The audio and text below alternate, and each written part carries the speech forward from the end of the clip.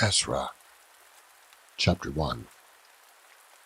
Now in the first year of Cyrus king of Persia, that the word of the Lord by the mouth of Jeremiah might be fulfilled, the Lord stirred up the spirit of Cyrus king of Persia, that he made a proclamation throughout all his kingdom, and put it also in writing, saying,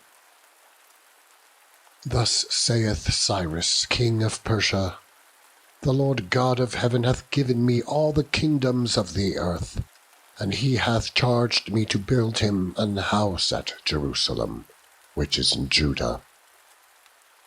Who is there among you of all his people? His God be with him, and let him go up to Jerusalem, which is in Judah, and build the house of the Lord God of Israel. He is the God which is in Jerusalem. And whosoever remaineth in any place where he sojourneth, let the men of his place help him with silver, and with gold, and with goods, and with beasts, beside the freewill offering for the house of God that is in Jerusalem. Then rose up the chief of the fathers of Judah and Benjamin, and the priests and the Levites, with all them whose spirit God had raised, to go up to build the house of the Lord, which is in Jerusalem. And all they that were about them strengthened their hands with vessels of silver, with gold, with goods, and with beasts, and with precious things, beside all that was willingly offered. Also Cyrus the king brought forth the vessels of the house of the Lord, which Nebuchadnezzar had brought forth out of Jerusalem, and had put them in the house of his gods.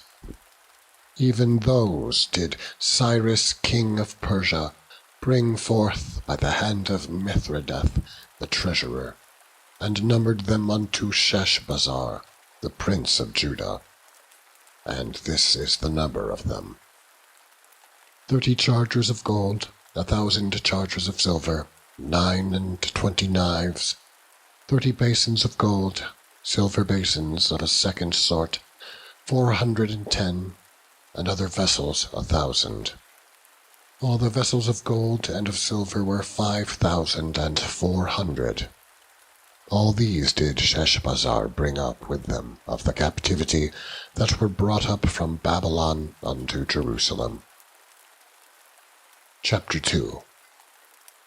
Now these are the children of the province that went up out of the captivity, of those which had been carried away, whom Nebuchadnezzar, the king of Babylon, had carried away unto Babylon, and came again unto Jerusalem and Judah, every one unto his city, which came with Zerubbabel, Jeshua, Nehemiah, Seraiah, Reelaiah, Mordecai, Bilshan, Mispar, Bigvai, Rehum, Baanah.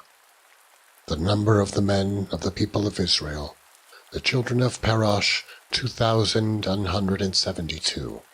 The children of Shephatiah, 372. The children of Ara, 775. The children of Pahath Moab, of the children of Jeshua and Joab, 2,812. The children of Elam, 1,254. The children of Zatu, 945. The children of Zakai, 760. The children of Bani, 642. The children of Bebai, 623. The children of Azgad, 1,222. The children of Adonikam, 666. The children of Bigvai, 2,056. The children of Adin, 454. The children of Ater, of Hezekiah, 98. The children of Bezai, 323. The children of Jorah, 112. The children of Hashum, 223. The children of Gibar, 95. The children of Bethlehem, 123. The men of Netophah, 56. The men of Anathoth, 128. The children of Asmaveth, 42. The children of Kirjatharim, Chephirah and Beeroth, 743. The children of Ramah and Gaba, 621. The men of Michmas, 122. The men of Bethel and Ai, 223. The children of Nebo, 50. The children of Magbish, 156. The children of the other Elam, 1,254. The children of Harim, 320. The children of Lod, Hadid, and Ono, 725. The children of Jericho, 345. The children of Sina, 3,630. The priests. The children of Jediah, of the house of Jeshua, 973. The children of Immer, 1,052. The children of Pashur, 1,247. The children of Harim, 1,017. The Levites. The children of Jeshua and Kadmiel, of the children of Hodaviah, 74. The singers. The children of Asaph, 128. The children of the porters. The children of Shallum, the children of Ater, the children of Talmon, the children of Akub, the children of Hatita, the children of Shobai, in all 139. The Nethinims, the children of Ziha, the children of Hasupha, the children of Tebaoth, the children of Keros, the children of Siaha, the children of Padon, the children of Lebanah, the children of Hagabah, the children of Akub, the children of Hagab, the children of Shalmai, the children of Hanan, the children of Gidel, the children of Gehar, the children of Reiah, the children of Rezin, the children of Nakoda, the children of Gezam, the children of Uzzah, the children of Paseah, the children of Besai, the children of Asna, the children of Mehunim, the children of Nephusim, the children of Bakbuk, the children of Hakupha, the children of Harhor, the children of Basluth, the children of Mehida, the children of Harsha, the children of Barkos, the children of Sisera, the children of Thema, the children of Neziah, the children of Hatipha. The children of Solomon's servants. The children of Sotai, the children of Sophereth, the children of Peruda, the children of Jaela, the children of Darkon, the children of Gidel, the children of Shephatiah, the children of Hatil, the children of Pokereth, of Zebaim, the children of Amai. All the Nethinims and the children of Solomon's servants were 392. And these were they which went up from Tel-Melah, Tel-Harsa, Cherub, Adan, and Emer. But they could not shew their father's house and their seed, whether they were of Israel. The children of Delaiah, the children of Tobiah, the children of Nekoda, 652. And of the children of the priests, the children of Habiah, the children of Koz, the children of Barzillai, which took a wife of the daughters of Barzillai the Gileadite, and was called after their name. These sought their register among those that were reckoned by genealogy, but they were not found. Therefore were they, as polluted, put from the priesthood. And the Tirshatha said unto them that they should not eat of the most holy things, till there stood up a priest with Urim and with Thummim.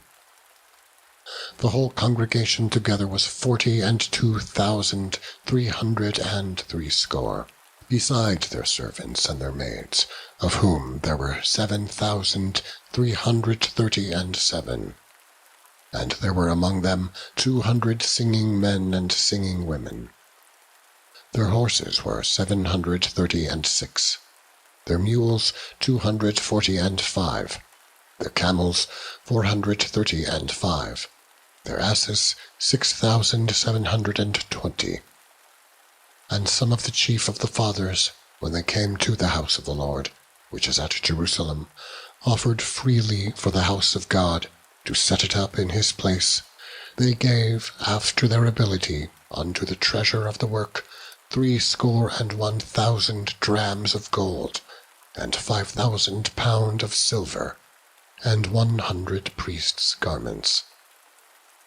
So the priests and the Levites, and some of the people, and the singers, and the porters, and the Nethinims, dwelt in their cities, and all Israel in their cities. Chapter 3. And when the 7th month was come, and the children of Israel were in the cities, the people gathered themselves together as one man to Jerusalem. Then stood up Jeshua the son of Jozadak, and his brethren the priests, and Zerubbabel the son of Shealtiel, and his brethren, and builded the altar of the God of Israel, to offer burnt offerings thereon, as it is written in the law of Moses, the man of God. And they set the altar upon his bases, for fear was upon them because of the people of those countries. And they offered burnt offerings thereon unto the Lord, even burnt offerings, morning and evening. They kept also the feast of the tabernacles, as it is written, and offered the daily burnt offerings by number, according to the custom, as the duty of every day required. And afterward offered the continual burnt offering, both of the new moons, and of all the set feasts of the Lord that were consecrated, and of every one that willingly offered a freewill offering unto the Lord. From the 1st day of the 7th month began they to offer burnt offerings unto the Lord. But the foundation of the temple of the Lord was not yet laid. They gave money also unto the masons and to the carpenters, and meat and drink and oil, unto them of Zidon, and to them of Tyre, to bring cedar trees from Lebanon to the sea of Joppa, according to the grant that they had of Cyrus, king of Persia. Now, in the 2nd year of their coming unto the house of God at Jerusalem, in the 2nd month, began Zerubbabel the son of Shealtiel, and Jeshua the son of Jozadak, and the remnant of their brethren, the priests and the Levites, and all they that were come out of the captivity unto Jerusalem, and appointed the Levites from 20 years old and upward, to set forward the work of the house of the Lord.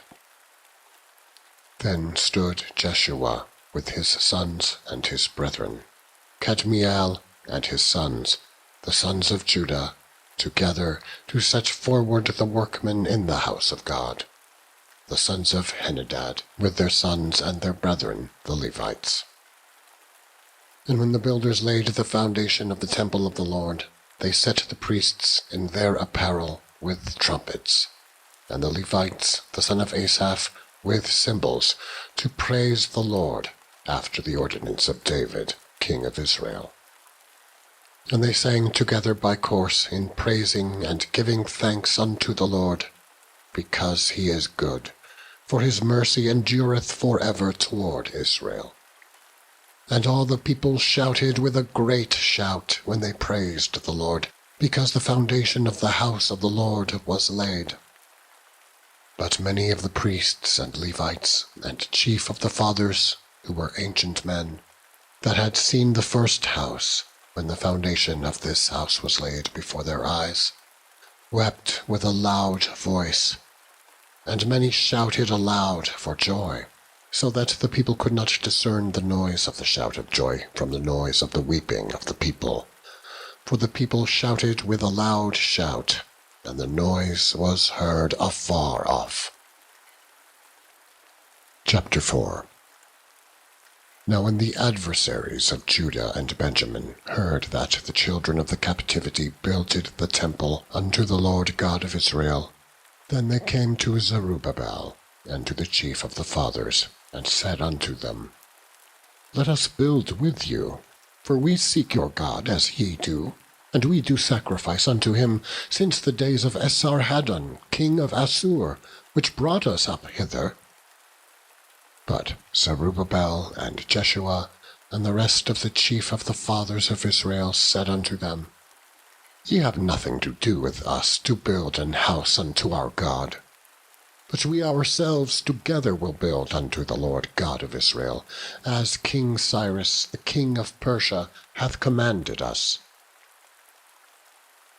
Then the people of the land weakened the hands of the people of Judah, and troubled them in building, and hired counselors against them, to frustrate their purpose, all the days of Cyrus king of Persia, even until the reign of Darius king of Persia. And in the reign of Ahasuerus, in the beginning of his reign, wrote they unto him an accusation against the inhabitants of Judah and Jerusalem. And in the days of Artaxerxes wrote Bishlem, Mithridath, Tabiel, and the rest of their companions unto Artaxerxes king of Persia. And the writing of the letter was written in the Syrian tongue, and interpreted in the Syrian tongue. Rehum the chancellor and Shimshai the scribe wrote a letter against Jerusalem to Artaxerxes the king, in this sort.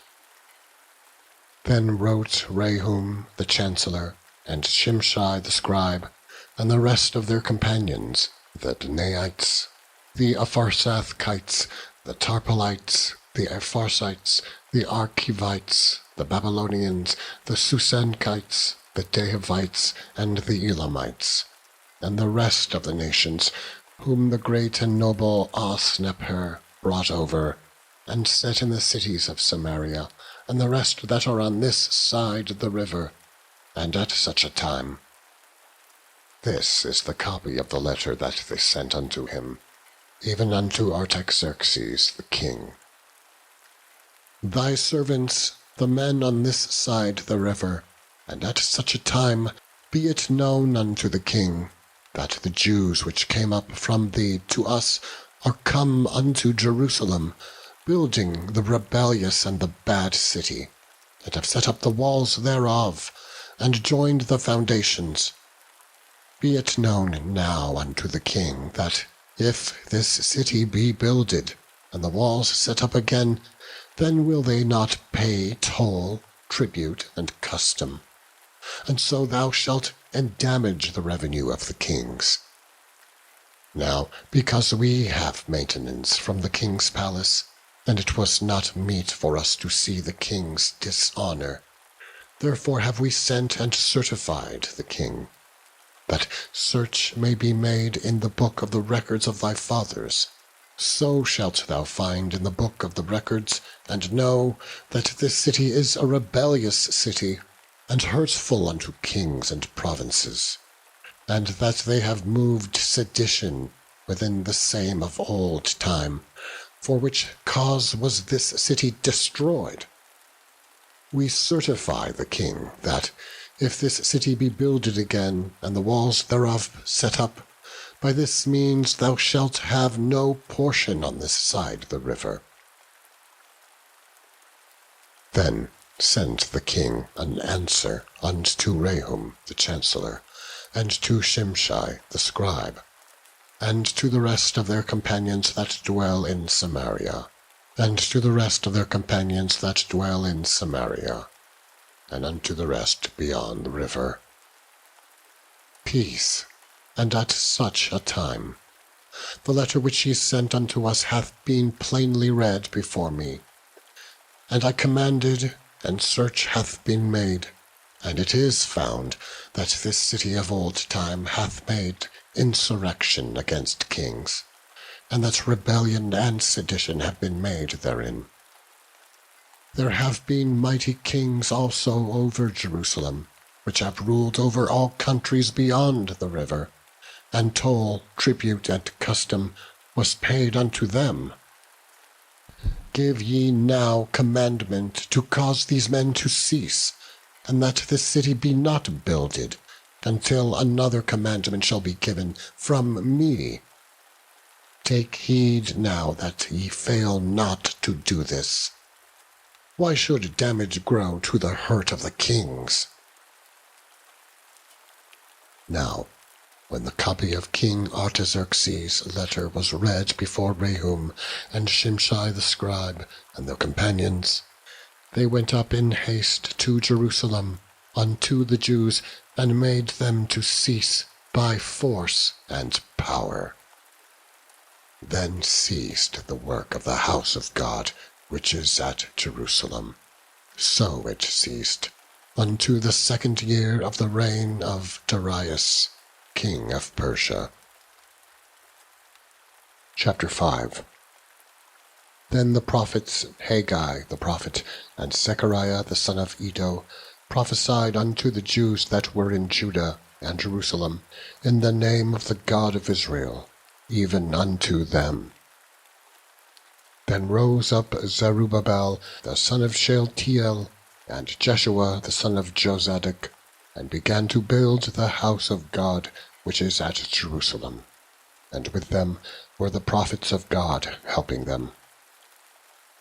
At the same time came to them Tatnai, governor on this side of the river, and Shethar-boznai and their companions, and said thus unto them, Who hath commanded you to build this house, and to make up this wall? Then said we unto them after this manner, What are the names of the men that make this building? But the eye of their God was upon the elders of the Jews, that they could not cause them to cease till the matter came to Darius. And then they returned answer by letter concerning this matter. The copy of the letter that Tatnai, governor on this side the river, and Shethar-boznai and his companions, the Arphaxadites, which were on this side the river, sent unto Darius the king. They sent a letter unto him, wherein was written thus: Unto Darius the king, all peace. Be it known unto the king that we went into the province of Judea to the house of the great God, which is builded with great stones, and timber is laid in the walls, and this work goeth fast on, and prospereth in their hands. Then asked we those elders, and said unto them thus, Who commanded you to build this house, and to make up these walls? We asked their names also, to certify thee, that we might write the names of the men that were the chief of them. And thus they returned us answer, saying, We are the servants of the God of heaven and earth, and build the house that was builded these many years ago, which a great king of Israel builded and set up. But after that our fathers had provoked the God of heaven unto wrath, he gave them into the hand of Nebuchadnezzar, the king of Babylon, the Chaldean, who destroyed this house, and carried away the people into Babylon. But in the 1st year of Cyrus the king of Babylon, the same King Cyrus made a decree to build this house of God, and the vessels also of gold and silver of the house of God, which Nebuchadnezzar took out of the temple that was in Jerusalem, and brought them into the temple of Babylon, those did Cyrus the king take out of the temple of Babylon, and they were delivered unto one whose name was Sheshbazzar, whom he had made governor, and said unto him, Take these vessels, go, carry them into the temple that is in Jerusalem, and let the house of God be builded in his place. Then came the same Sheshbazzar, and laid the foundation of the house of God, which is in Jerusalem. And since that time even until now hath it been in building, and yet it is not finished. Now therefore, if it seem good to the king, let there be search made in the king's treasure house, which is there at Babylon, whether it be so that a decree was made of Cyrus the king to build this house of God at Jerusalem. And let the king send his pleasure to us concerning this matter. Chapter 6. Then Darius the king made a decree, and search was made in the house of the rolls where the treasures were laid up in Babylon. And there was found at Artmenta, in the palace that is in the province of the Medes, a roll, and therein was a record thus written: In the 1st year of Cyrus the king, the same Cyrus the king made a decree concerning the house of God at Jerusalem. Let the house be builded, the place where they offered sacrifices, and let the foundations thereof be strongly laid, the height thereof 80 cubits, and the breadth thereof 80 cubits, with 3 rows of great stones, and a row of new timber. And let the expenses be given out of the king's house. And also let the golden and silver vessels of the house of God, which Nebuchadnezzar took forth out of the temple, which is at Jerusalem, and brought unto Babylon, be restored, and brought again unto the temple, which is at Jerusalem, every one to his place, and place them in the house of God. Now, therefore, Tatnai, governor beyond the river, Shethar-boznai, and your companions, the Apharsacthites, which are beyond the river, be ye far from thence.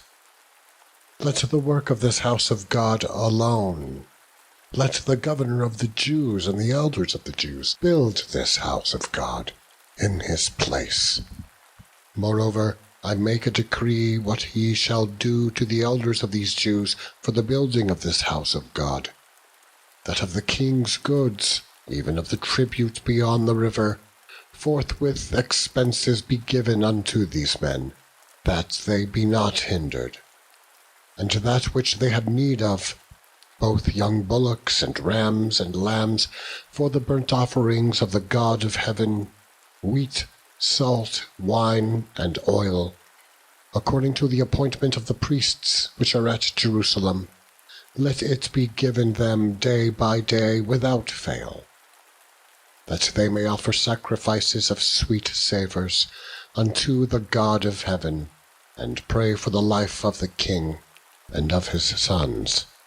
Also I have made a decree, that whosoever shall alter this word, let timber be pulled down from his house, and being set up, let him be hanged thereon, and let his house be made a dunghill for this. And the God that hath caused his name to dwell there destroy all kings and people, that shall put to their hand to alter and to destroy this house of God, which is at Jerusalem. I, Darius, have made a decree. Let it be done with speed. Then Tatnai, governor on this side of the river, Shethar-boznai, and their companions, according to that which Darius the king had sent, so they did speedily. And the elders of the Jews builded, and they prospered through the prophesying of Haggai the prophet, and Zechariah the son of Iddo. And they builded and finished it, according to the commandment of the God of Israel, and according to the commandments of Cyrus and Darius and Artaxerxes, king of Persia. And this house was finished on the 3rd day of the month Adar, which was in the 6th year of the reign of Darius the king. And the children of Israel, the priests and the Levites, and the rest of the children of the captivity, kept the dedication of this house of God with joy, and offered at the dedication of this house of God 100 bullocks, 200 rams, 400 lambs, and a sin offering for all Israel, 12 he-goats, according to the number of the tribes of Israel. And they set the priests in their divisions, and the Levites in their courses, for the service of God, which is at Jerusalem, as it is written in the book of Moses. And the children of the captivity kept the Passover upon the 14th day of the 1st month.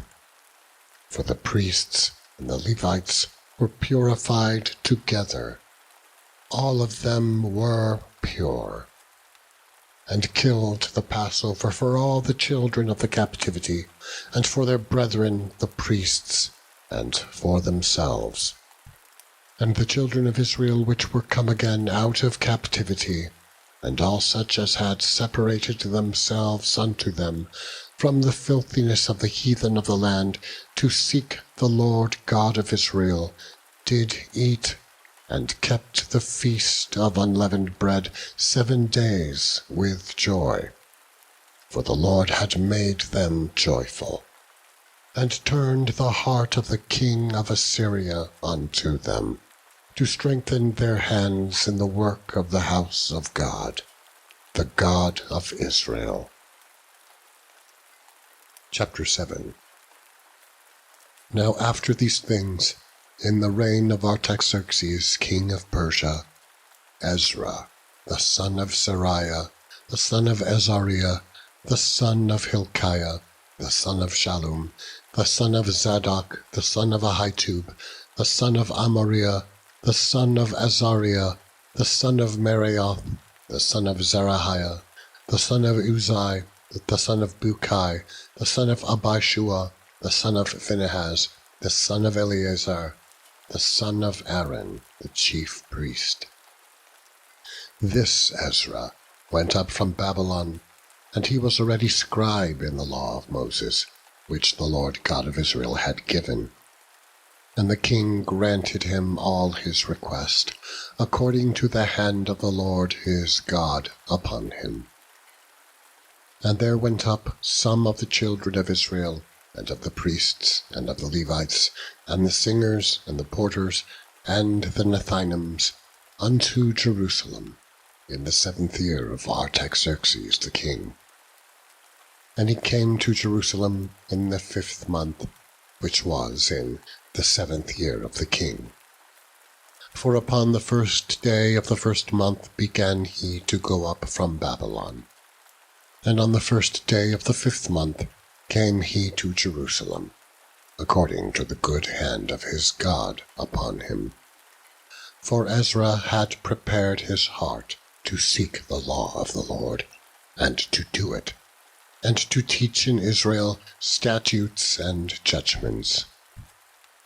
Now this is the copy of the letter that the king Artaxerxes gave unto Ezra the priest, the scribe, even a scribe of the words of the commandments of the Lord, and of his statutes to Israel. Artaxerxes, king of kings, unto Ezra the priest, a scribe of the law of the God of heaven, perfect peace, and at such a time. I will make a decree that all they of the people of Israel, and of his priests and Levites in my realm, which are minded by their own free will to go up to Jerusalem, to go with thee, forasmuch as thou art sent of the king, and of his 7 counselors, to inquire concerning Judah and Jerusalem, according to the law of thy God, which is in thine hand, and to carry the silver and gold which the king and his counselors have freely offered unto the God of Israel, whose habitation is in Jerusalem.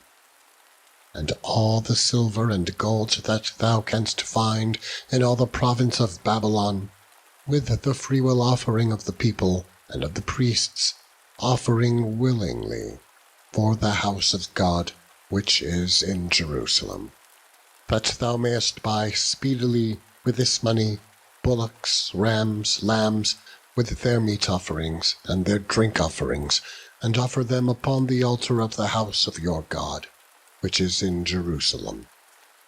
And whatsoever shall seem good to thee and to thy brethren, to do with the rest of the silver and the gold, that do after the will of your God. The vessels also that are given thee for the service of the house of thy God, those deliver thou before the God of Jerusalem. And whatsoever more shall be needful for the house of thy God, which thou shalt have occasion to bestow it out of the king's treasure house. And I, even I, Artaxerxes the king, do make a decree to all the treasures which are beyond the river, that whatsoever Ezra the priest, the scribe of the law of the God of heaven, shall require of you, it shall be done speedily.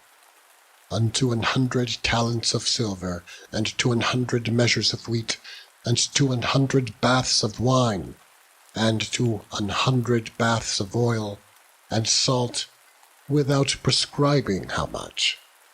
Whatsoever is commanded by the God of heaven, let it be diligently done for the house of the God of heaven.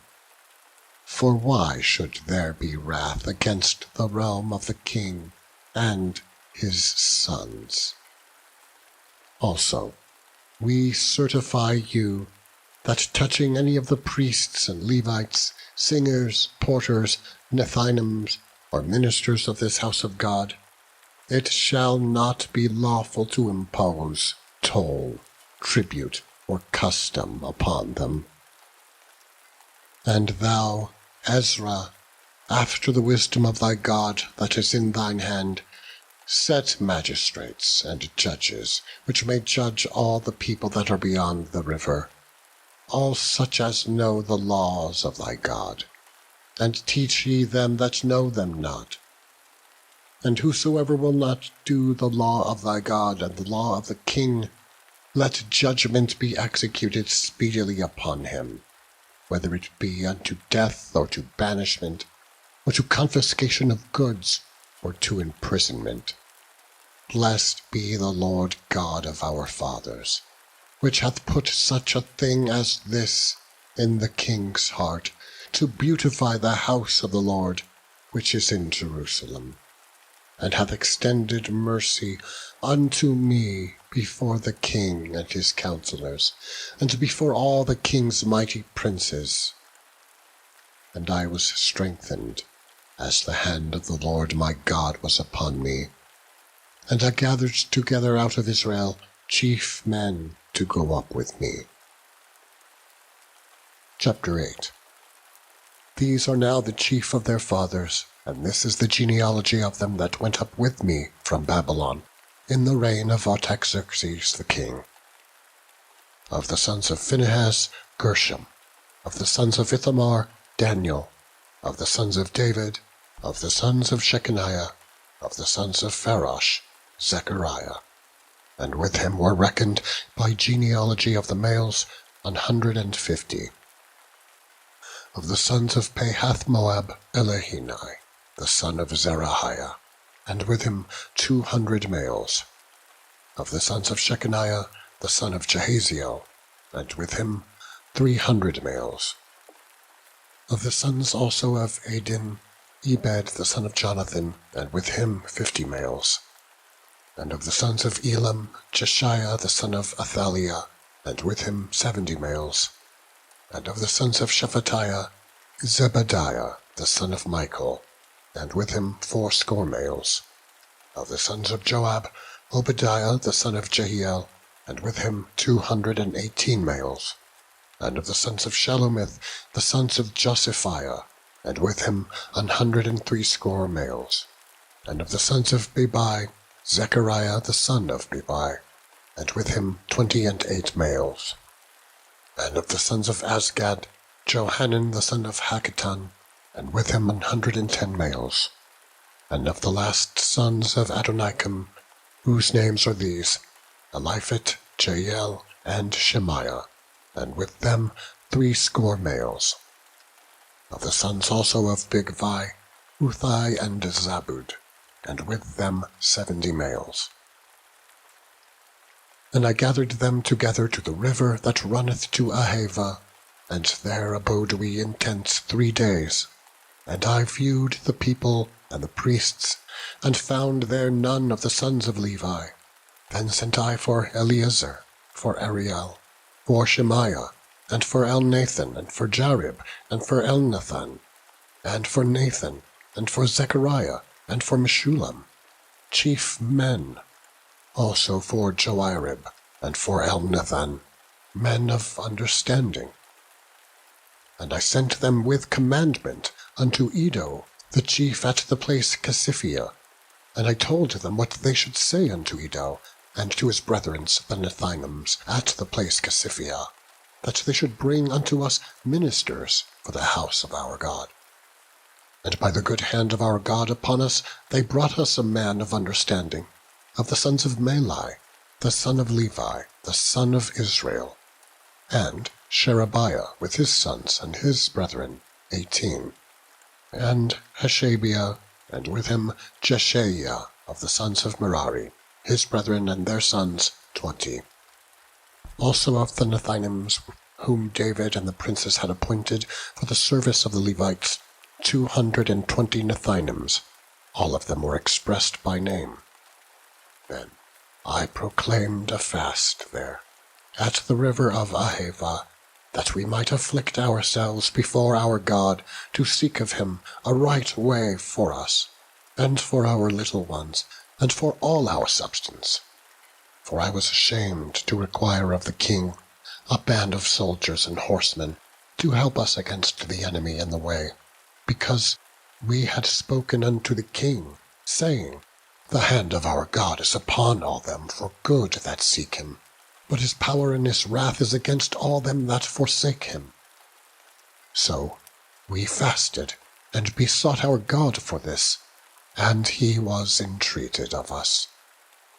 Then I separated 12 of the chief of the priests, Sherebiah, Hashabiah, and 10 of their brethren with them, and weighed unto them the silver and the gold, and the vessels, even the offering of the house of our God, which the king, and his counsellors, and his lords, and all Israel there present had offered. I even weighed unto their hand 650 talents of silver, and silver vessels 100 talents, and of gold 100 talents. Also 20 basins of gold, of 1,000 drams, and 2 vessels of fine copper, precious as gold. And I said unto them, Ye are holy unto the Lord. The vessels are holy also, and the silver and the gold are a freewill offering unto the Lord God of your fathers. Watch ye, and keep them, until ye weigh them before the chief of the priests and the Levites, and chief of the fathers of Israel, at Jerusalem, in the chambers of the house of the Lord. So took the priests and the Levites the weight of the silver and the gold and the vessels, to bring them to Jerusalem unto the house of our God. Then we departed from the river of Ahava on the 12th day of the first month to go unto Jerusalem. And the hand of our God was upon us, and he delivered us from the hand of the enemy, and of such as lay in wait by the way. And we came to Jerusalem, and abode there 3 days. Now on the 4th day was the silver and the gold and the vessels weighed in the house of our God, by the hand of Meremoth, the son of Uriah the priest. And with him was Eleazar the son of Phinehas, and with them was Jozabad the son of Jeshua, and Noadiah the son of Binnui, Levites, by number and by weight of every one. And all the weight was written at that time. Also the children of those that had been carried away, which were come out of the captivity, offered burnt offerings unto the God of Israel, 12 bullocks for all Israel, 96 rams, 77 lambs, 12 he-goats for a sin offering. All this was a burnt offering unto the Lord. And they delivered the king's commissions unto the king's lieutenants, and to the governors on this side the river, and they furthered the people, and the house of God. Chapter 9. Now when these things were done, the princes came to me, saying, The people of Israel, and the priests, and the Levites, have not separated themselves from the people of the lands, doing according to their abominations, even of the Canaanites, the Hittites, the Perizzites, the Jebusites, the Ammonites, the Moabites, the Egyptians, and the Amorites. For they have taken of their daughters for themselves and for their sons, so that the holy seed have mingled themselves with the people of those lands. Yea, the hand of the princes and rulers hath been chief in this trespass. And when I heard this thing, I rent my garment and my mantle, and plucked off the hair of my head and of my beard, and sat down astonished. Then were assembled unto me every one that trembled at the words of the God of Israel, because of the transgression of those that had been carried away. And I sat astonied until the evening sacrifice. And at the evening sacrifice I arose up from my heaviness, and having rent my garment and my mantle, I fell upon my knees and spread out my hands unto the Lord my God, and said, O my God, I am ashamed, and blush to lift up my face to thee, my God. For our iniquities are increased over our head, and our trespasses grown up unto the heavens. Since the days of our fathers have we been in a great trespass unto this day. And for our iniquities have we, our kings and our priests, been delivered into the hands of the kings of the lands, to the sword, to captivity, and to a spoil, and to confusion of face, as it is this day. And now, for a little space, grace hath been shewed from the Lord our God, to leave us a remnant to escape, and to give us a nail in his holy place, that our God may lighten our eyes, and give us a little reviving in our bondage. For we were bondmen, yet our God hath not forsaken us in our bondage, but hath extended mercy unto us in the sight of the kings of Persia, to give us a reviving, to set up the house of our God, and to repair the desolations thereof, and to give us a wall in Judah and in Jerusalem. And now, O our God, what shall we say after this? For we have forsaken thy commandments, which thou hast commanded by thy servants, the prophets, saying, The land unto which ye go to possess it is an unclean land, with the filthiness of the people of the lands, with their abominations, which have filled it from one end to another with their uncleanness. Now therefore give not your daughters unto their sons, neither take their daughters unto your sons, nor seek their peace or their wealth forever, that ye might be strong, and eat the good of the land, and leave it for an inheritance to your children forever. And after all that is come upon us, for our evil deeds, and for our great trespass, seeing that thou, our God, hast punished us less than our iniquities deserve, and hast given us such deliverance as this, should we again break thy commandments, and join in affinity with the people of these abominations? Wouldst not thou be angry with us, till thou hadst consumed us, so that there should be no remnant, nor escaping?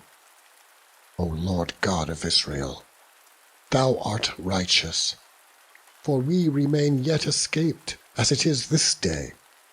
Behold, we are before thee in our trespasses, for we cannot stand before thee because of this. Chapter 10.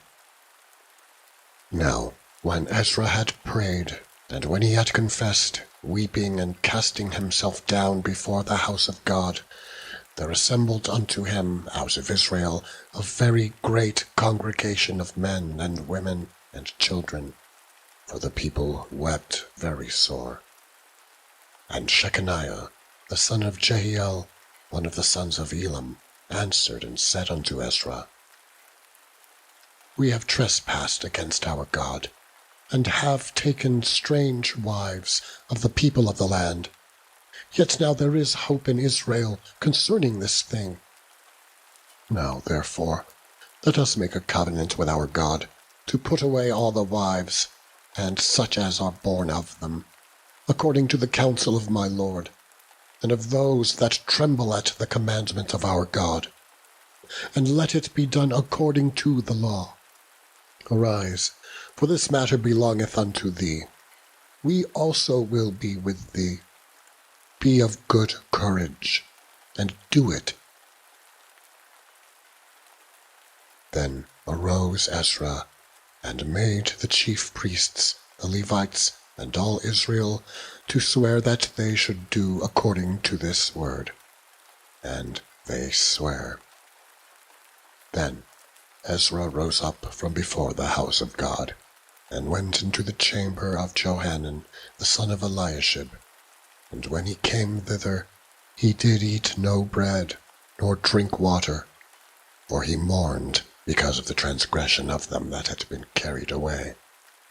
And they made proclamation throughout Judah and Jerusalem unto all the children of the captivity, that they should gather themselves together unto Jerusalem, and that whosoever would not come within 3 days, according to the counsel of the princes and the elders, all his substance should be forfeited, and himself separated from the congregation of those that had been carried away. Then all the men of Judah and Benjamin gathered themselves together unto Jerusalem within 3 days. It was the 9th month, on the 20th day of the month. And all the people sat in the street of the house of God, trembling because of this matter, and for the great rain. And Ezra the priest stood up, and said unto them,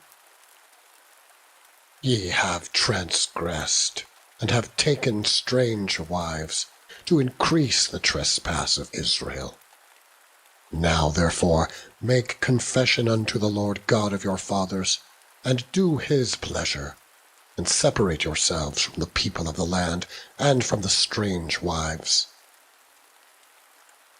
Then all the congregation answered, and said with a loud voice, As thou hast said, so must we do. But the people are many, and it is a time of much rain, and we are not able to stand without. Neither is this a work of 1 day or 2, for we are many that have transgressed in this thing. Let now our rulers of all the congregation stand, and let all them which have taken strange wives in our cities come at appointed times, and with them the elders of every city, and the judges thereof, until the fierce wrath of our God for this matter be turned from us. Only Jonathan, the son of Asahel, and Jahaziah, the son of Tikvah, were employed about this matter, and Meshullam and Shabbathai the Levite helped them. And the children of the captivity did so. And Ezra the priest, with certain chief of the fathers, after the house of their fathers, and all of them by their names, were separated, and sat down in the 1st day of the 10th month to examine the matter. And they made an end with all the men that had taken strange wives by the 1st day of the 1st month. And among the sons of the priests there were found that had taken strange wives, namely, of the sons of Jeshua, the son of Jozadak, and his brethren, Messiah, and Eleazar, and Jareb, and Gedaliah. And they gave their hands that they would put away their wives, and, being guilty, they offered a ram of the flock for their trespass. And of the sons of Immer, Hanani and Zebediah, and of the sons of Harim, Messiah and Elijah, and Shemaiah, and Jehiel, and Uzziah. And of the sons of Pashur, Elionai, Messiah, Ishmael, Nathaniel, Jozabad, and Elasa. Also of the Levites, Jozabad, and Shimei, and Kelaiah, the same is Kelita, Pethahiah, Judah, and Eleazar. Of the singers also, Eliashib, and of the porters, Shallum, and Telem, and Uri. Moreover, of Israel, of the sons of Parash, Ramiah, and Jeziah, and Malchiah, and Miamin, and Eleazar, and Melchijah, and Benaiah. And of the sons of Elam, Mattaniah, Zechariah, and Jehiel, and Abdi, and Jeremoth, and Eliah. And of the sons of Zatu, Elionai, Eliashib, Mattaniah, and Jeremoth, and Zebad, and Aziza. Of the sons also of Bebai, Jehohanan, Hananiah, Zebai, and Athli. And of the sons of Bani, Meshullam, Maluk, and Adaiah, Jashub, and Sheal, and Ramoth. And of the sons of Pahath Moab, Adnah, and Chelal, Benaiah, Messiah, Mattaniah, Bezaleel, and Binui, and Manasseh. And of the sons of Harim, Eleazar, Eshijah, Malchiah, Shemaiah, Shimeon, Benjamin, Malluch, and Shemariah. Of the sons of Hashum, Mattenai, Mattatha, Zabad, Eliphalet, Jeremiah, Manasseh, and Shimei. Of the sons of Bani, Madai, Amram, and Uel, Benaiah, Bedaiah, Chelu, Benaiah, Meremoth, Elishib, Mattaniah, Mattenai, and Jaasau, and Bani, and Binnui, Shimei, and Shelemiah, and Nathan, and Adiah, Machnedibai, Sheshai, Sherai, Azareel, and Shelemiah, Shemariah, Shallum, Amariah, and Joseph. Of the sons of Nebo, Jael, Mattithiah, Zibad, Zibina, Jedo, and Joel, Benaiah. All these had taken strange wives, and some of them had wives by whom they had children. Nehemiah, chapter 1. The words of Nehemiah the son of Hakaliah. And it came to pass in the month Chislev, in the 20th year, as I was in Shushan, the palace, that Hanani, one of my brethren, came, he and certain men of Judah, and I asked them concerning the Jews that had escaped, which were left of the captivity, and concerning Jerusalem. And they said unto me, The remnant that are left of the captivity there in the province are in great affliction and reproach. The wall of Jerusalem also is broken down, and the gates thereof are burned with fire. And it came to pass, when I heard these words, that I sat down and wept and mourned certain days, and fasted, and prayed before the God of heaven, and said, I beseech thee, O Lord God of heaven, the great and terrible God, that keepeth covenant and mercy for them that love him, and observe his commandments. Let thine ear now be attentive, and thine eyes open, that thou mayest hear the prayer of thy servant, which I pray before thee now, day and night, for the children of Israel, thy servants. And confess the sins of the children of Israel, which we have sinned against thee. Both I and my father's house have sinned. We have dealt very corruptly against thee, and have not kept the commandments, nor the statutes, nor the judgments, which thou commandedst thy servant Moses. Remember, I beseech thee, the word that thou commandedst thy servant Moses, saying, If ye transgress, I will scatter you abroad among the nations. But if ye turn unto me, and keep my commandments, and do them, though there were of you cast out unto the uttermost part of the heaven, yet will I gather them from thence, and will bring them unto the place that I have chosen to set my name there. Now these are thy servants and thy people, which thou hast redeemed by thy great power and by thy strong hand. O Lord, I beseech thee, let now thine ear be attentive to the prayer of thy servant, and to the prayer of thy servants who desire to fear thy name, and prosper, I pray thee, thy servant this day, and grant him mercy in the sight of this man. For I was the king's cupbearer. Chapter 2. And it came to pass in the month Nisan, in the 20th year of Artaxerxes the king, that wine was before him, and I took up the wine and gave it unto the king. Now I had not been before time sad in his presence. Wherefore the king said unto me, Why is thy countenance sad, seeing thou art not sick? This is nothing else but sorrow of heart. Then I was very sore afraid, and said unto the king, Let the king live forever. Why should not my countenance be sad, when the city, the place of my father's sepulchres, lieth waste, and the gates thereof are consumed with fire? Then the king said unto me, For what dost thou make request?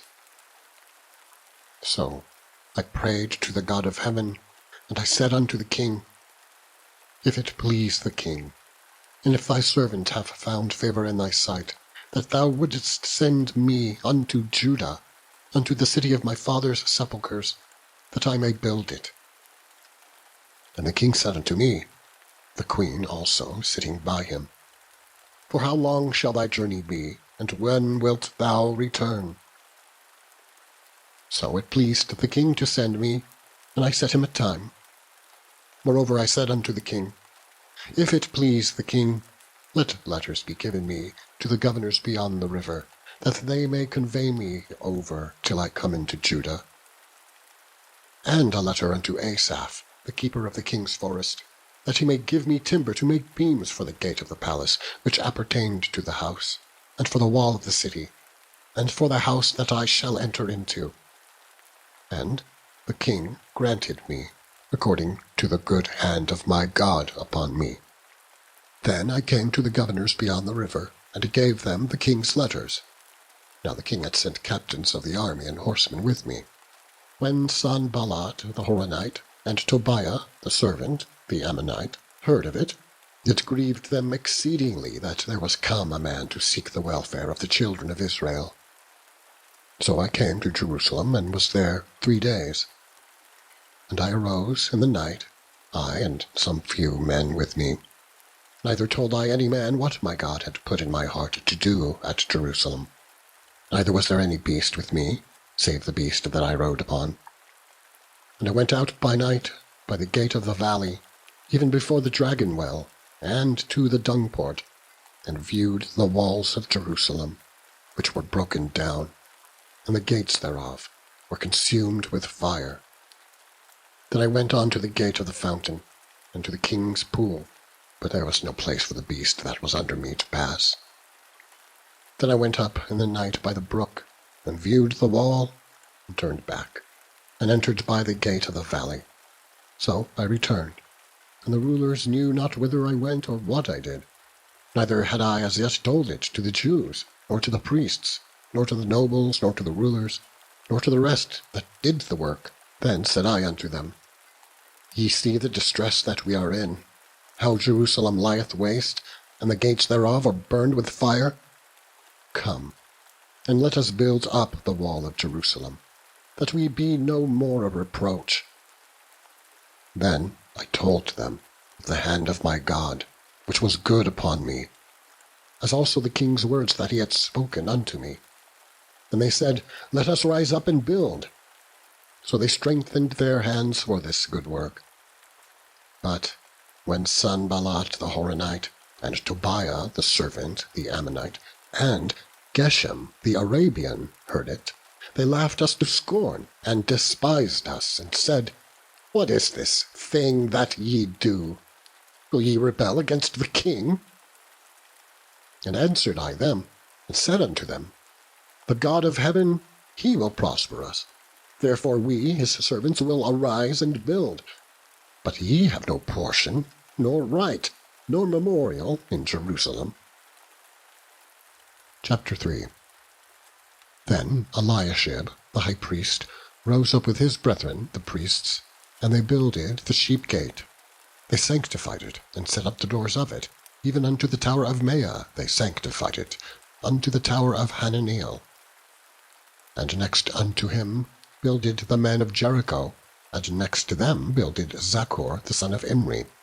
But the fish gate did the sons of Hassenaah build, who also laid the beams thereof, and set up the doors thereof, the locks thereof, and the bars thereof. And next unto them repaired Meremoth the son of Urijah the son of Koz.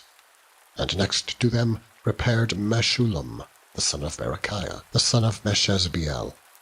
And next unto him repaired Zadok the son of Baana. And next to them the Tekoites repaired, but their nobles put not their necks to the work of the Lord. Moreover the old gate repaired Jehoiada the son of Paseah, and Meshullam the son of Besodeiah. They laid the beams thereof, and set up the doors thereof, and the locks thereof, and the bars thereof. And next unto them repaired Melatiah the Gibeonite, and Jadon the Meronothite, the men of Gibeon and of Mizpah, unto the throne of the governor on this side of the river. Next unto him repaired Uzziel the son of Harhaiah of the goldsmiths.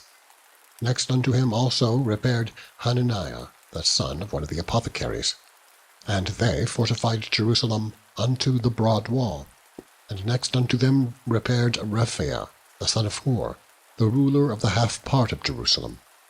And next unto them repaired Jedaiah, the son of Harumaph, even over against his house. And next unto him repaired Hattush, the son of Hashabniah. Malchijah, the son of Harim, and Hashub, the son of Pahath-Moab, repaired the other piece, and the tower of the furnaces. And next unto him repaired Shallum, the son of Hallohesh, the ruler of the half part of Jerusalem, he and his daughters.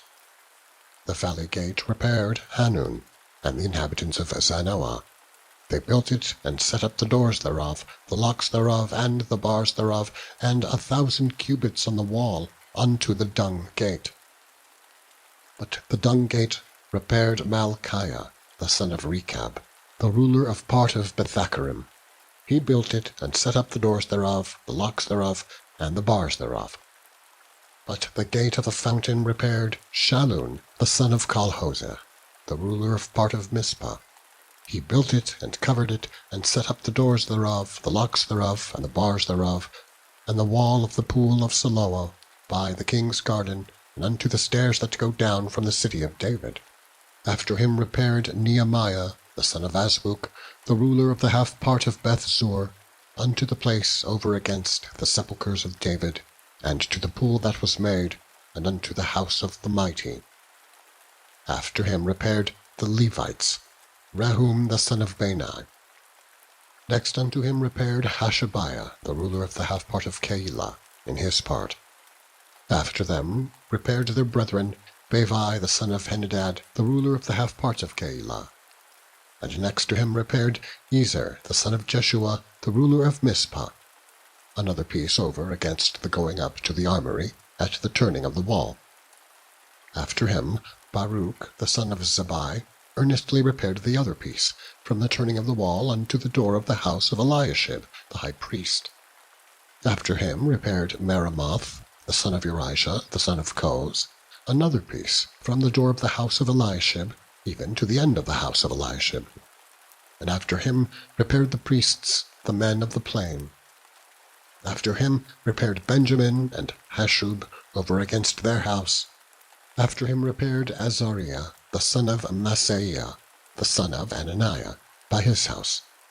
After him repaired Binnui, the son of Henadad, another piece, from the house of Azariah unto the turning of the wall, even unto the corner.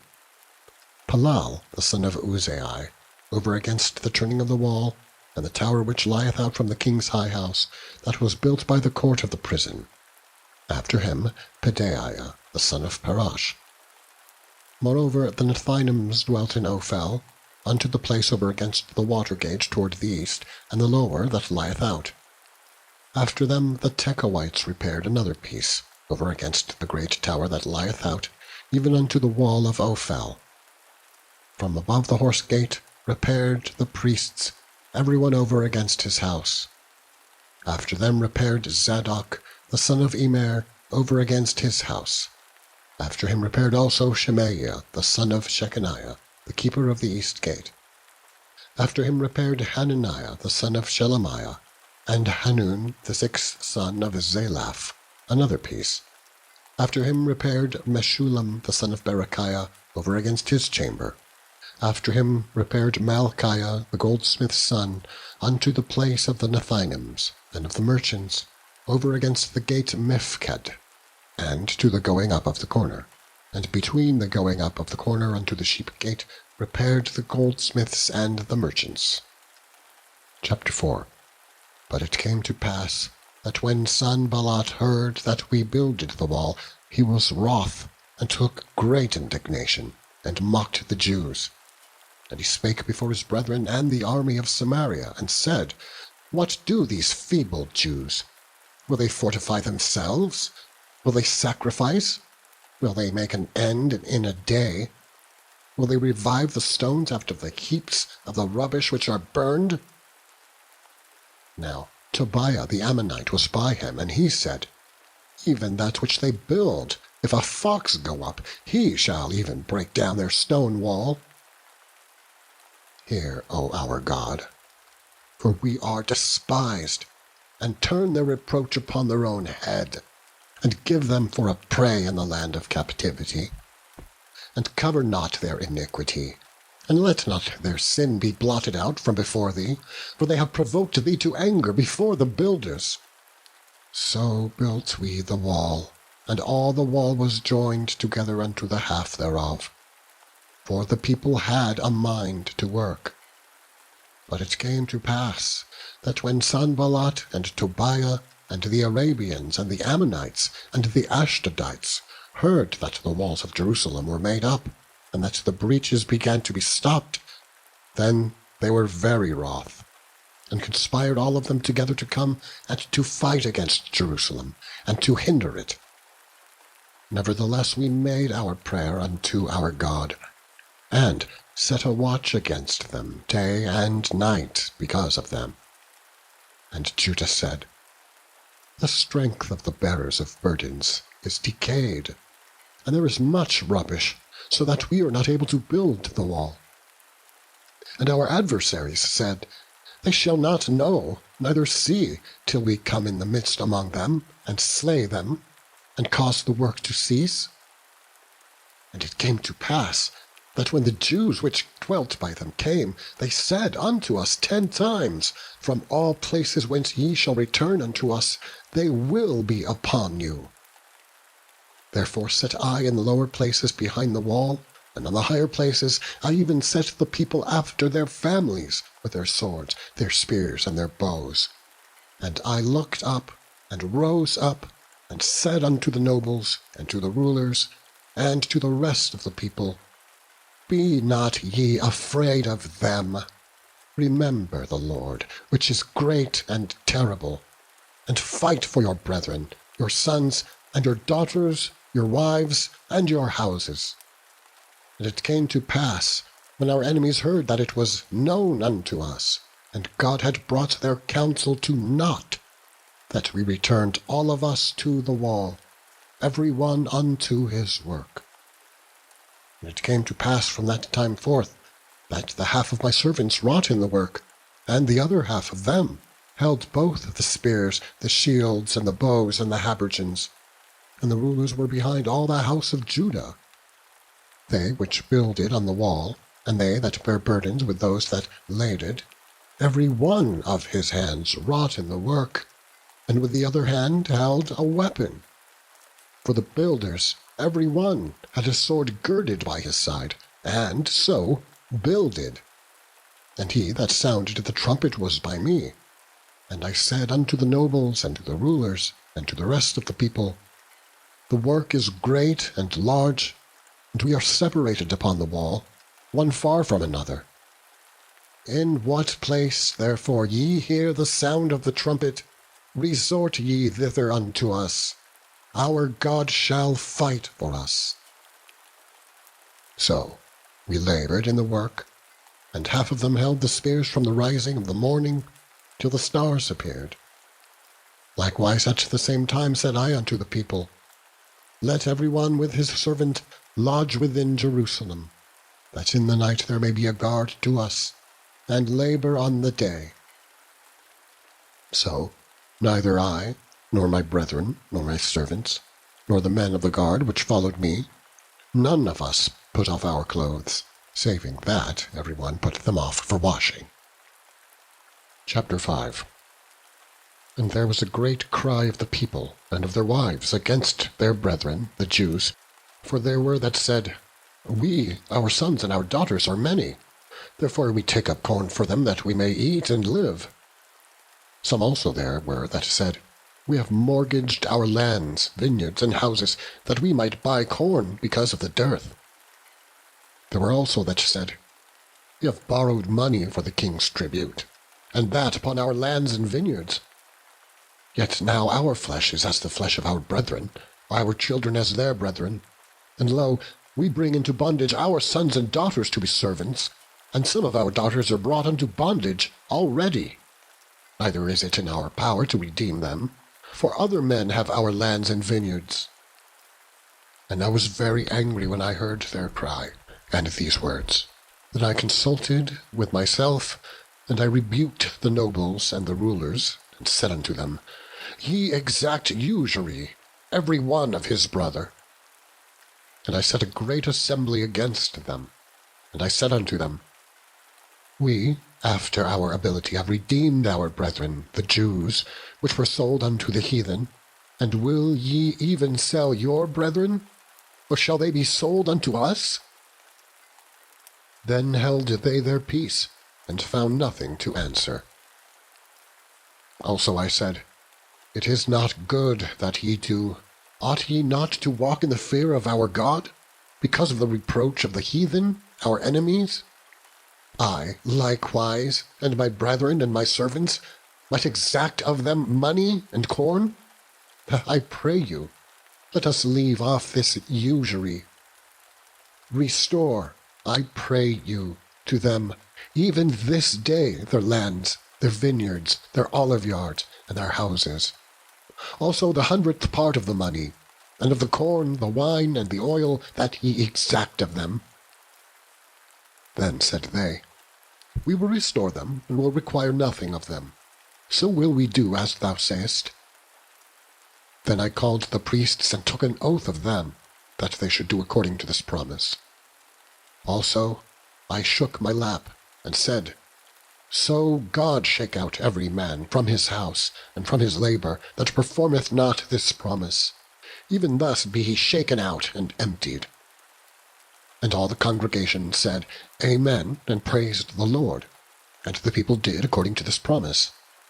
Moreover, from the time that I was appointed to be their governor in the land of Judah, from the 20th year, even unto the 32nd year of Artaxerxes the king, that is 12 years, I and my brethren have not eaten the bread of the governor. But the former governors that had been before me were chargeable unto the people, and had taken of them bread and wine, besides 40 shekels of silver. Yea, even their servants bear rule over the people. But so did not I, because of the fear of God. Yea, also I continued in the work of this wall. Neither bought we any land, and all my servants were gathered thither unto the work. Moreover, there were at my table 150 of the Jews and rulers, beside those that came unto us from among the heathen that are about us. Now that which was prepared for me daily was 1 ox and 6 choice sheep. Also fowls were prepared for me, and once in 10 days store of all sorts of wine. Yet for all this required not I the bread of our governor, because the bondage was heavy upon this people. Think upon me, my God, for good, according to all that I have done for this people. Chapter 6. Now it came to pass, when Sanballat and Tobiah and Geshem the Arabian, and the rest of our enemies, heard that I had builded the wall, and that there was no breach left therein, though at that time I had not set up the doors upon the gates, that Sanballat and Geshem sent unto me, saying, Come, let us meet together in some one of the villages in the plain of Ono. But they thought to do me mischief. And I sent messengers unto them, saying, I am doing a great work, so that I cannot come down. Why should the work cease, whilst I leave it, and come down to you? Yet they sent unto me 4 times after this sort, and I answered them after the same manner. Then sent Sanballat his servant unto me in like manner the 5th time, with an open letter in his hand, wherein was written, It is reported among the heathen, and Gashmu saith it, that thou and the Jews think to rebel, for which cause thou buildest the wall, that thou mayest be their king, according to these words. And thou hast also appointed prophets to preach of thee at Jerusalem, saying, There is a king in Judah. And now shall it be reported to the king according to these words.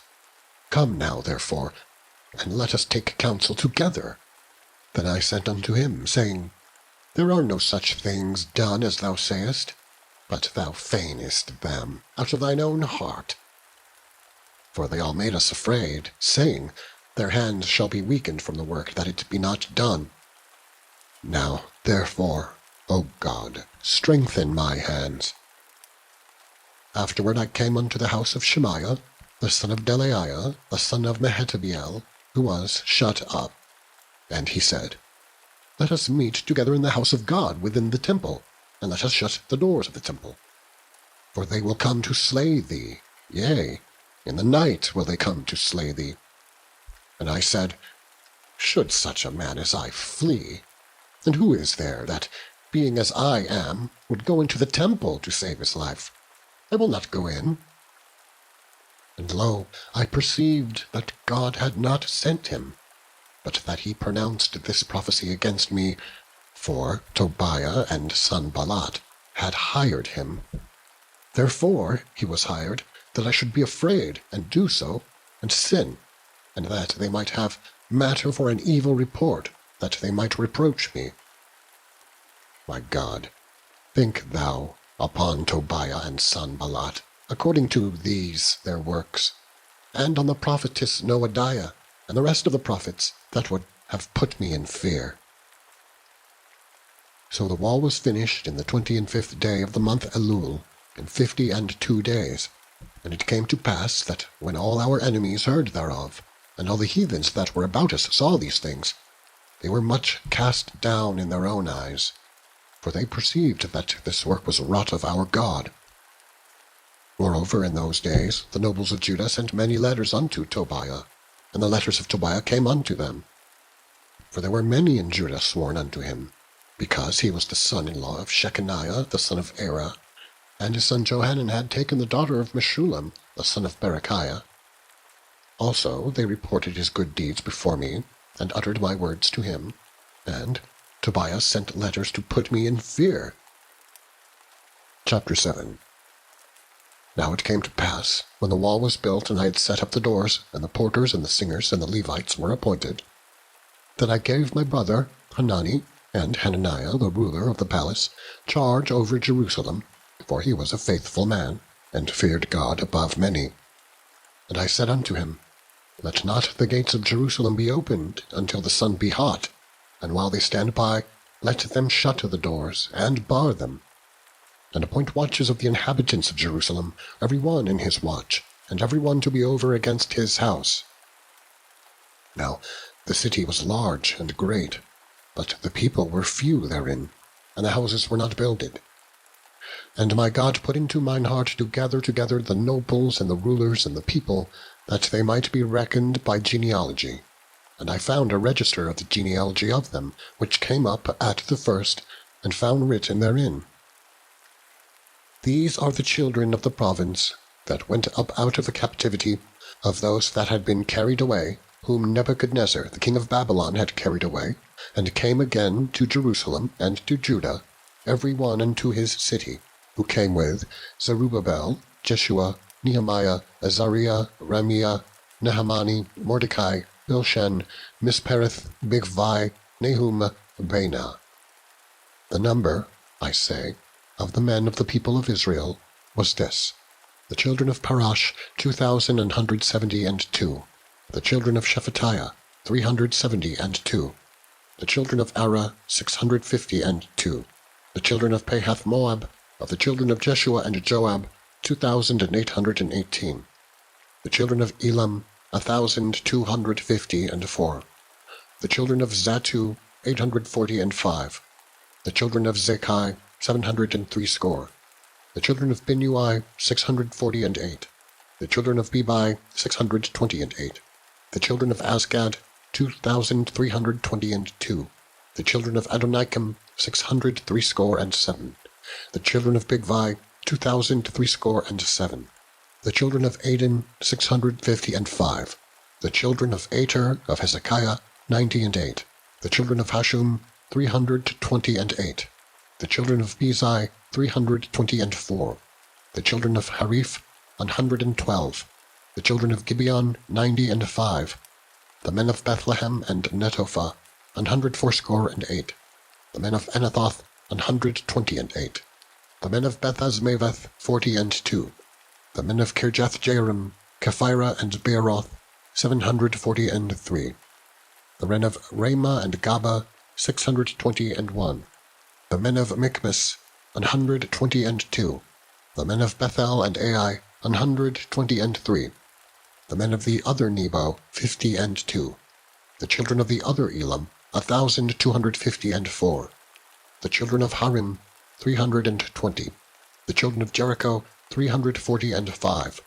The children of Lod, Hadid and Ono, 721. The children of Senaah, 3,930. The priests, the children of Jedaiah of the house of Jeshua, 973. The children of Immer, 1,052. The children of Pashur, 1,247. The children of Harim, 1,017. The Levites, the children of Jeshua, of Kadmiel, and of the children of Hodeva, 74. The singers, the children of Asaph, 148. The porters, the children of Shallum, the children of Ater, the children of Telman, the children of Akub, the children of Hatita, the children of Shobai, 138. The Nethinims, the children of Ziha, the children of Hashupha, the children of Tebaoth, the children of Keros, the children of Sia, the children of Padon, the children of Lebana, the children of Hagaba, the children of Shelmai, the children of Hanan, the children of Gidel, the children of Gehar, the children of Reiah, the children of Rezin, the children of Nekoda, the children of Gazam, the children of Uzzah, the children of Phaseah, the children of Bisei, the children of Meunim, the children of Nephisheshim, the children of Bakbuk, the children of Hakupha, the children of Harhor, the children of Baslith, the children of Behida, the children of Harsha, the children of Barkos, the children of Sisera, the children of Tema, the children of Nisiah, the children of Hatipha, the children of Solomon's servants, the children of Sotai, the children of Sophereth, the children of Perida, the children of Jaela, the children of Darkon, the children of Gidel, the children of Shephatiah, the children of Hatil, the children of Pokereth of Zebaim, the children of Ammon. All the Nethinims and the children of Solomon's servants were 392. And these were they which went up also from Tel Melah, Tel Haresha, Charub, Adon, and Immer. But they could not shew their father's house, nor their seed, whether they were of Israel. The children of Delaiah, the children of Tobiah, the children of Nekoda, 642. And of the priests, the children of Hebaiah, the children of Koz, the children of Barzillai, which took one of the daughters of Barzillai the Gileadite to wife, and was called after their name. These sought their register among those that were reckoned by genealogy, but it was not found. Therefore were they, as polluted, put from the priesthood. And the Tirshatha said unto them, that they should not eat of the most holy things, till there stood up a priest with Urim and Thummim. The whole congregation together was 42,303, beside their manservants and their maidservants, of whom there were 7,337. And they had 245 singing men and singing women.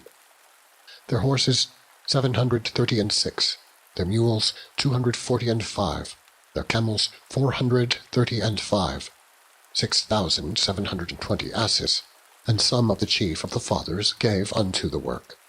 The Tirshatha gave to the treasure 1,000 drams of gold, 50 basins, 530 priests' garments.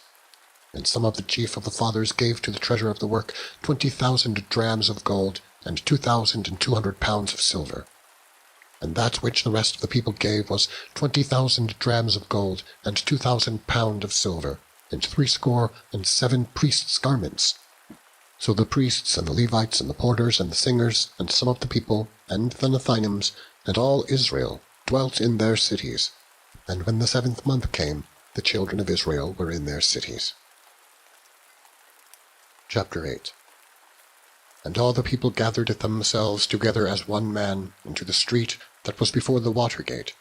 And they spake unto Ezra the scribe to bring the book of the law of Moses, which the Lord had commanded to Israel. And Ezra the priest brought the law before the congregation, both of men and women, and all that could hear with understanding, upon the 1st day of the 7th month.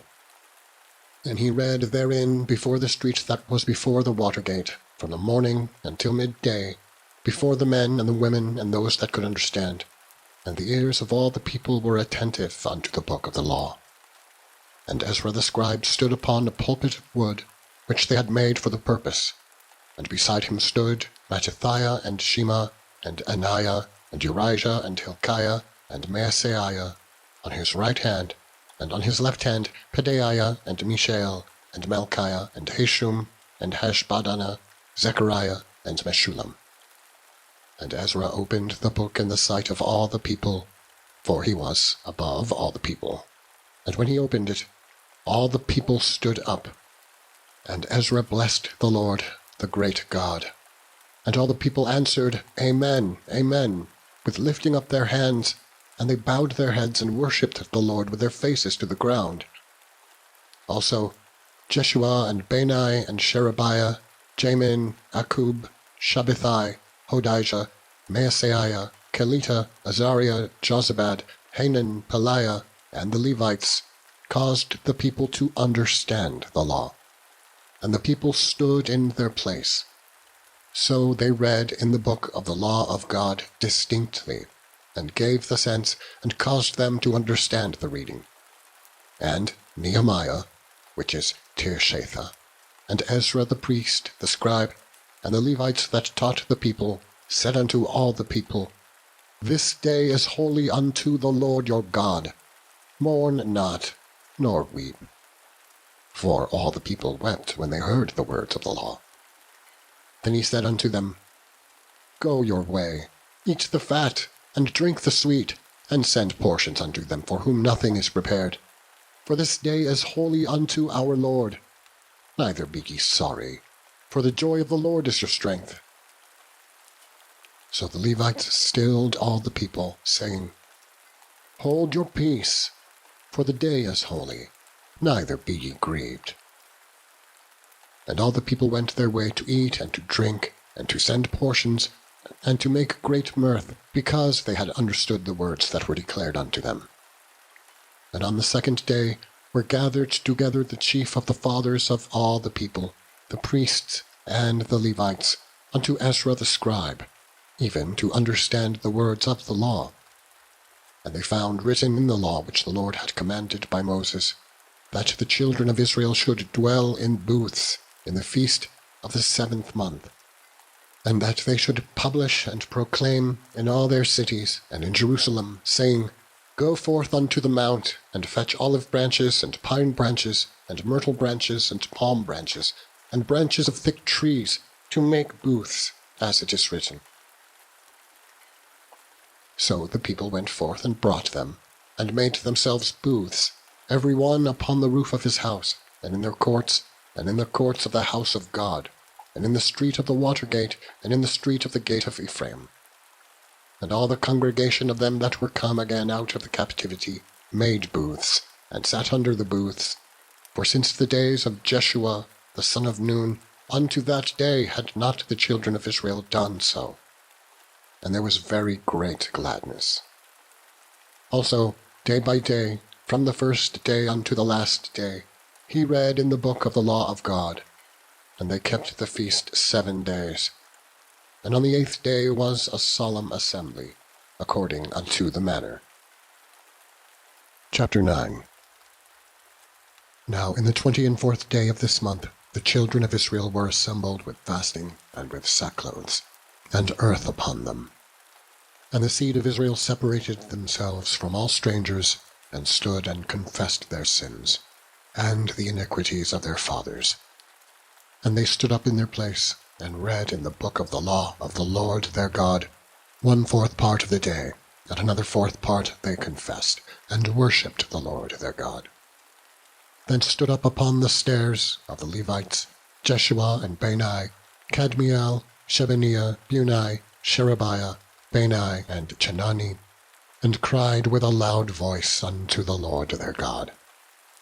Then the Levites, Jeshua and Kadmiel, Bani, Hashabniah, Sherebiah, Hodijah, Shebaniah, and Pethahiah, said, Stand up and bless the Lord your God for ever and ever, and blessed be thy glorious name, which is exalted above all blessing and praise. Thou, even thou, art Lord alone. Thou hast made heaven, the heaven of heavens, with all their host, the earth and all things that are therein, the seas and all that is therein. And thou preservest them all, and the host of heaven worshippeth thee.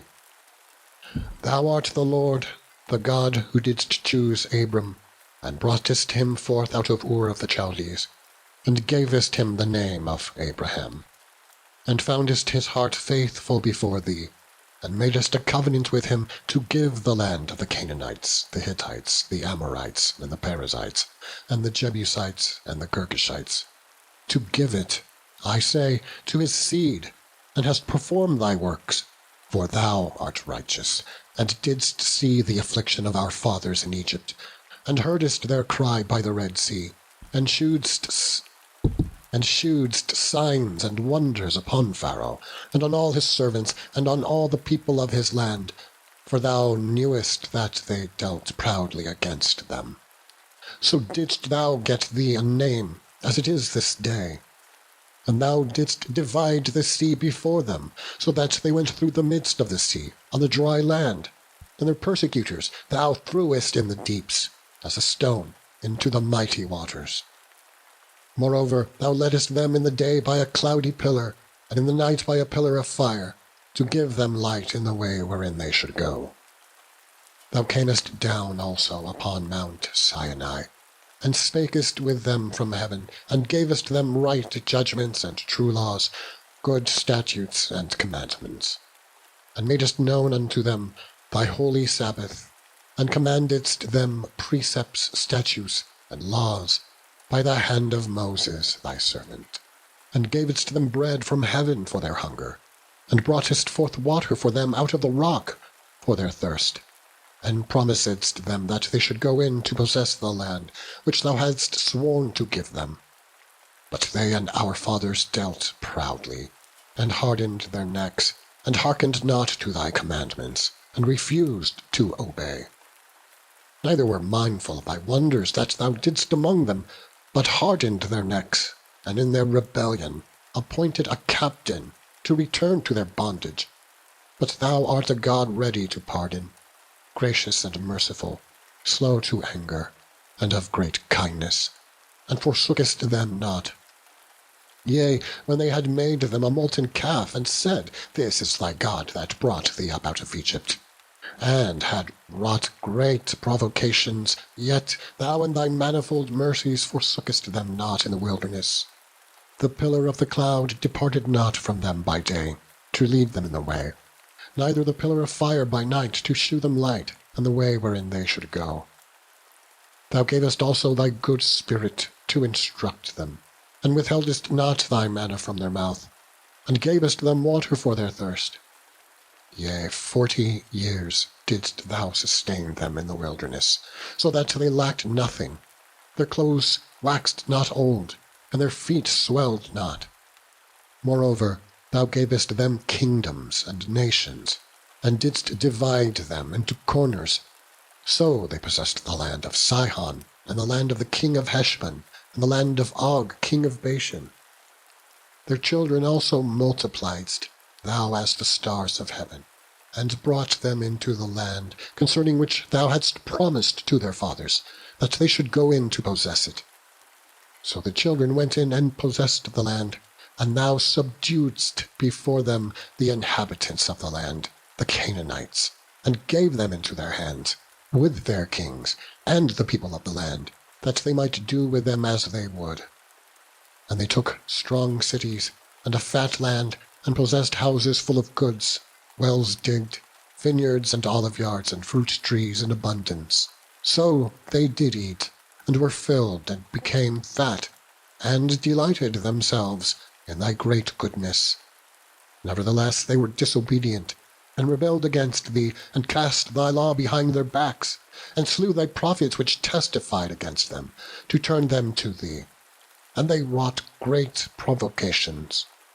Therefore thou deliveredst them into the hand of their enemies, who vexed them. And in the time of their trouble, when they cried unto thee, thou heardest them from heaven, and according to thy manifold mercies, thou gavest them saviours, who saved them out of the hand of their enemies.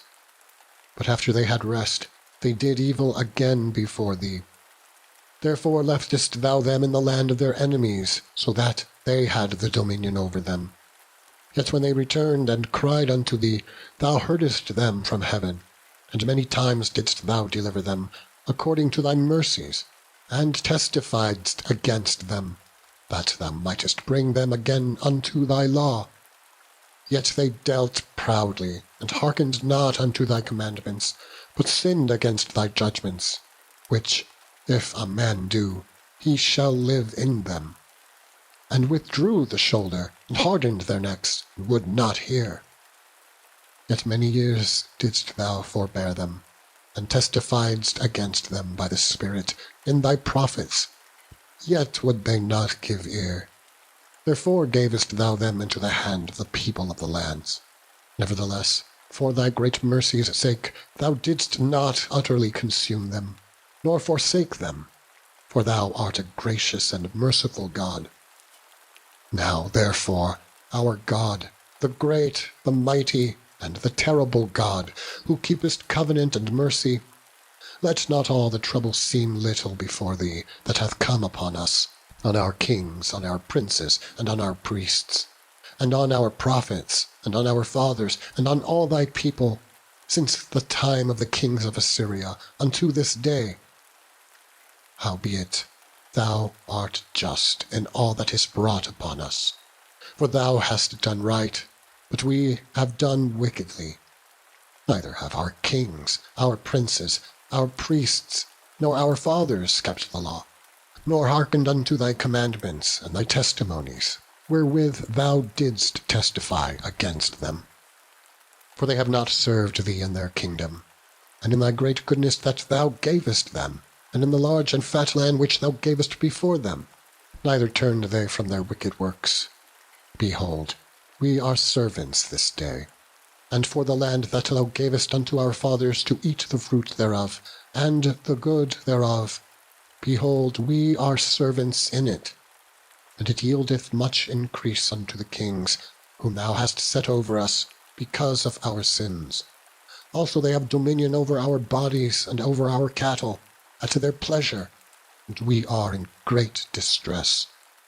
And because of all this, we make a sure covenant, and write it, and our princes, Levites, and priests seal unto it.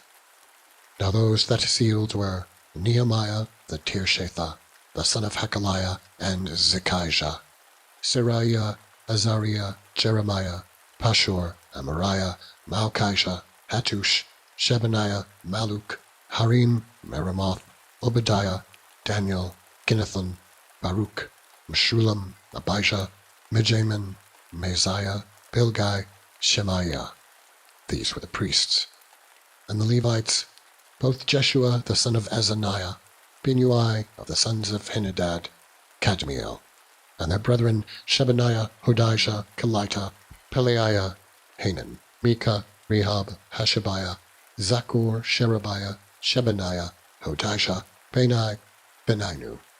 The chief of the people, Parash, Pahath-Moab, Elam, Sethu, Bani, Bunai, Asgad, Bebai, Adonijah, Bigvai, Aden, Ater, Hizkijah, Azur, Hodijah, Hashum, Bezai, Harif, Anathoth, Nebai, Magpiesh, Meshullam, Hazir, Meshezbeel, Zadok, Jedua, Pelitiah, Hanan, Anaiah, Hoshea, Hananiah, Hashub, Elohesh, Peliha, Shobek, Rehum, Hashabna, Maaseiah, and Ahijah, Hanan, Anan, Maluk, Harim, Bena.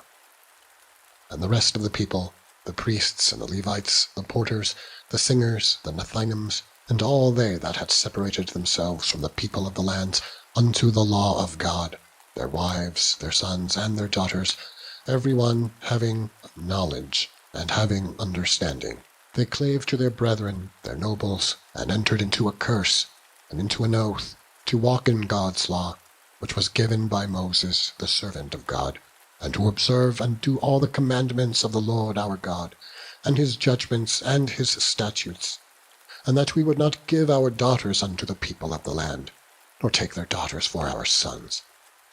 And if the people of the land bring ware or any victuals on the Sabbath day to sell, that we would not buy it of them on the Sabbath or on the holy day, and that we would leave the 7th year, and the exaction of every debt.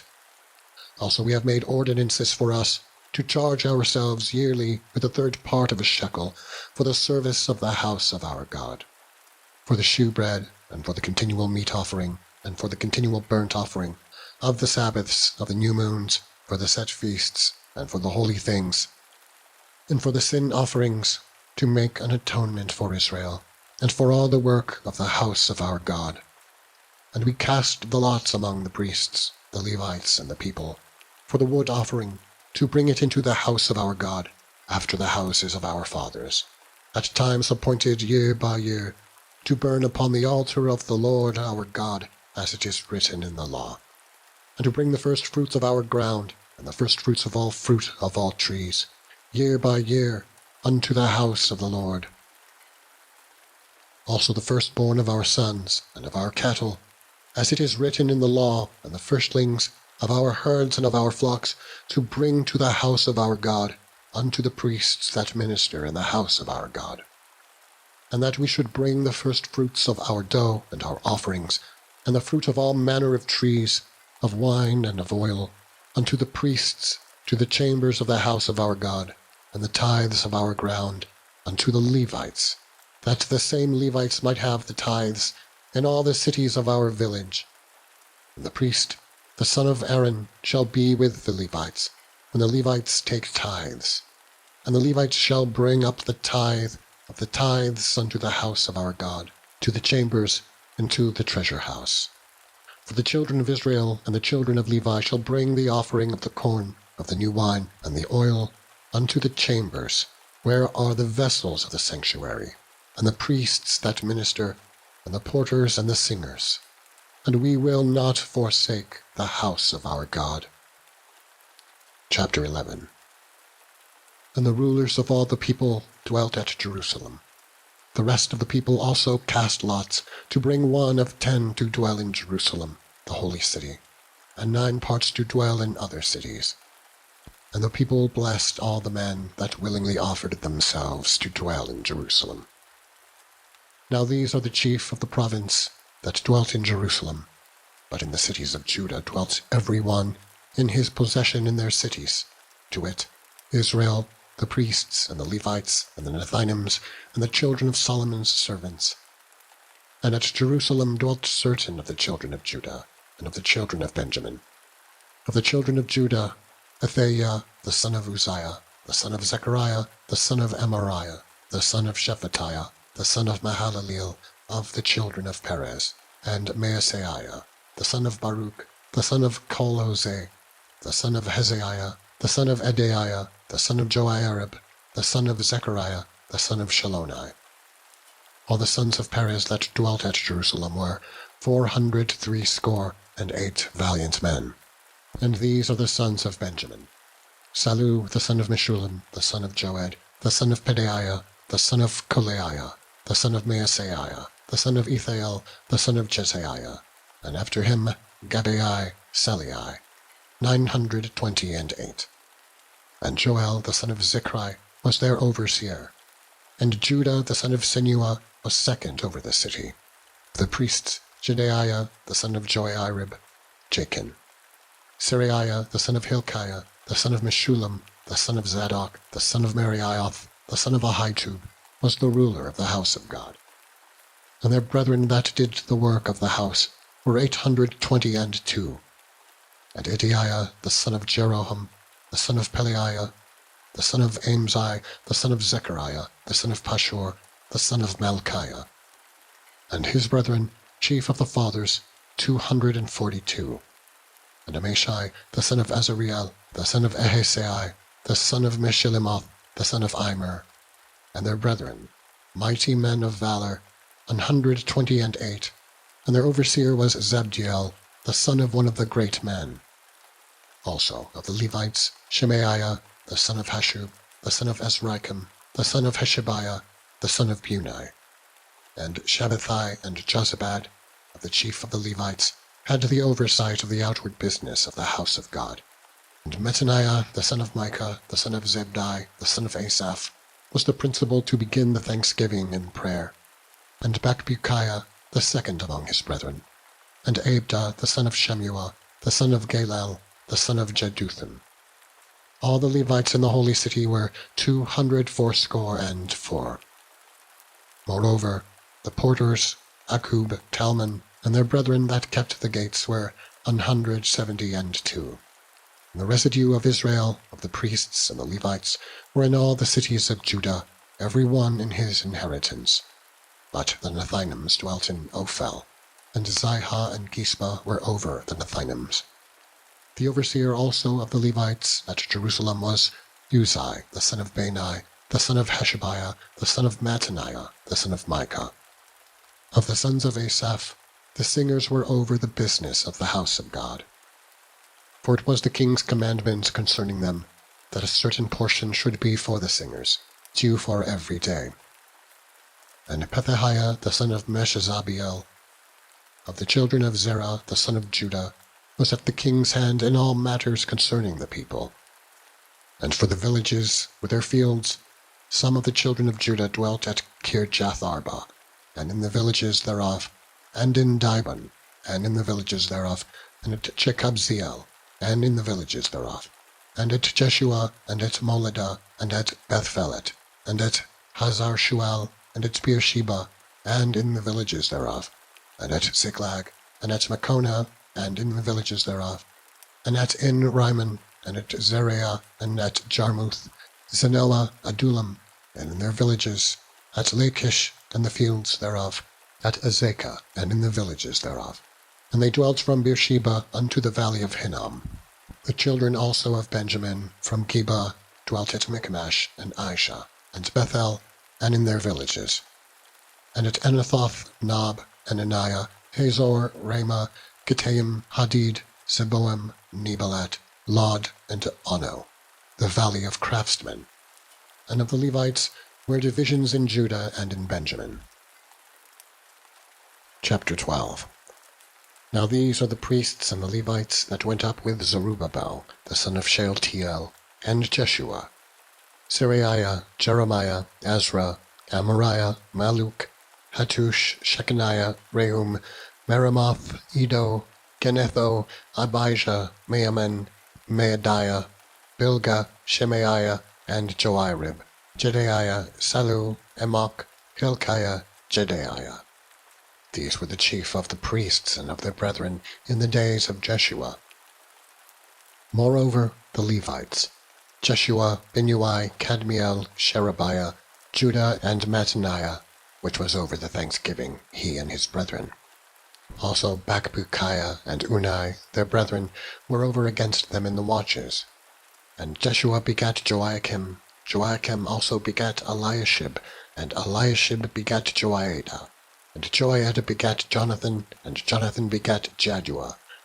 And in the days of Joachim were priests, the chief of the fathers: of Seraiah, Meraiah; of Jeremiah, Hananiah; of Ezra, Meshullam; of Amariah, Jehohanan; of Malchiah, Jonathan; of Shebaniah, Joseph; of Harim, Adna; of Meraioth, Hilkiah; of Iddo, Zechariah; of Ginnethon, Meshullam; of Abijah, Zichri; of Miniamin; of Modiah, Piltai; of Bilgah, Shammua; of Shemaiah, Johanathan; and of Joiarib, Mattani; of Jedaiah, Uzai; of Selai, Kelai; of Amok, Eber; of Hilkiah, Hashabiah; of Jedaiah, Nathaniel. The Levites in the days of Eliashib, Joiada, and Johanan, and Jeduah were recorded chief of the fathers; also the priests, to the reign of Darius the Persian. The sons of Levi, the chief of the fathers, were written in the book of the Chronicles, even until the days of Johanan, the son of Eliashib. And the chief of the Levites, Hashabiah, Sherebiah, and Jeshua, the son of Kadmiel, with their brethren, over against them, to praise and to give thanks, according to the commandment of David, the man of God, ward over against ward. Mattaniah, and Bakbukiah, Obadiah, Meshullam, Talmon, Akkub were porters, keeping the ward at the thresholds of the gates. These were in the days of Joachim, the son of Jeshua, the son of Jozadak, and in the days of Nehemiah the governor, and of Ezra the priest, the scribe. And at the dedication of the wall of Jerusalem, they sought the Levites out of all their places to bring them to Jerusalem, to keep the dedication with gladness, both with thanksgivings and with singing, with cymbals, psalteries, and with harps. And the sons of the villagers gathered themselves together, both out of the plain country round about Jerusalem, and from the village of Netophathi, also from the house of Gilgal, and out of the fields of Geba and Asmaveth, for the singers had builded them villages round about Jerusalem. And the priests and the Levites purified themselves, and purified the people, and the gates, and the wall. Then I brought up the princes of Judah upon the wall, and appointed 2 great companies of them that gave thanks, whereof one went on the right hand upon the wall toward the dung gate, and after them went Hoshaiah, and half the princes of Judah, and Azariah, Ezra, and Meshullam, Judah and Benjamin, and Shemaiah, and Jeremiah, and certain of the priests' sons with trumpets, namely Zechariah the son of Jonathan, the son of Shemaiah, the son of Mattaniah, the son of Milchaiah, the son of Zaccur, the son of Asaph, and his brethren, Shemaiah and Azareel, Melelai, Gilalai, Mai, Nathaniel, and Judah, Hinani, with the musical instruments of David, the man of God, and Ezra the scribe before them.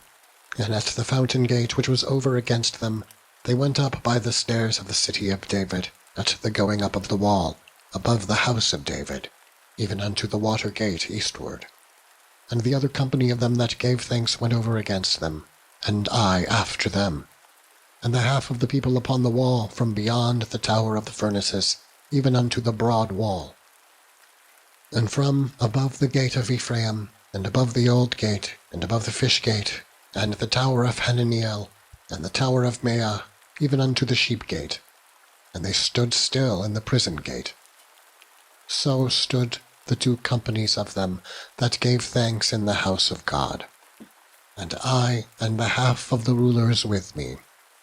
And the priests, Eliakim, Maaseiah, Menaimin, Michaiah, Elionai, Zechariah, and Hananiah, with trumpets, and Maaseiah, and Shemaiah, and Eleazar, and Uzai, and Johanan, and Malchishah, and Elam, and Ezer.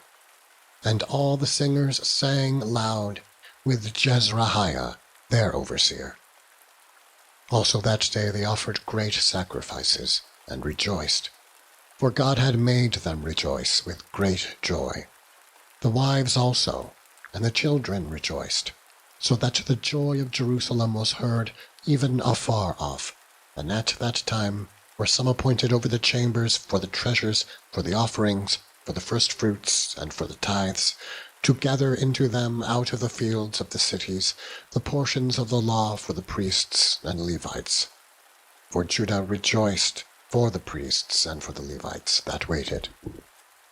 And both the singers and the porters kept the ward of their God, and the ward of the purification, according to the commandment of David, and of Solomon his son. For in the days of David and Asaph of old they were chief of the singers, and songs of praise and thanksgiving unto God. And all Israel in the days of Zerubbabel, and in the days of Nehemiah, gave the portions of the singers and the porters every day his portion. And they sanctified holy things unto the Levites, and the Levites sanctified them unto the children of Aaron. Chapter 13. On that day they read in the book of Moses in the audience of the people, and therein was found written that the Ammonite and the Moabite should not come into the congregation of God forever, because they met not the children of Israel with bread and with water, but hired Balaam against them, that he should curse them. Howbeit our God turned the curse into a blessing. Now it came to pass, when they had heard the law, that they separated from Israel all the mixed multitude. And before this, Eliashib the priest, having the oversight of the chamber of the house of our God, was allied unto Tobiah. And he had prepared for him a great chamber, where aforetime they laid the meat offerings, the frankincense, and the vessels, and the tithes of the corn, the new wine, and the oil, which was commanded to be given to the Levites, and the singers, and the porters, and the offerings of the priests. But in all this time was not I at Jerusalem, for in the 32nd year of Artaxerxes king of Babylon came I unto the king, and after certain days obtained I leave of the king. And I came to Jerusalem and understood the evil that Eliashib did for Tobiah, in preparing him a chamber in the courts of the house of God. And it grieved me sore. Therefore I cast forth all the household stuff of Tobiah out of the chamber. Then I commanded, and they cleansed the chambers, and thither brought I again the vessels of the house of God with the meat offering and the frankincense. And I perceived that the portions of the Levites had not been given them, for the Levites and the singers that did the work were fled every one to his field. Then contended I with the rulers, and said, Why is the house of God forsaken? And I gathered them together and set them in their place. Then brought all Judah the tithe of the corn, and the new wine, and the oil unto the treasuries. And I made treasurers over the treasuries, Shelemiah the priest, and Zadok the scribe, and of the Levites Pedaiah.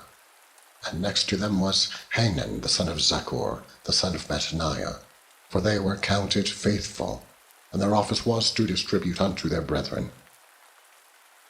Remember me, O my God, concerning this, and wipe not out my good deeds that I have done for the house of my God, and for the offices thereof. In those days saw I in Judah some treading wine presses on the Sabbath, and bringing in sheaves, and lading asses, and also wine, grapes, and figs, and all manner of burdens, which they brought into Jerusalem on the Sabbath day.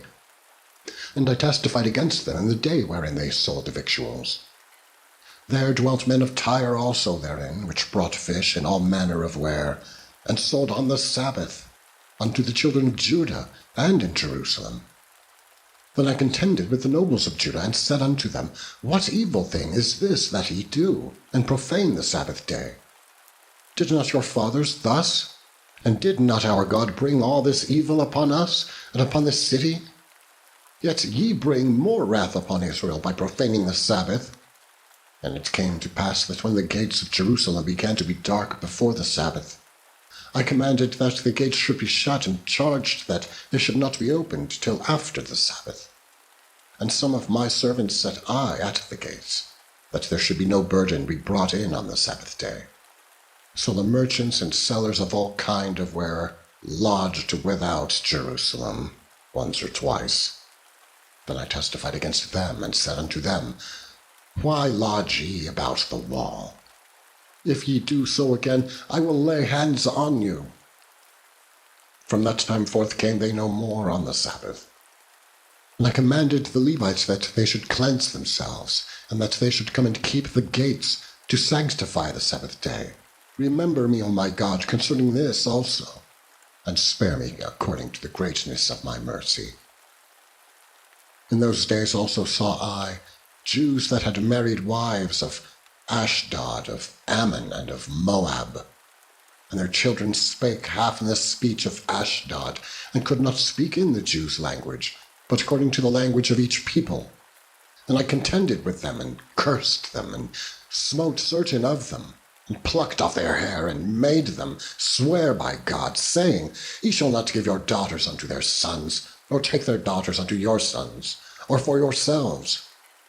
Did not Solomon, king of Israel, sin by these things? Yet among many nations was there no king like him, who was beloved of his God.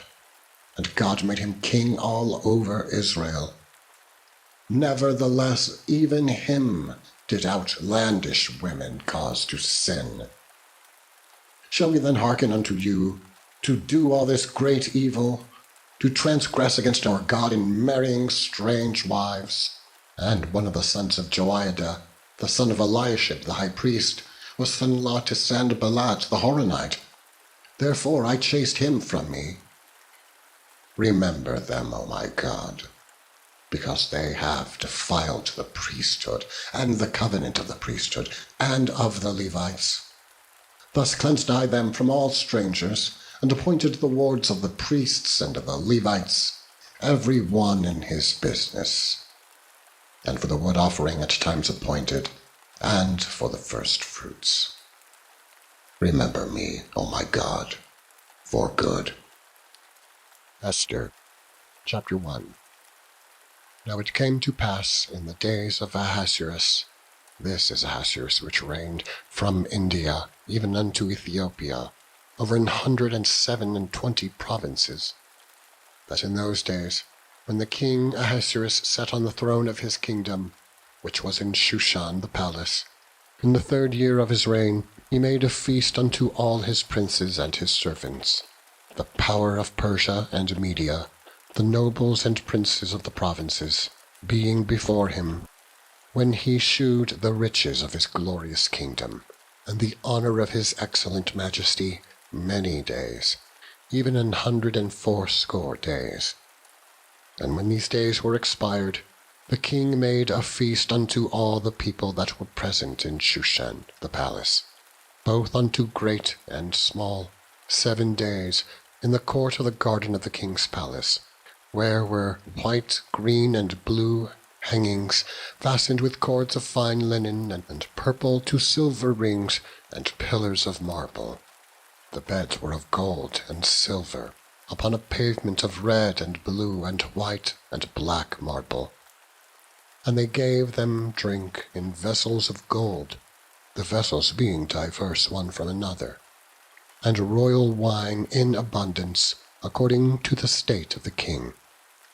And the drinking was according to the law, none did compel, for so the king had appointed to all the officers of his house, that they should do according to every man's pleasure.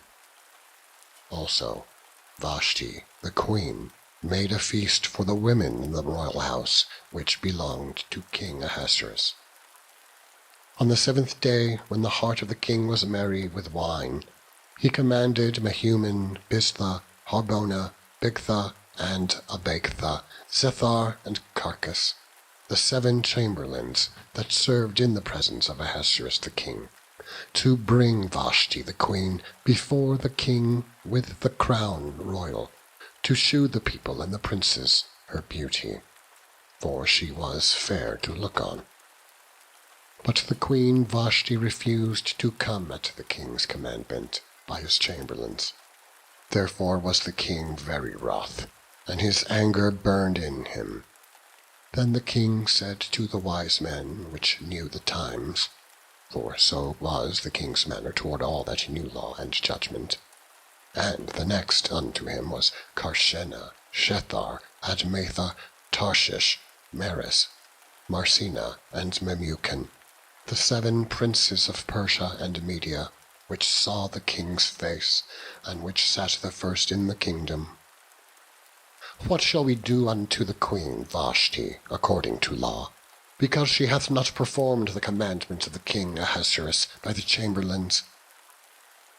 And Memucan answered before the king and the princes, Vashti the queen hath not done wrong to the king only, but also to all the princes, and to all the people that are in all the provinces of the king Ahasuerus.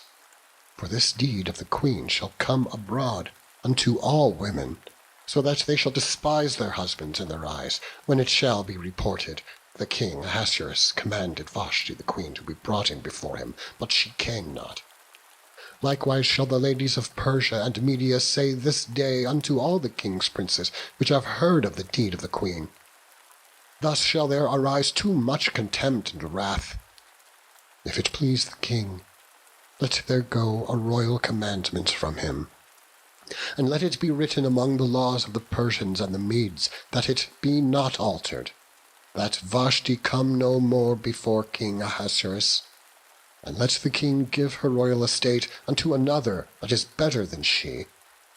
And when the king's decree which he shall make shall be published throughout all his empire, for it is great, all the wives shall give to their husbands honor, both to great and small. And the saying pleased the king and the princes, and the king did according to the word of Memucan. For he sent letters into all the king's provinces, into every province according to the writing thereof, and to every people after their language, that every man should bear rule in his own house, and that it should be published according to the language of every people. Chapter 2.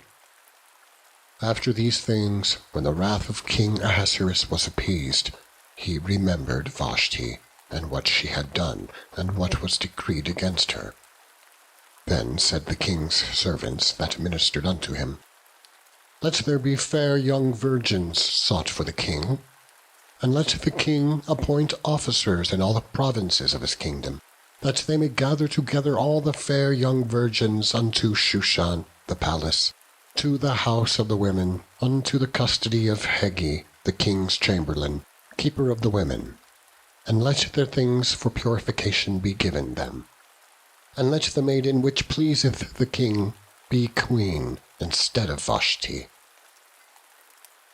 And the thing pleased the king, and he did so.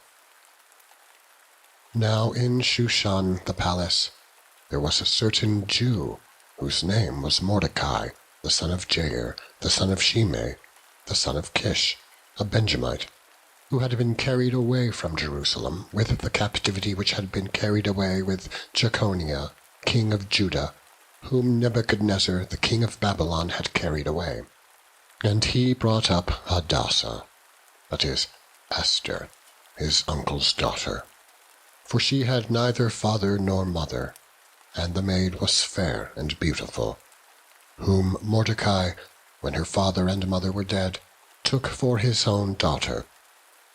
So it came to pass, when the king's commandment and his decree was heard, and when many maidens were gathered together unto Shushan the palace, to the custody of Hagi, that Esther was brought also unto the king's house, to the custody of Hagi, keeper of the women. And the maiden pleased him, and she obtained kindness of him, and he speedily gave her her things for purification, which such things as belonged to her, and 7 maidens, which were meet to be given her, out of the king's house. And he preferred her, and her maids, unto the best place of the house of the women. Esther had not shewed her people, nor her kindred, for Mordecai had charged her that she should not shew it. And Mordecai walked every day before the court of the women's house, to know how Esther did, and what should become of her. Now when every maid's turn was come to go in unto King Ahasuerus, after that she had been 12 months, according to the manner of the women, for so were the days of their purifications accomplished, to wit, 6 months with oil of myrrh, and 6 months with sweet odors, and with other things for the purifying of the women. Then thus came every maiden unto the king. Whatsoever she desired was given her to go with her out of the house of the women unto the king's house. In the evening she went, and on the morrow she returned unto the second house of the women, to the custody of Shaashgaz, the king's chamberlain, which kept the concubines. She came in unto the king no more, except the king delighted in her, and that she were called by name. Now when the turn of Esther, the daughter of Abihail, the uncle of Mordecai, who had taken her for his daughter, was come to go in unto the king, she required nothing but what Hagi, the king's chamberlain, the keeper of the women, appointed. And Esther obtained favor in the sight of all them that looked upon her. So Esther was taken unto the king Ahasuerus, into his house royal, in the 10th month, which is the month Tebeth, in the 7th year of his reign. And the king loved Esther above all the women, and she obtained grace and favor in his sight more than all the virgins, so that he set the royal crown upon her head, and made her queen instead of Vashti. Then the king made a great feast unto all his princes and his servants, even Esther's feast, and he made a release to the provinces, and gave gifts according to the state of the king. And when the virgins were gathered together the second time, then Mordecai sat in the king's gate. Esther had not yet shewed her kindred, nor her people, as Mordecai had charged her. For Esther did the commandment of Mordecai, like as when she was brought up with him. In those days, while Mordecai sat in the king's gate, 2 of the king's chamberlains, Bigthan and Teresh, of those which kept the door, were wroth, and sought to lay hands on the king Ahasuerus. And the thing was known to Mordecai, who told it unto Esther the queen. And Esther certified the king thereof in Mordecai's name. And when inquisition was made of the matter, it was found out. Therefore they were both hanged on a tree, and it was written in the book of the Chronicles before the king. Chapter 3. After these things did King Ahasuerus promote Haman, the son of Hammedatha, the Agagite, and advanced him, and set his seat above all the princes that were with him. And all the king's servants that were in the king's gate bowed and reverenced Haman, for the king had so commanded concerning him. But Mordecai bowed not, nor did him reverence. Then the king's servants, which were in the king's gate, said unto Mordecai, Why transgressest thou the king's commandment? Now it came to pass, when they spake daily unto him, and he hearkened not unto him, that they told Haman to see whether Mordecai's matters would stand, for he had told them that he was a Jew. And when Haman saw that Mordecai bowed not, nor did him reverence, then was Haman full of wrath, and he thought scorn to lay on Mordecai alone, for they had shewed him the people of Mordecai.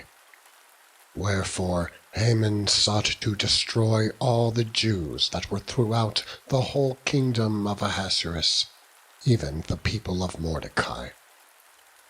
In the first month, that is, the month Nisan, in the 12th year of King Ahasuerus, they cast puar, that is, the lot, before Haman from day to day, and from month to month, to the 12th month, that is, the month Adar. And Haman said unto King Ahasuerus, There is a certain people scattered abroad, and dispersed among the people, in all the provinces of thy kingdom, and their laws are diverse from all people, neither keep they the king's laws. Therefore it is not for the king's profit to suffer them. If it please the king, let it be written that they may be destroyed, and I will pay 10,000 talents of silver to the hands of those that have the charge of the business, to bring it into the king's treasuries. And the king took his ring from his hand, and gave it unto Haman, the son of Hammedatha, the Agagite, the Jews' enemy. And the king said unto Haman, The silver is given to thee, the people also, to do with them as it seemeth good to thee. Then were the king's scribes called on the 13th day of the first month, and there was written according to all that Haman had commanded unto the king's lieutenants, and to the governors that were over every province, and to the rulers of every people, of every province, according to the writing thereof, and to every people after their language, in the name of the king Ahasuerus, was it written, and sealed with the king's ring. And the letters were sent by posts into all the king's provinces, to destroy, to kill, and to cause to perish all Jews, both young and old, little children and women, in 1 day, even upon the 13th day of the 12th month, which is the month Adar, and to take the spoil of them for a prey. The copy of the writing for a commandment to be given in every province was published unto all people, that they should be ready against that day. And the posts went out, being hastened by the king's commandment. And the decree was given in Shushan, the palace. And the king and Haman sat down to drink. But the city of Shushan was perplexed. Chapter 4. When Mordecai perceived all that was done, Mordecai rent his clothes, and put on sackcloth with ashes, and went out into the midst of the city, and cried with a loud and a bitter cry, and came even before the king's gate, for none might enter into the king's gate clothed with sackcloth. And in every province, whithersoever the king's commandment and his decree came, there was great mourning among the Jews, and fasting, and weeping, and wailing, and many lay in sackcloth and ashes. So Esther's maids and her chamberlains came and told it her. Then was the queen exceedingly grieved. And she sent raiment to clothe Mordecai, and to take away his sackcloth from him, but he received it not. Then called Esther for Hatach, one of the king's chamberlains, whom he had appointed to attend upon her, and gave him a commandment to Mordecai, to know what it was and why it was. So Hatach went forth to Mordecai unto the street of the city, which was before the king's gate. And Mordecai told him of all that had happened unto him, and of the sum of the money that Haman had promised to pay for the king's treasuries, for the Jews to destroy them. Also he gave him the copy of the writing of the decree that was given at Shushan to destroy them, to shew it unto Esther, and to declare it unto her, and to charge her that she should go in unto the king to make supplication unto him, and to make request before him for her people. And Hatach came and told Esther the words of Mordecai. Again Esther spake unto Hatach, and gave him commandment unto Mordecai. All the king's servants and the people of the king's provinces do know that whosoever, whether man or woman, shall come unto the king into the inner court, who is not called, there is one law of his, to put him to death, except such to whom the king shall hold out the golden scepter, that he may live. But I have not been called to come in unto the king these 30 days. And they told to Mordecai Esther's words. Then Mordecai commanded to answer Esther, Think not with thyself that thou shalt escape in the king's house more than all the Jews. For if thou altogether holdest thy peace at this time, then shall there enlargement and deliverance arise to the Jews from another place. But thou and thy father's house shall be destroyed. And who knoweth whether thou art come to the kingdom for such a time as this? Then Esther bade them return Mordecai with this answer. Go, gather together all the Jews that are present in Shushan, and fast ye for me, and neither eat nor drink 3 days, night or day. I also and my maidens will fast likewise, and so will I go in unto the king, which is not according to the law. And if I perish, I perish. So Mordecai went his way, and did according to all that Esther had commanded him. Chapter 5. Now it came to pass on the 3rd day, that Esther put on her royal apparel, and stood in the inner court of the king's house, over against the king's house. And the king sat upon his royal throne in the royal house, over against the gate of the house. And it was so, when the king saw Esther the queen standing in the court, that she obtained favor in his sight, And the king held out to Esther the golden scepter that was in his hand. So Esther drew near and touched the top of the scepter. Then said the king unto her, What wilt thou, Queen Esther, and what is thy request? It shall be even given thee to the half of the kingdom. And Esther answered, If it seem good unto the king, let the king and Haman come this day unto the banquet that I have prepared for him. Then the king said, Cause Haman to make haste, that he may do as Esther hath said. So the king and Haman came to the banquet that Esther had prepared. And the king said unto Esther at the banquet of wine, What is thy petition? And it shall be granted thee. And what is thy request? Even to the half of the kingdom it shall be performed. Then answered Esther and said, My petition and my request is, if I have found favor in the sight of the king, and if it please the king to grant my petition, and to perform my request, let the king and Haman come to the banquet that I shall prepare for them, and I will do tomorrow as the king hath said. Then went Haman forth that day, joyful, and with a glad heart. But when Haman saw Mordecai in the king's gate, that he stood not up, nor moved for him, he was full of indignation against Mordecai. Nevertheless, Haman refrained himself.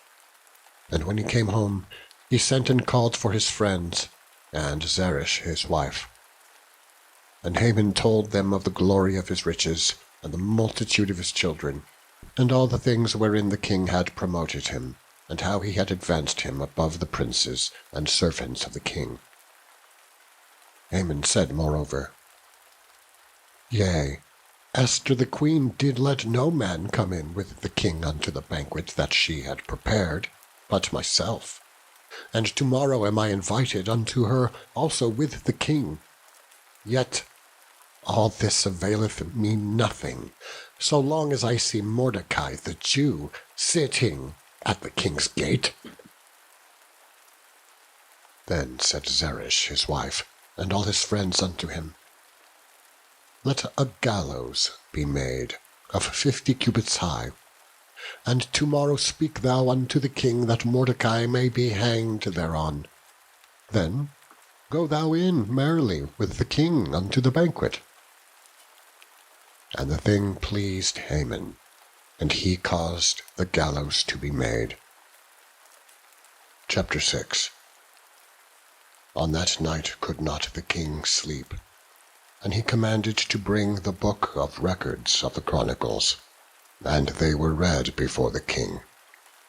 And it was found written that Mordecai had told of Bigthana and Teresh, two of the king's chamberlains, the keepers of the door, who sought to lay hands on the king Ahasuerus. And the king said, What honor and dignity hath been done to Mordecai for this? Then said the king's servants that ministered unto him, There is nothing done for him. And the king said, Who is in the court? Now Haman was come into the outward court of the king's house, to speak unto the king to hang Mordecai on the gallows that he had prepared for him. And the king's servants said unto him, Behold, Haman standeth in the court.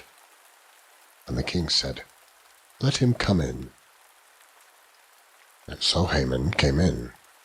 And the king said unto him, What shall be done unto the man whom the king delighteth to honor? Now Haman thought in his heart, To whom would the king delight to do honor more than to myself? And Haman answered the king, For the man whom the king delighteth to honor, let the royal apparel be brought which the king useth to wear, and the horse that the king rideth upon, and the crown royal which is set upon his head. And let this apparel and horse be delivered to the hand of one of the king's most noble princes, that they may array the man withal, whom the king delighteth to honor, and bring him on horseback through the street of the city, and proclaim before him, 'Thus shall it be done to the man whom the king delighteth to honor.'" Then the king said to Haman, "Make haste, and take the apparel and the horse, as thou hast said, and do even so to Mordecai the Jew, that sitteth at the king's gate. Let nothing fail of all that thou hast spoken." Then took Haman the apparel and the horse, and arrayed Mordecai, and brought him on horseback through the street of the city, and proclaimed before him, "Thus shall it be done unto the man whom the king delighteth to honor." And Mordecai came again to the king's gate, but Haman hasted to his house, mourning, and having his head covered. And Haman told Zeresh his wife, and all his friends, everything that had befallen him. Then said his wise men, and Zeresh his wife, unto him, "If Mordecai be the seed of the Jews, before whom thou hast begun to fall, thou shalt not prevail against him, but shalt surely fall before him."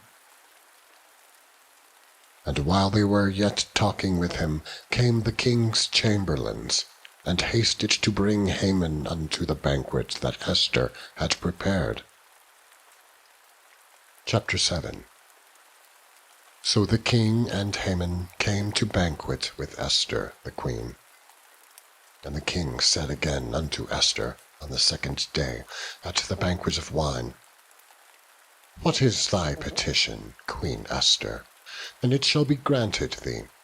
And what is thy request? And it shall be performed, even to the half of the kingdom."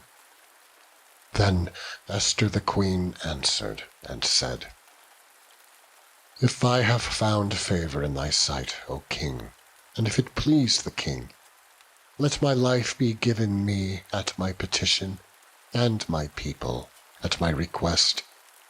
For we are sold, I and my people, to be destroyed, to be slain, and to perish. But if we had been sold for bondmen and bondwomen, I had held my tongue, although the enemy could not countervail the king's damage."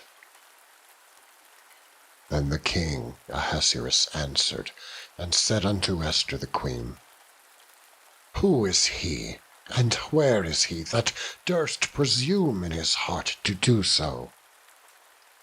And Esther said, "The adversary and enemy is this wicked Haman."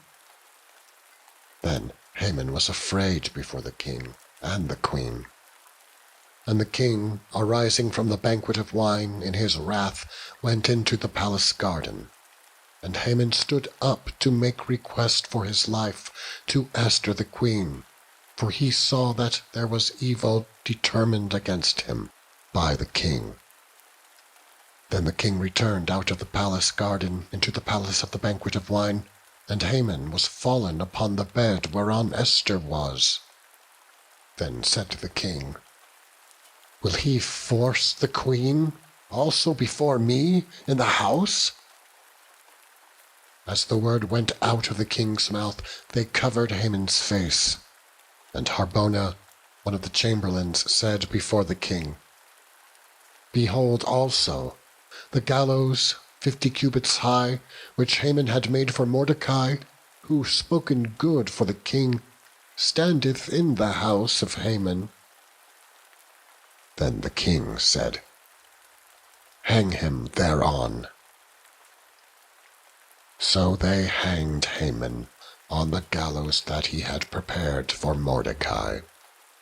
Then was the king's wrath pacified. Chapter 8. On that day did the king Ahasuerus give the house of Haman, the Jews' enemy, unto Esther the queen. And Mordecai came before the king, for Esther had told what he was unto her.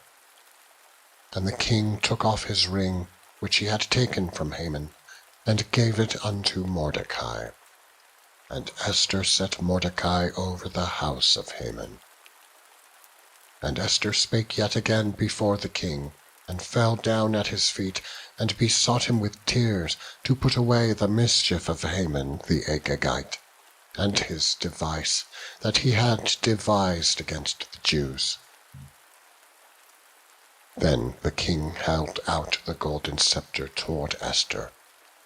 So Esther arose, and stood before the king, and said, If it please the king, and if I have found favor in his sight, and the thing seem right before the king, and I be pleasing in his eyes, let it be written to reverse the letters devised by Haman the son of Hammedatha, the Agagite, which he wrote to destroy the Jews which are in all the king's provinces.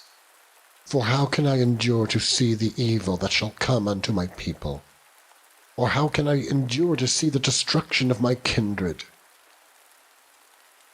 Then the king Ahasuerus said unto Esther the queen, and to Mordecai the Jew, Behold, I have given Esther the house of Haman, and him they have hanged upon the gallows, because he laid his hand upon the Jews.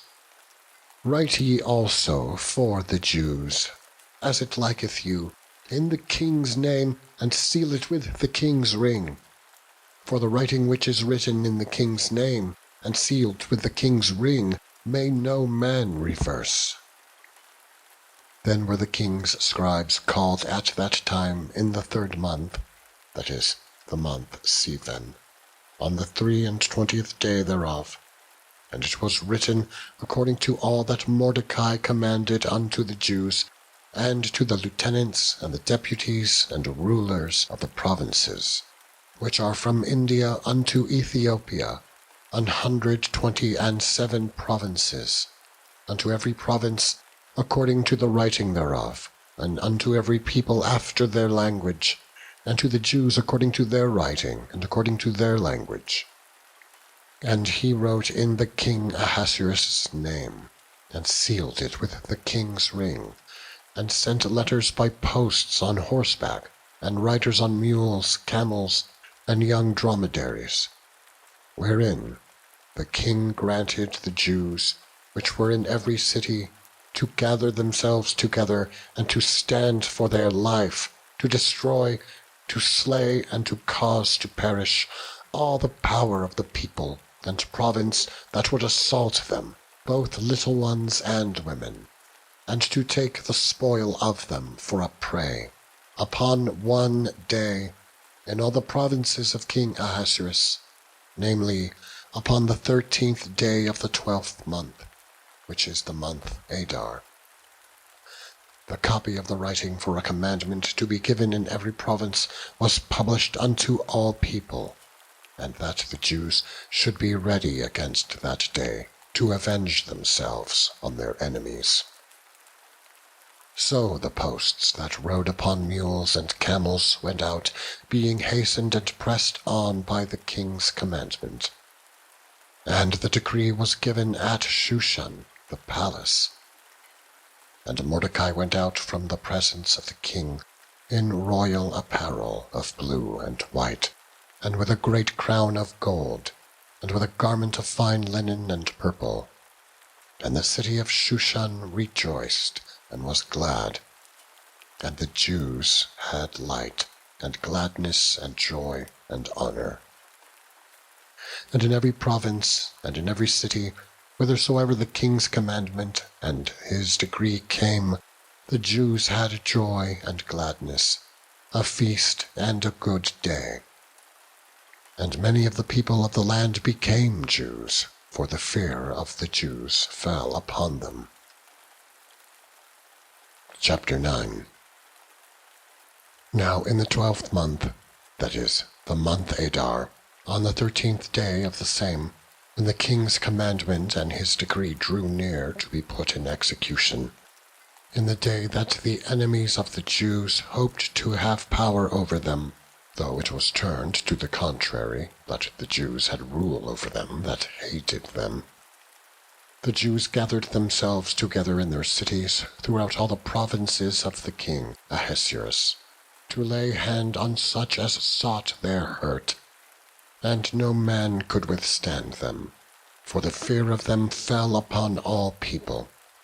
And all the rulers of the provinces, and the lieutenants, and the deputies, and officers of the king helped the Jews, because the fear of Mordecai fell upon them. For Mordecai was great in the king's house, and his fame went out throughout all the provinces. For this man, Mordecai, waxed greater and greater. Thus the Jews smote all their enemies with the stroke of the sword, and slaughter, and destruction, and did what they would unto those that hated them. And in Shushan the palace the Jews slew and destroyed 500 men, and Parshandatha, and Dalphon, and Asaphtha, and Poratha, and Adalia, and Aridatha, and Parmashta, and Arasai, and Aradai, and Vajezatha, the 10 sons of Haman, the sons of Habendatha, the enemy of the Jews, slew they. But on the spoil laid they not their hand. On that day the number of those that were slain in Shushan the palace was brought before the king. And the king said unto Esther the queen, The Jews have slain and destroyed 500 men in Shushan the palace, and the 10 sons of Haman. What have they done in the rest of the king's provinces? Now what is thy petition, and it shall be granted thee? Or what is thy request further, and it shall be done? Then said Esther, If it please the king, let it be granted to the Jews which are in Shushan to do tomorrow also according to this day's decree, and let Haman's 10 sons be hanged upon the gallows. And the king commanded it so to be done, and the decree was given at Shushan, and they hanged Haman's 10 sons. For the Jews that were in Shushan gathered themselves together on the 14th day also of the month Adar, and slew 300 men at Shushan. But on the prey they laid not their hand. But the other Jews that were in the king's provinces gathered themselves together, and stood for their lives, and had rest from their enemies, and slew of their foes 75,000. But they laid not their hands on the prey. On the 13th day of the month Adar, and on the 14th day of the same, rested they, and made it a day of feasting and gladness. But the Jews that were at Shushan assembled together on the 13th day thereof, and on the 14th thereof, and on the 15th day of the same they rested, and made it a day of feasting and gladness. Therefore the Jews of the villages that dwelt in the unwalled towns made the 14th day of the month Adar a day of gladness and feasting, and a good day, and of sending portions one to another. And Mordecai wrote these things, and sent letters unto all the Jews that were in all the provinces of the king Ahasuerus, both nigh and far, to establish this among them, that they should keep the 14th day of the month Adar, and the 15th day of the same, yearly, as the days wherein the Jews rested from their enemies, and the month which was turned unto them from sorrow to joy, and from mourning into a good day, that they should make them days of feasting and joy, and of sending portions one to another, and gifts to the poor. And the Jews undertook to do as they had begun, and as Mordecai had written unto them, because Haman, the son of Hammedatha the Agagite, the enemy of all the Jews, had devised against the Jews to destroy them, and had cast Pur, that is, the lot, to consume them and to destroy them. But when Esther came before the king, he commanded by letters that his wicked device, which he devised against the Jews, should return upon his own head, and that he and his sons should be hanged on the gallows. Wherefore they called these days Purim, after the name of pure. Therefore, for all the words of this letter, and of that which they had seen concerning this matter, and which had come unto them, the Jews ordained, and took upon them, and upon their seed, and upon all such as joined themselves unto them, so as it should not fail, that they would keep these 2 days, according to their writing, and according to their appointed time every year, and that these days should be remembered and kept throughout every generation, every family, every province, and every city, and that these days of Purim should not fail from among the Jews, nor the memorial of them perish from their seed. Then Esther the queen, the daughter of Abihail, and Mordecai the Jew, wrote with all authority to confirm this second letter of Purim. And he sent the letters unto all the Jews to the 127 provinces of the kingdom of Ahasuerus, with words of peace and truth, to confirm these days of Purim in their times appointed, according as Mordecai the Jew and Esther the queen had enjoined them, and as they had decreed for themselves and for their seed, the matters of the fasting and their cry. And the decree of Esther confirmed these matters of Purim, and it was written in the book. Chapter 10. And the king Ahasuerus laid a tribute upon the land and upon the isles of the sea, and all the acts of his power and of his might, and the declaration of the greatness of Mordecai, whereunto the king advanced him, are they not written in the book of the chronicles of the kings of Media and Persia? For Mordecai the Jew was next unto King Ahasuerus, and great among the Jews, and accepted of the multitude of his brethren, seeking the wealth of his people, and speaking peace to all his seed. Job, chapter 1. There was a man in the land of Uz, whose name was Job, and that man was perfect and upright, and one that feared God and eschewed evil. And there were born unto him 7 sons and 3 daughters. His substance also was 7,000 sheep, and 3,000 camels, and 500 yoke of oxen, and 500 she-asses, and a very great household, so that this man was the greatest of all the men of the east. And his sons went and feasted in their houses every one his day, and sent and called for their 3 sisters to eat and to drink with them. And it was so, when the days of their feasting were gone about, that Job sent and sanctified them, and rose up early in the morning, and offered burnt offerings according to the number of them all. For Job said, It may be that my sons have sinned, and cursed God in their hearts. Thus did Job continually. Now there was a day when the sons of God came to present themselves before the Lord, and Satan came also among them. And the Lord said unto Satan, Whence comest thou? Then Satan answered the Lord, and said, From going to and fro in the earth, and from walking up and down in it. And the Lord said unto Satan, Hast thou considered my servant Job, that there is none like him in the earth, a perfect and an upright man, one that feareth God, and escheweth evil?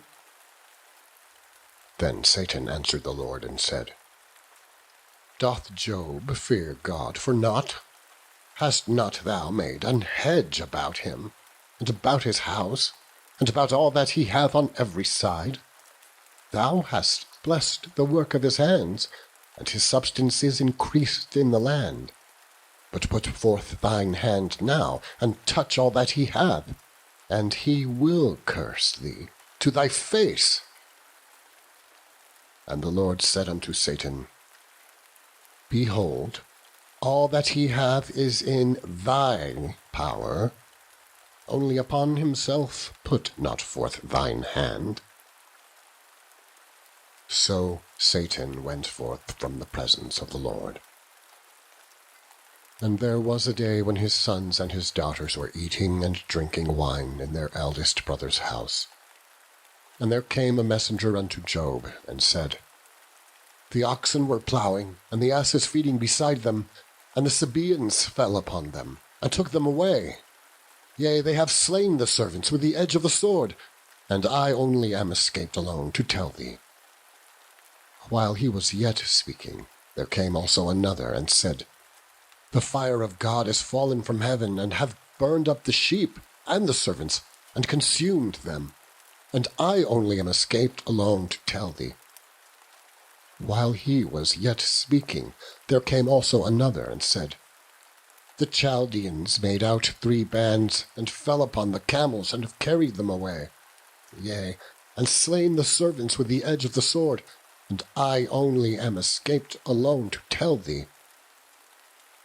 While he was yet speaking, there came also another, and said, Thy sons and thy daughters were eating and drinking wine in their eldest brother's house. And behold, there came a great wind from the wilderness, and smote the 4 corners of the house, and it fell upon the young men, and they are dead. And I only am escaped alone to tell thee. Then Job arose, and rent his mantle, and shaved his head, and fell upon the ground, and worshipped, and said, Naked came I out of my mother's womb, and naked shall I return thither. The Lord gave, and the Lord hath taken away. Blessed be the name of the Lord. In all this Job sinned not, nor charged God foolishly. Chapter 2. Again, there was a day when the sons of God came to present themselves before the Lord. And Satan came also among them to present himself before the Lord. And the Lord said unto Satan, From whence comest thou? And Satan answered the Lord, and said, From going to and fro in the earth, and from walking up and down in it. And the Lord said unto Satan, Hast thou considered my servant Job, that there is none like him in the earth, a perfect and an upright man, one that feareth God, and escheweth evil? And still he holdeth fast his integrity, although thou movedst me against him, to destroy him, without cause. And Satan answered the Lord, and said, Skin for skin, yea, all that a man hath will he give for his life. But put forth thine hand now, and touch his bone and his flesh, and he will curse thee to thy face. And the Lord said unto Satan, Behold, he is in thine hand, but save his life. So Satan went forth from the presence of the Lord, and smote Job with sore boils, from the sole of his foot unto his crown. And he took him a potsherd to scrape himself withal, and he sat down among the ashes. Then his wife said unto him, Dost thou still retain thine integrity? Curse God, and die. But he said unto her, Thou speakest as one of the foolish women speaketh. Shall we receive good at the hand of God? And shall we not receive evil? In all this did not Job sin with his lips. Now when Job's 3 friends heard of all this evil that was come upon him, they came every one from his own place, Eliphaz the Temanite, and Bildad the Shuhite, and Zophar the Naamathite, for they had made an appointment together to come to mourn with him, and to comfort him. And when they lifted up their eyes afar off, and knew him not, they lifted up their voice and wept. And they rent every one his mantle, and sprinkled dust upon their heads toward heaven. So they sat down with him upon the ground 7 days and 7 nights, and none spake a word unto him, for they saw that his grief was very great. Chapter 3. After this opened Job his mouth, and cursed his day. And Job spake and said, Let the day perish wherein I was born, and the night in which it was said, There is a man-child conceived. Let that day be darkness. Let not God regard it from above, neither let the light shine upon it. Let darkness and the shadow of death stain it. Let a cloud dwell upon it. Let the blackness of the day terrify it. As for that night, let darkness seize upon it. Let it not be joined unto the days of the year. Let it not come into the number of the months. Lo, let that night be solitary. Let no joyful voice come therein. Let them curse it that curse the day, who are ready to raise up their mourning. Let the stars of the twilight thereof be dark. Let it look for light, but have none. Neither let it see the dawning of the day, because it shut not up the doors of my mother's womb, nor hid sorrow from mine eyes. Why died I not from the womb? Why did I not give up the ghost when I came out of the belly? Why did the knees prevent me, or why the breast that I should suck?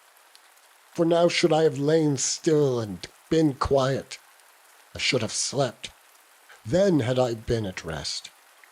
With kings and counselors of the earth, which build desolate places for themselves, or with princes that had gold, who filled their houses with silver. Or as in hidden, untimely birth I had not been, as infants which never saw light. There the wicked cease from troubling, and there the weary be at rest. There the prisoners rest together, they hear not the voice of the oppressor. The small and great are there, and the servant is free from his master.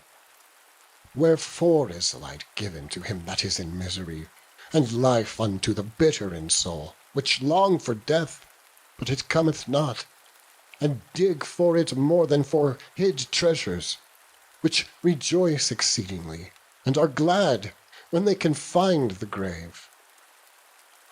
Why is light given to a man whose way is hid, and from whom God hath hedged in? For my sighing cometh before I eat, and my roarings are poured out like waters. For the thing which I greatly feared is come upon me, and that which I was afraid of is come unto me. I was not in safety, neither had I rest, neither was I quiet, yet trouble came. Chapter 4. Then Eliphaz the Temanite answered and said, If we essay to commune with thee, wilt thou be grieved? But who can withhold himself from speaking? Behold, thou hast instructed many, and thou hast strengthened the weak hands. Thy words have upholden him that was falling, and thou hast strengthened the feeble knees. But now it is come upon thee, and thou faintest. It toucheth thee, and thou art troubled. Is this not thy fear, thy confidence, thy hope, and the uprightness of thy ways? Remember, I pray thee, who ever perished, being innocent, or where were the righteous cut off? Even as I have seen, they that plough iniquity, and sow wickedness, reap the same. By the blast of God they perish, and by the breath of his nostrils are they consumed. The roaring of the lion, and the voice of the fierce lion, and the teeth of the young lions are broken. The old lion perisheth for lack of prey, and the stout lion's whelps are scattered abroad. Now a thing was secretly brought to me, and mine ear received a little thereof.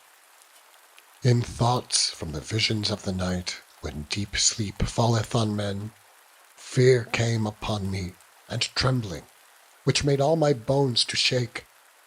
Then a spirit passed before my face, the hair of my flesh stood up. It stood still, but I could not discern the form thereof. An image was before mine eyes. There was silence, and I heard a voice saying, Shall mortal man be more just than God? Shall a man be more pure than his Maker? Behold, he put no trust in his servants, and his angels he charged with folly.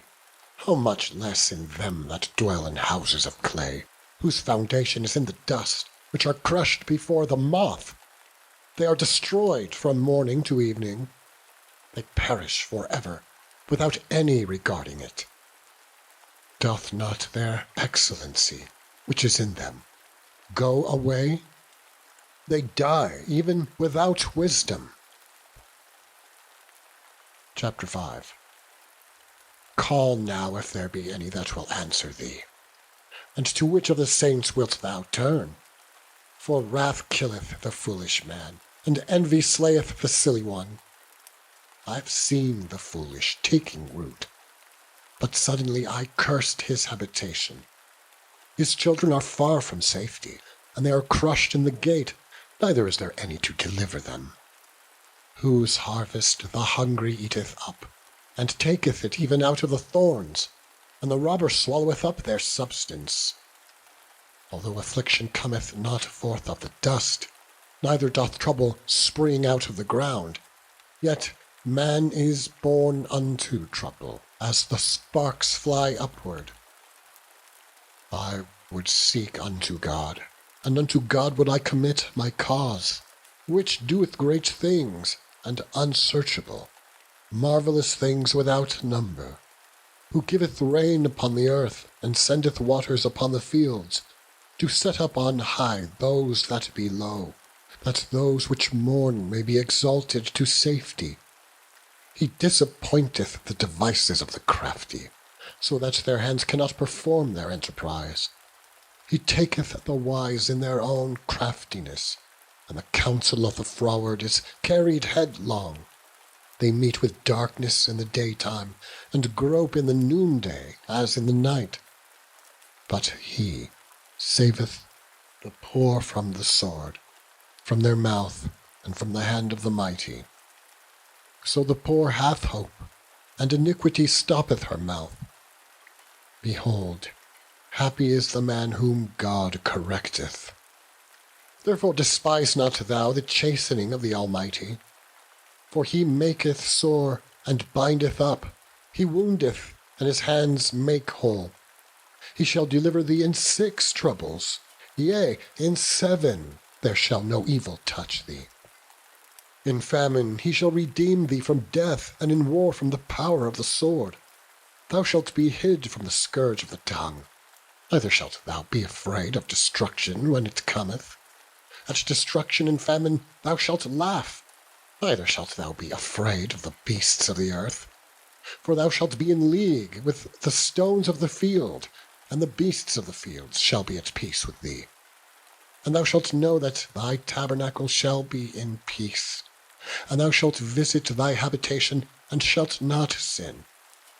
Thou shalt know also that thy seed shall be great, and thine offspring as the grass of the earth. Thou shalt come to thy grave in a full age, like as a shock of corn cometh in his season. Lo, this, we have searched it, so it is. Hear it, and know thou it for thy good. Chapter 6.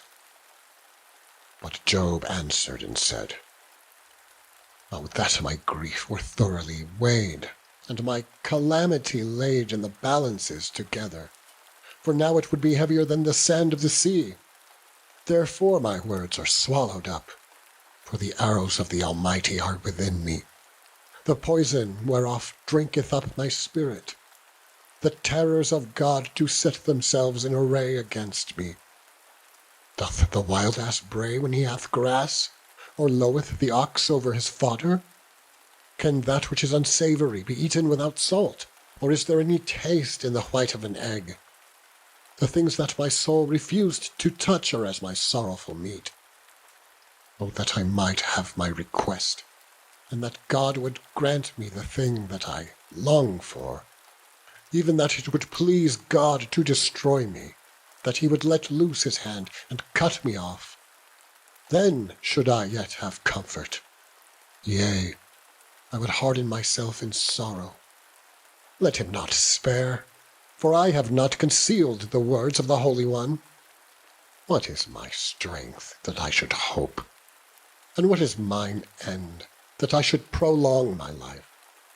Is my strength the strength of stones, or is my flesh of brass? Is not my help in me, and is wisdom driven quite from me? To him that is afflicted, pity should be shewed from his friend, but he forsaketh the fear of the Almighty. My brethren have dealt deceitfully, as a brook, and as the stream of brooks they pass away, which are blackish by reason of the ice, and wherein the snow is hid. What time they wax warm, they vanish. When it is hot, they are consumed out of their place. The paths of their way are turned aside. They go to nothing, and perish. The troops of Tema looked, the companies of Sheba waited for them. They were confounded because they had hoped. They came thither and were ashamed. For now ye are nothing. Ye see my casting down and are afraid. Did I say, bring unto me, or give a reward for me of your substance, or deliver me from the enemy's hand, or redeem me from the hand of the mighty? Teach me, and I will hold my tongue, and cause me to understand wherein I have erred. How forcible are right words, but what doth your arguing reprove? Do ye imagine to reprove words, and the speeches of one that is desperate, which are as wind? Yea, ye overwhelm the fatherless, and ye dig a pit for your friend. Now therefore be content. Look upon me, for it is evident unto you if I lie. Return, I pray you. Let it not be iniquity. Yea, return again. My righteousness is in it. Is there iniquity in my tongue? Cannot my taste discern perverse things? Chapter 7. Is there not an appointed time to man upon earth? Are not his days also like the days of an hireling, as a servant earnestly desireth the shadow, and as an hireling looketh for the reward of his work? So am I made to possess months of vanity, and wearisome nights are appointed to me. When I lie down, I say, when shall I arise, and the night be gone? And I am full of tossings to and fro unto the dawning of the day. My flesh is clothed with worms and clods of dust. My skin is broken and become loathsome. My days are swifter than a weaver's shuttle, and are spent without hope. Oh, remember that my life is wind, when I shall no more see good. The eye of him that hath seen me shall see me no more. Thine eyes are upon me, and I am not. As the cloud is consumed and vanisheth away, so he that goeth down to the grave shall come up no more. He shall return no more to his house, neither shall his place know him any more. Therefore I will not refrain my mouth. I will speak in the anguish of my spirit. I will complain in the bitterness of my soul. Am I a sea or a whale, that thou settest a watch over me? When I say, my bed shall comfort me, my couch shall ease my complaint, then thou scarest me with dreams, and terrifiest me through visions, so that my soul chooseth strangling, and death rather than my life. I loathe it. I would not live alway. Let me alone, for my days are vanity. What is man, that thou shouldest magnify him, and that thou shouldest set thine heart upon him, and that thou shouldest visit him every morning, and try him every moment? How long wilt thou not depart from me, nor let me alone, till I swallow down my spittle? I have sinned. What shall I do unto thee, O thou preserver of men? Why hast thou set me as a mark against thee, so that I am a burden to myself? And why dost thou not pardon my transgressions, and take away my iniquity? For now shall I sleep in the dust. Thou shalt seek me in the morning, but I shall not be. Chapter 8. Then answered Bildad the Shuhite, and said, And how long shall the words of thy mouth be like a strong wind? Doth God pervert judgment? Or doth the Almighty pervert justice? If thy children have sinned against him, and he have cast them away for their transgression, if thou seekest unto God betimes, and make thy supplication to the Almighty, if thou wert pure and upright, surely now he would awake for thee, and make the habitation of thy righteousness prosperous. Though thy beginning was small, yet thy latter end should greatly increase. For inquire, I pray thee, of the former age, and prepare thyself to the search of their fathers. Shall not they teach thee, and tell thee, and utter words out of their heart? Can the rush grow up without mire? Can the flag grow without water? While it is yet in his greenness, and not cut down, it withereth before any other herb. So are the paths of all that forget God, and the hypocrite's hope shall perish, whose hope shall be cut off, and whose trust shall be a spider's web. He shall lean upon his house, but it shall not stand. He shall hold it fast, but it shall not endure. He is green before the sun, and his branch shooteth forth in his garden. His roots are wrapped about the heap, and seeth the place of stones. If he destroy him from his place, then it shall deny him, saying, I have not seen thee. Behold, this is the joy of his way, and out of the earth shall others grow. Behold, God will not cast away a perfect man, neither will he help the evildoers, till he fill thy mouth with laughing, and thy lips with rejoicing. They that hate thee shall be clothed with shame, and the dwelling place of the wicked shall come to naught. Chapter 9. Then Job answered and said, I know it is so of a truth, but how should man be just with God? If he will contend with him, he cannot answer him 1 of 1,000. He is wise in heart, and mighty in strength.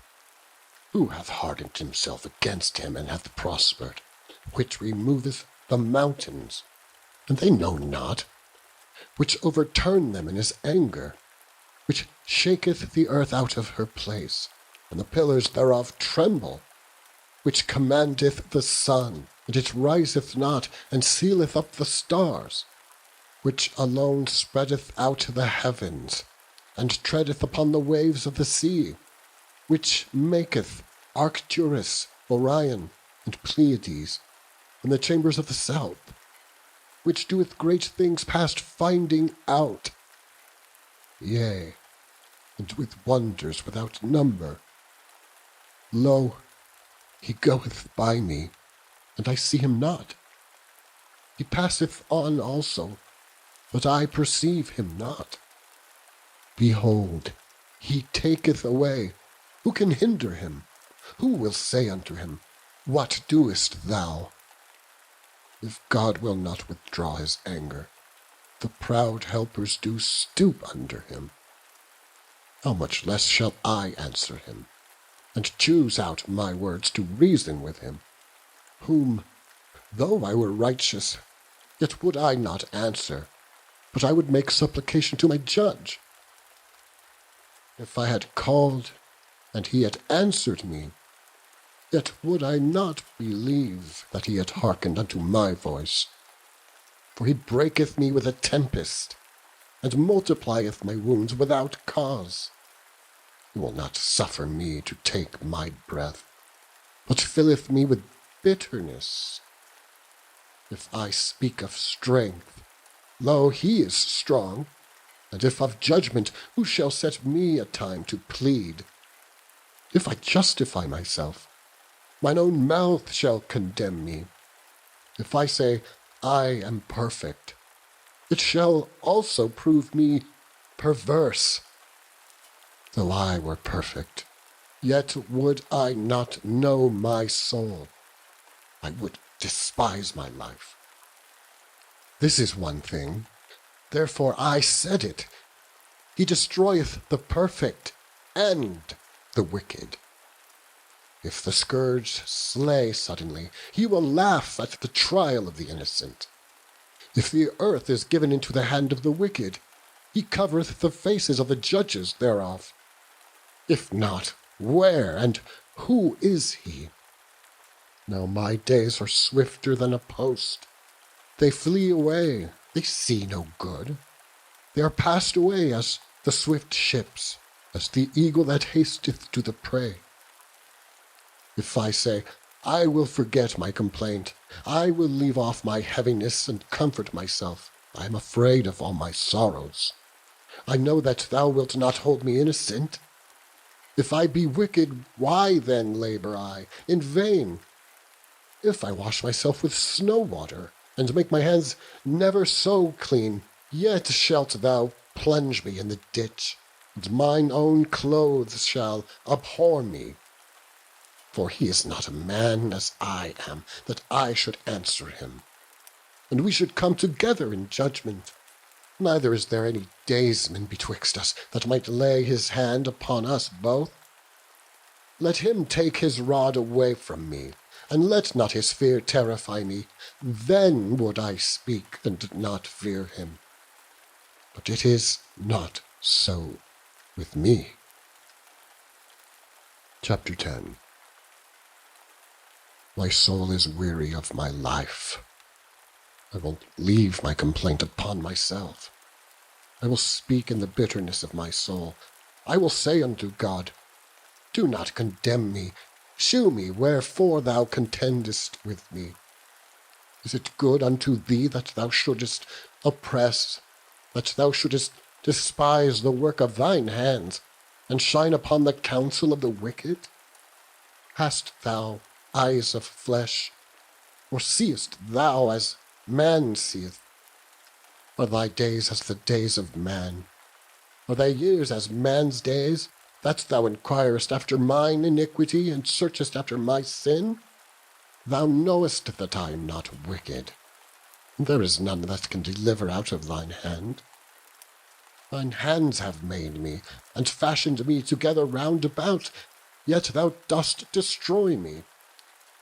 Remember, I beseech thee, that thou hast made me as the clay, and wilt thou bring me into dust again? Hast thou not poured me out as milk, and curdled me like cheese? Thou hast clothed me with skin and flesh, and hast fenced me with bones and sinews. Thou hast granted me life and favour, and thy visitation hath preserved my spirit. And these things hast thou hid in thine heart. I know that this is with thee. If I sin, then thou markest me, and thou wilt not acquit me from mine iniquity. If I be wicked, woe unto me. And if I be righteous, yet will I not lift up my head. I am full of confusion. Therefore see thou mine affliction, for it increaseth. Thou huntest me as a fierce lion, and again thou shewest thyself marvellous upon me. Thou renewest thy witnesses against me, and increasest thine indignation upon me. changes and war are against me. Wherefore then hast thou brought me forth out of the womb? Oh, that I had given up the ghost, and no eye had seen me! I should have been as though I had not been. I should have been carried from the womb to the grave. Are not my days few? Cease then, and let me alone, that I may take comfort, a little, before I go whence I shall not return, even to the land of darkness and the shadow of death, a land of darkness as darkness itself, and of the shadow of death, without any order, and where the light is as darkness. Chapter 11. Then answered Zophar the Naamathite, and said, Should not the multitude of words be answered? And should a man full of talk be justified? Should thy lies make men hold their peace? And when thou mockest, shall no man make thee ashamed? For thou hast said, My doctrine is pure, and I am clean in thine eyes. But, oh, that God would speak and open his lips against thee, and that he would shew thee the secrets of wisdom, that they are double to that which is. Know therefore that God exacteth of thee less than thine iniquity deserveth. Canst thou by searching find out God? Canst thou find out the Almighty unto perfection? It is as high as heaven. What canst thou do? Deeper than hell, what canst thou know? The measure thereof is longer than the earth, and broader than the sea. If he cut off and shut up, or gather together, then who can hinder him? For he knoweth vain men. He seeth wickedness also. Will he not then consider it? For vain men would be wise, though man be born like a wild ass's colt. If thou prepare thine heart, and stretch out thine hands toward him, if iniquity be in thine hand, put it far away, and let not wickedness dwell in thy tabernacles. For then shalt thou lift up thy space without spot. Yea, thou shalt be steadfast, and shalt not fear, because thou shalt forget thy misery, and remember it as waters that pass away. And thine age shall be clearer than the noonday. Thou shalt shine forth. Thou shalt be as the morning. Thou shalt be secure, because there is hope. Yea, and thou shalt be secure, because there is hope. Yea, thou shalt dig about thee, and thou shalt take thy rest in safety. Also thou shalt lie down, and none shall make thee afraid. Yea, many shall make suit unto thee, but the eyes of the wicked shall fail, and they shall not escape, and their hope shall be as the giving up of the ghost. Chapter 12. And Job answered and said, No doubt, but ye are the people, and wisdom shall die with you. But I have an understanding as well as you. I am not inferior to you. Yea, who knoweth not such things as these?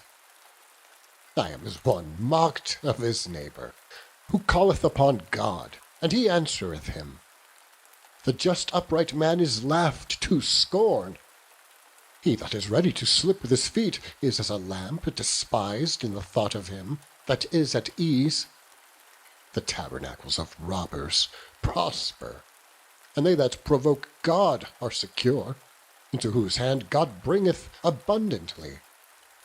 But ask now the beasts, and they shall teach thee, and the fowls of the air, and they shall tell thee, or speak to the earth, and it shall teach thee, and the fishes of the sea shall declare unto thee. Who knoweth not in all these that the hand of the Lord hath wrought this? In whose hand is the soul of every living thing, and the breath of all mankind? Doth not the ear try words, and the mouth taste his meat? With the ancient is wisdom, and in length of days understanding. With him is wisdom and strength, and he hath counsel and understanding. Behold, he breaketh down, and it cannot be built again. He shutteth up a man, and there can be no opening. Behold, he withholdeth the waters, and they dry up. Also he sendeth them out, and they overturn the earth. With him is strength and wisdom. The deceived and the deceiver are his. He leadeth counselors away, spoiled, and maketh the judges fools. He looseth the bond of kings, and girdeth their loins with a girdle. He leadeth princes away spoiled, and overthroweth the mighty. He removeth away the speech of the trusty, and taketh away the understanding of the aged. He poureth contempt upon princes, and weakeneth the strength of the mighty. He discovereth deep things out of darkness, and bringeth out to light the shadow of death. He increaseth the nations, and destroyeth them. He enlargeth the nations, and straiteneth them again. He taketh away the heart of the chief of the people of the earth, and causeth them to wander in a wilderness where there is no way. They grope in the dark without light, and he maketh them to stagger like a drunken man. Chapter 13. Lo, mine eye hath seen all this. Mine ear hath heard it, and understood it. What ye know, the same do I know also. I am not inferior unto you. Surely I would speak to the Almighty, and I desire to reason with God. But ye are forgers of lies. Ye are all physicians of no value. Oh, that ye would altogether hold your peace, and it should be your wisdom. Hear now my reasoning, and hearken to the pleading of my lips. Will ye speak wickedly for God, and talk deceitfully for him? Will ye accept his person? Will ye contend for God? Is it good that he should search you out? Or as one man mocketh another, do ye so mock him? He will surely reprove you, if you do secretly accept persons. Shall not his excellence make you afraid, and his dread fall upon you? Your remembrances are like unto ashes, your bodies to bodies of clay. Hold your peace. Let me alone, that I may speak, and let come on me what will. Wherefore do I take my flesh in my teeth, and put my life in mine hand? Though he slay me, yet will I trust in him. But I will maintain mine own ways before him. He also shall be my salvation, for an hypocrite shall not come before him. Hear diligently my speech, and my declaration with your ears. Behold now, I have ordered my cause. I know that I shall be justified. Who is he that will plead with me? For now if I hold my tongue, I shall give up the ghost. Only do not two things unto me, then will I not hide myself from thee. Withdraw thine hand far from me, and let not thy dread make me afraid. Then call thou, and I will answer, or let me speak, and answer thou me. How many are mine iniquities and sins? Make me to know my transgression and my sin. Wherefore hidest thou thy face, and holdest me for thine enemy? Wilt thou break a leaf driven to and fro? And wilt thou pursue the dry stubble? For thou writest bitter things against me, and makest me to possess the iniquities of my youth. Thou puttest my feet also in the stocks, and lookest narrowly unto all my paths. Thou settest a print upon the heels of my feet. And he, as a rotten thing, consumeth, as a garment that is moth-eaten. Chapter 15. Then answered Eliphaz the Temanite, and said, Should a wise man utter vain knowledge, and fill his belly with the east wind? Should he reason with unprofitable talk, or with speeches wherewith he can do no good? Yea, thou castest off fear, and restrainest prayer before God. For thy mouth uttered thine iniquity, and thou choosest the tongue of the crafty. Thine own mouth condemn thee, and not I. Yea, thine own lips testify against thee. Art thou the first man that was born? Or wast thou made before the hills? Hast thou heard the secret of God? And dost thou restrain wisdom to thyself? What knowest thou that we do not? What understandest thou which is not in us? With us are both the grey-headed and very aged men, much elder than thy father. Are the consolations of God small with thee? Is there any secret thing with thee? Why doth thine heart carry thee away? And what do thy eyes wink at, that thou turnest thy spirit against God, and lettest such words go out of thy mouth? What is man, that he should be clean? And he, which is born of a woman, that he should be righteous? Behold, he putteth no trust in his saints. Yea, the heavens are not clean in his sight. How much more abominable and filthy is man, which drinketh iniquity like water? I will shew thee, hear me, and that which I have seen I will declare, which wise men have told to thy fathers, and have not hid it, to whom alone the earth was given, and no stranger passed among them. The wicked man travaileth with pain all his days, and the number of years is hidden to the oppressor. A dreadful sound is in his ears. In prosperity the destroyer shall come upon him. He believeth not that he shall return out of darkness, and he is waited for the sword. He wandereth abroad for bread, saying, Where is it? He knoweth that the day of darkness is ready at his hand. Trouble and anguish shall make him afraid. They shall prevail against him, as a king ready to the battle. For he stretcheth out his hand against God, and strengthened himself against the Almighty. He runneth upon him, even on his neck, upon the thick bosses of his bucklers, because he covereth his face with his fatness, and maketh collops of fat on his flanks. And he dwelleth in desolate cities, and in houses which no man inhabiteth, which are ready to become heaps. He shall not be rich, neither shall his substance continue, neither shall he prolong the perfection thereof upon the earth. He shall not depart out of darkness. The flame shall dry up his branches, and by the breath of his mouth shall he go away. Let not him that is deceived trust in vanity, for vanity shall be his recompense. It shall be accomplished before his time, and his branch shall not be green.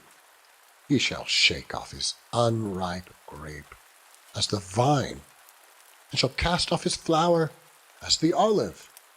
A congregation of hypocrites shall he be desolate, and fire shall consume the tabernacles of bribery. They conceive mischief, and bring forth vanity, and their belly prepareth deceit. Chapter 16. Then Job answered and said, I have heard many such things. Miserable comforters are ye all. Shall vain words have an end? Or what emboldeneth thee that thou answerest? I also could speak as ye do, if your soul were in my soul's stead. I could heap up words against you, and shake mine head at you. But I would strengthen you with my mouth, and the moving of my lips should assuage your grief. Though I speak, my grief is not assuaged, and though I forbear, what am I eased? But now he hath made me weary. Thou hast made desolate all my company, and thou hast filled me with wrinkles. which is a witness against thee, and my leanness rising up in me beareth witness to my face. He teareth me in his wrath, who hateth me. He gnasheth upon me with his teeth. Mine enemy sharpeneth his eyes upon me. They have gaped upon me with their mouth. They have smitten me on the cheek reproachfully. They have gathered themselves together against me. God hath delivered me to the ungodly, and turned me over into the hands of the wicked. I was at ease, but he hath broken me asunder. He hath also taken me by my neck, and shaken me to pieces, and set me up for his mark. His archers compass me round about. He cleaveth my reins asunder, and doth not spare. He poureth out my gall upon the ground. He breaketh me with breach upon breach. He runneth upon me like a giant. I have sewed sackcloth upon my skin, and defiled my horn in the dust. My face is foul with weeping, and on my eyelids is the shadow of death, not for any injustice in mine hands. Also my prayer is pure. O earth, cover not thou my blood, and let my cry have no place. Also now, behold, my witness is in heaven, and my record is on high. My friends scorn me, but mine eye poureth out tears unto God. O that one might plead for a man with God, as a man pleadeth for his neighbour. When a few years are come, then I shall go the way whence I shall not return. Chapter 17. My breath is corrupt, my days are extinct, the graves are ready for me. Are there not mockers with me? And doth not mine eye continue in their provocation? Lay down now, put me in a surety with thee. Who is he that will strike hands with me? For thou hast hid their heart from understanding, therefore shalt thou not exalt them. He that speaketh flattery to his friends, even the eyes of his children shall fail. He hath made me also a byword of the people, and aforetime I was as a tabrets. Mine eye also is dim by reason of sorrow, and all my members are as shadow. Upright men shall be astonied at this, and the innocent shall stir up himself against the hypocrite.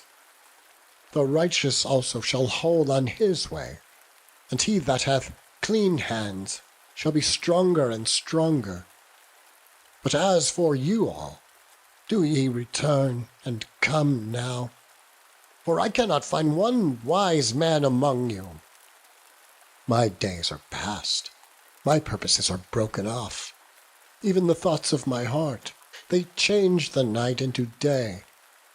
The light is short because of the darkness. If I wait, the grave is mine house. I have made my bed in the darkness. I have said to corruption, thou art my father. To the worm, thou art my mother and my sister. And where is now my hope? As for my hope, who shall see it? They shall go down to the bars of the pit, when our rest together is in the dust. Chapter 18. Then answered Bildad the Shuhite, and said, How long will it be ere ye make an end of words? Mark, and afterwards ye will speak. Wherefore are we counted as beasts, and reputed vile in your sight? He teareth himself in his anger. Shall the earth be forsaken for thee, and shall the rock be removed out of his place? Yea, the light of the wicked shall be put out, and the spark of his fire shall not shine. The light shall be dark in his tabernacle, and his candle shall be put out with him. The steps of his strength shall be straitened, and his own counsel shall cast him down. For he is cast into a net by his own feet, and he walketh upon a snare. The gin shall take him by the heel, and the robber shall prevail against him. The snare is laid for him in the ground, and a trap for him in the way. Terror shall make him afraid on every side, and shall drive him to his feet. His strength shall be hunger bitten, and destruction shall be ready at his side. It shall devour the strength of his skin, even the firstborn. Of death shall devour his strength. His confidence shall be rooted out of his tabernacle, and it shall bring him to the King of terrors. It shall dwell in his tabernacle, because it is none of his. Brimstone shall be scattered upon his habitation. His roots shall be dried up beneath, and above shall his branch be cut off. His remembrance shall perish from the earth, and he shall have no name in the street. He shall be driven from light into darkness, and chased out of the world. He shall neither have son nor nephew among his people, nor any remaining in his dwellings. They that come after him shall be astonished at his day, as they that went before were affrighted. Surely such are the dwellings of the wicked, and this is the place of him that knoweth not God. Chapter 19. Then Job answered and said, How long will ye vex my soul, and break me in pieces with words? These 10 times have ye reproached me. Ye are not ashamed, that ye make yourselves strange to me. And be it indeed that I have erred, mine error remaineth with myself. If indeed you will magnify yourselves against me, and plead against me my reproach, know now that God hath overthrown me, and hath compassed me with his net. Behold, I cry out of wrong, but I am not heard. I cry aloud, but there is no judgment. He hath fenced up my way that I cannot pass, and he hath set darkness in my paths. He hath stripped me of my glory, and taken the crown from my head. He hath destroyed me on every side, and I am gone. And mine hope hath he removed like a tree. He hath also kindled his wrath against me, and he counteth me unto him as one of his enemies. His troops come together, and raise up their way against me, and encamp round about my tabernacle. He hath put my brethren far from me, and mine acquaintance are verily estranged from me. My kinsfolk have failed, and my familiar friends have forgotten me. They that dwell in mine house, and my maids, count me for a stranger. I am an alien in their sight. I called my servant, and he gave me no answer. I entreated him with my mouth. My breath is strange to my wife, though I entreated for the children's sake of mine own body. Yea, young children despised me. I arose, and they spake against me. All my inward friends abhorred me, and they whom I loved are turned against me. My bone cleaveth to my skin and to my flesh, and I am escaped with the skin of my teeth. Have pity upon me.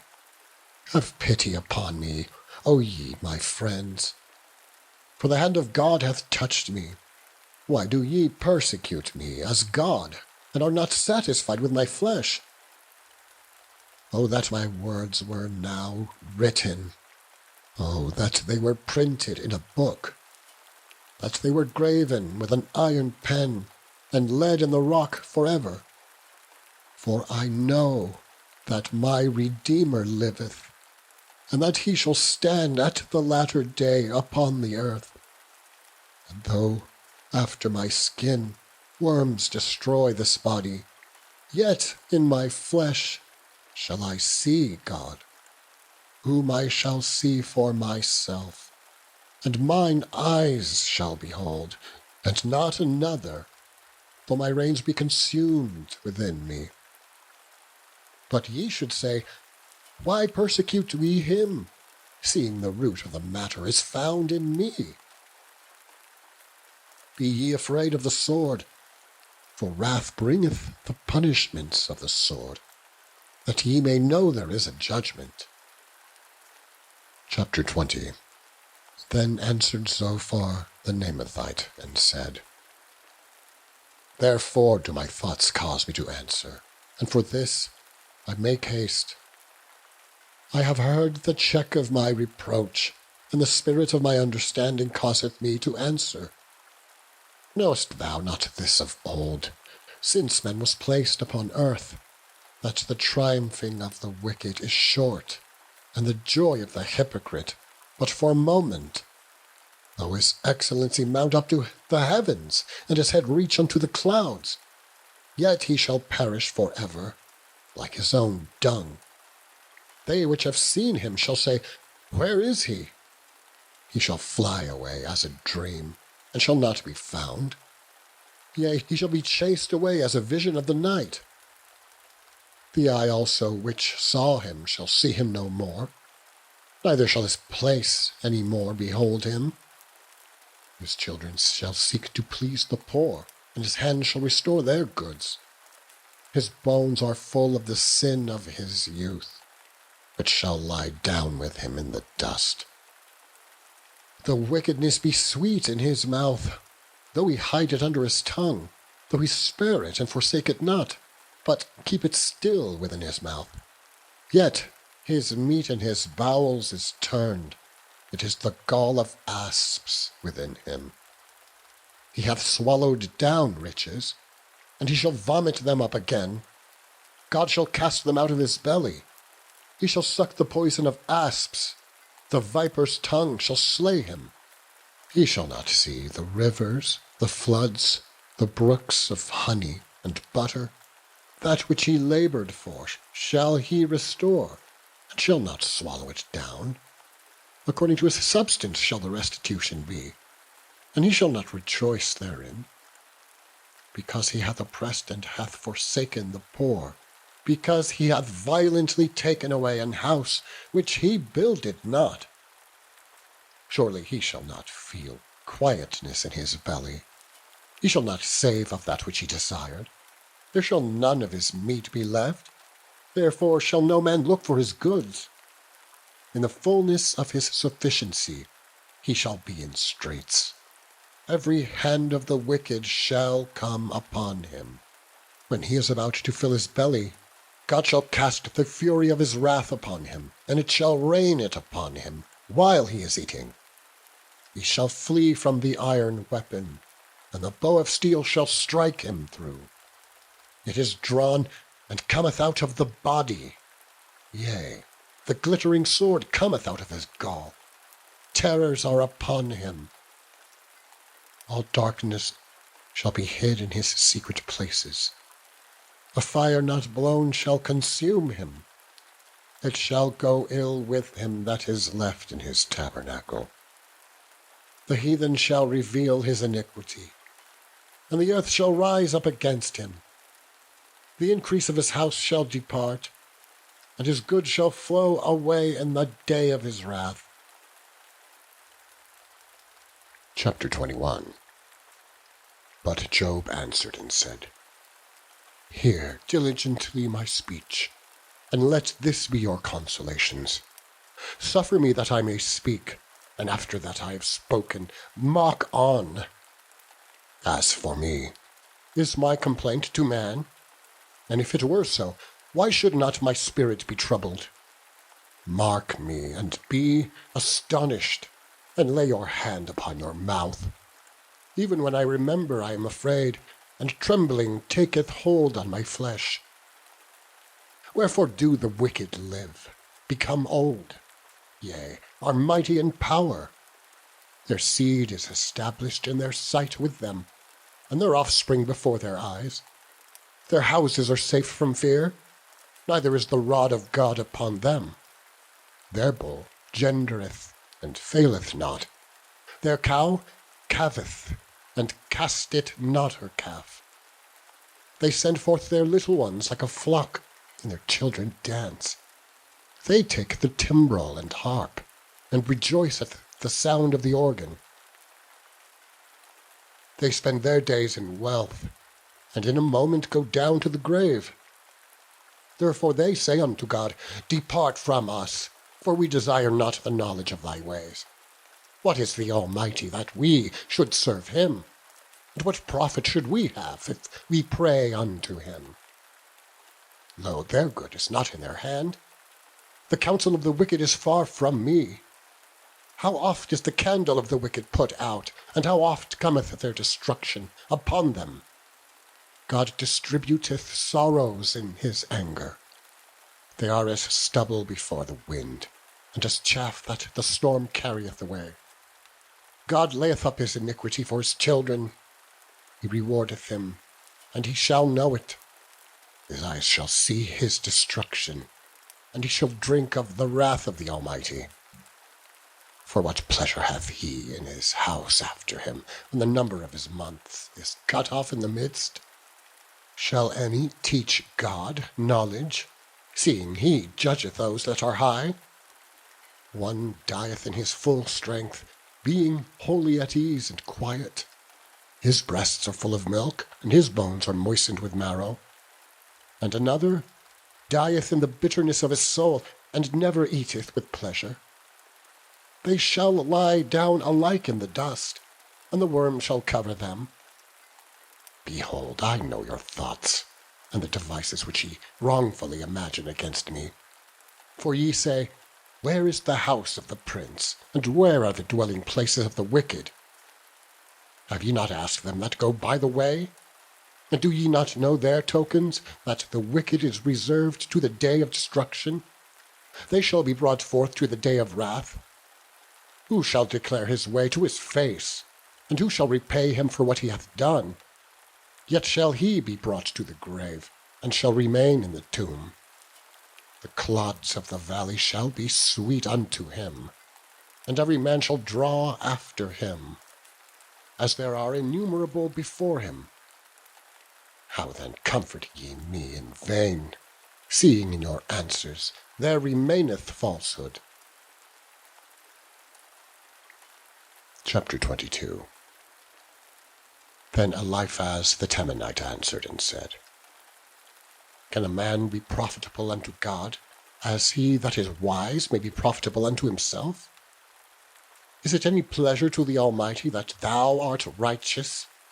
Or is it gain to him that thou makest thy ways perfect? Will he reprove thee for fear of thee? Will he enter with thee into judgment? Is not thy wickedness great, and thine iniquities infinite? For thou hast taken a pledge from my brother for naught, and stripped the naked of their clothing.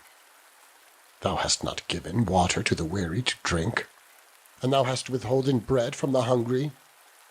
But as for the mighty man, he had the earth, and the honorable man dwelt in it. Thou hast sent widows away empty, and the arms of the fatherless have been broken. Therefore snares are round about thee, and sudden fear troubleth thee, or darkness that thou canst not see, and abundance of waters cover thee.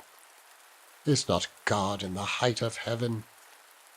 And behold, the height of the stars, how high they are! And thou sayest, How doth God know? Can he judge through the dark cloud? Thick clouds are a covering to him, that he seeth not, and he walketh in the circuit of heaven. Hast thou marked the old way which wicked men have trodden, which were cut down out of time, whose foundation was overflown with a flood, which said unto God, Depart from us, and what can the Almighty do for them? Yet he filled his houses with good things, but the counsel of the wicked is far from me. The righteous see it and are glad, and the innocent laugh them to scorn. Whereas our substance is not cut down, but the remnant of them the fire consumeth. Acquainteth now thyself with him, and be at peace. Thereby good shall come unto thee. Receive, I pray thee, the law from his mouth, and lay up his words in thine heart. If thou return to the Almighty, thou shalt be built up, Thou shalt put away iniquity far from thy tabernacles. Then shalt thou lay up gold as dust, and the gold of Ophir as the stones of the brooks. Yea, the Almighty shall be thy defence, and thou shalt have plenty of silver. For then shalt thou have thy delight in the Almighty, and shall lift up thy face unto God.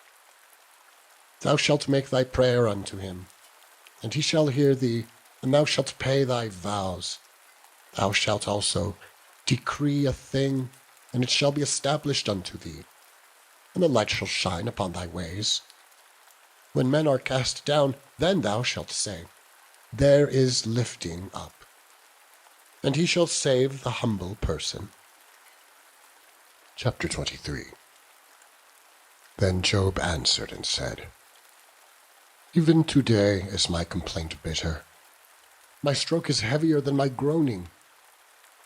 Oh, that I knew where I might find him, that I might come even to his seat.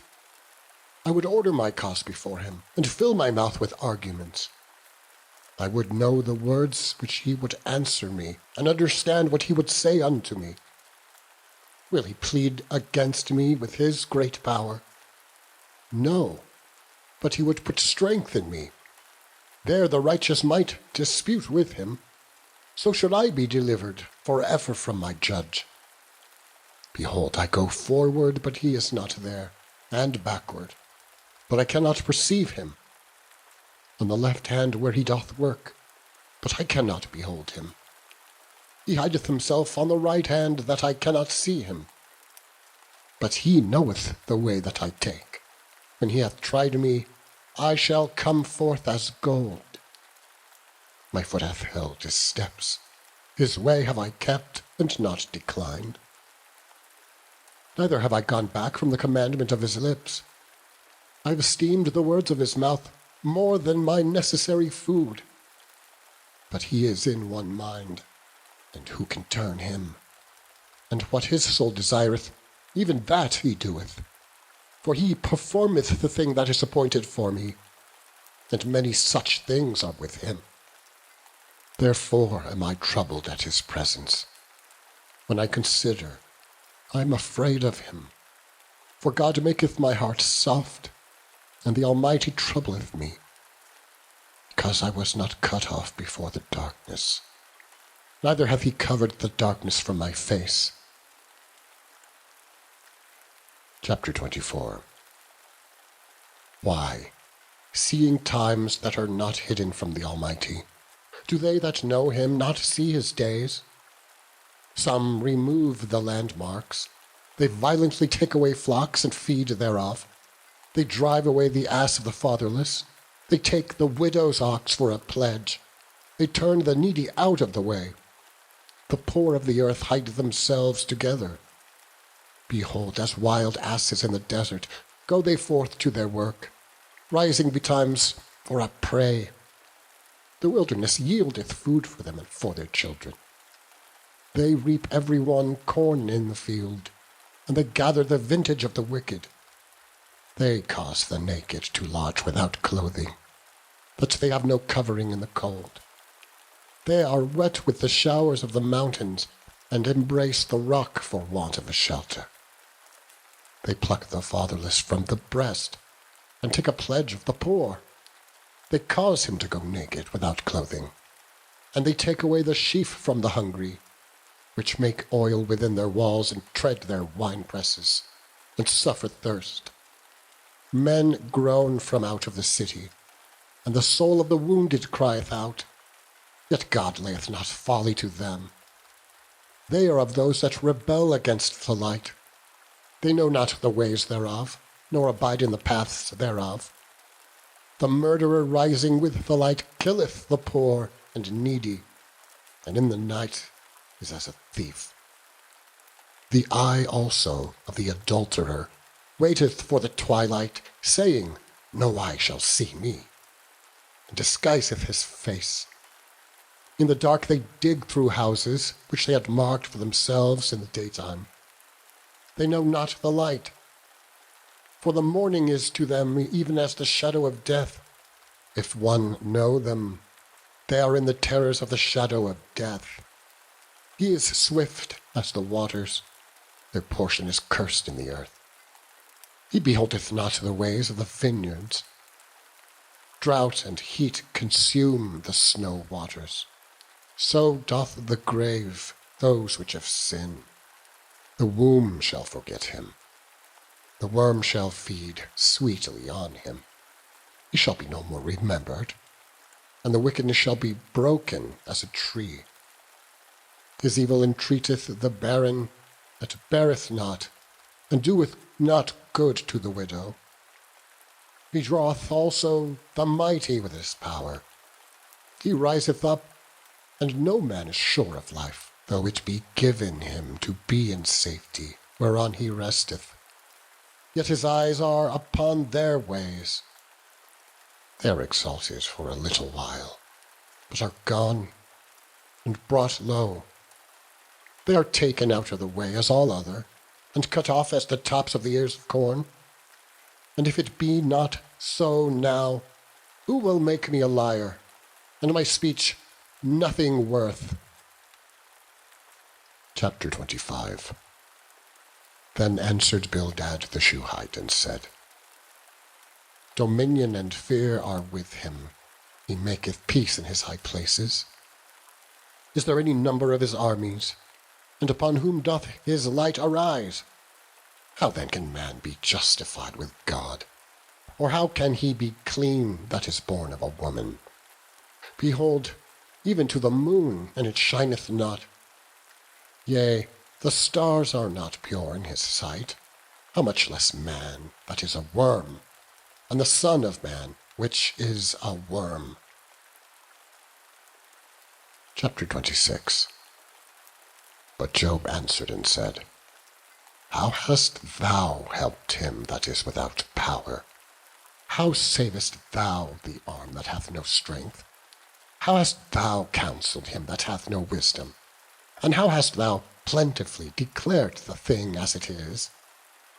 To whom hast thou uttered words, and whose spirit came from thee?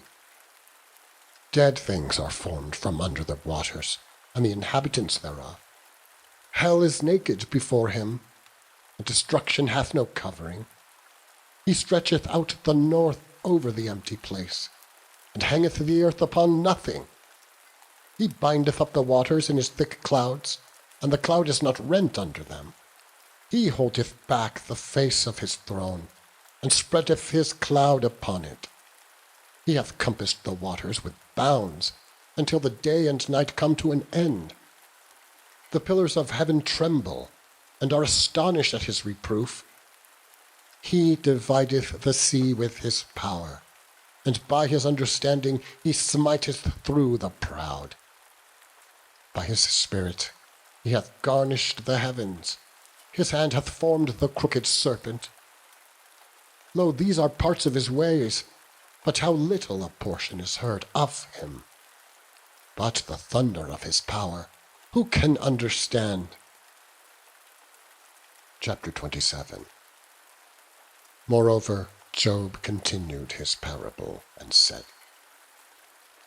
As God liveth, who hath taken away my judgment, and the Almighty, who hath vexed my soul, all the while my breath is in me, and the Spirit of God is in my nostrils. My lips shall not speak wickedness, nor my tongue utter deceit. God forbid that I should justify you. Till I die, I will not remove mine integrity from me. My righteousness I hold fast, and will not let it go. My heart shall not reproach me so long as I live. Let mine enemy be as the wicked, and he that riseth up against me as the unrighteous. For what is the hope of the hypocrite, though he have gained, when God taketh away his soul? Will God hear his cry when trouble cometh upon him? Will he delight himself in the Almighty? Will he always call upon God? I will teach you by the hand of God. That which is with the Almighty will I not conceal. Behold, all ye yourselves have seen it. Why then are ye thus altogether vain? This is the portion of a wicked man with God, and the heritage of oppressors, which they shall receive of the Almighty. If his children be multiplied, it is for the sword, and his offspring shall not be satisfied with bread. Those that remain of him shall be buried in death, and his widows shall not weep. Though he heap up silver as the dust, and prepare raiment as the clay, he may prepare it, but the just shall put it on, and the innocent shall divide the silver. He buildeth his house as a moth, and as a booth that the keeper maketh. The rich man shall lie down, but he shall not be gathered. He openeth his eyes, and he is not. Terrors take hold on him as waters. A tempest stealeth him away in the night.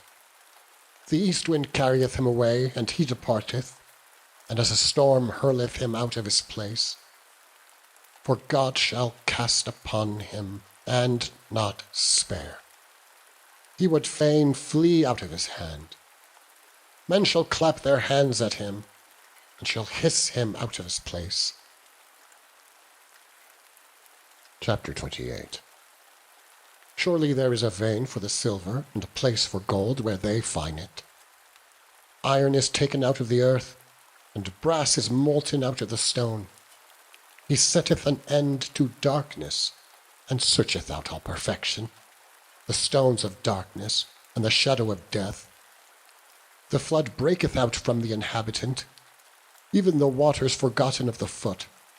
They are dried up, they are gone away from men. As for the earth, out of it cometh bread, and under it is turned up as it were fire. The stones of it are the place of sapphires, and it hath dust of gold.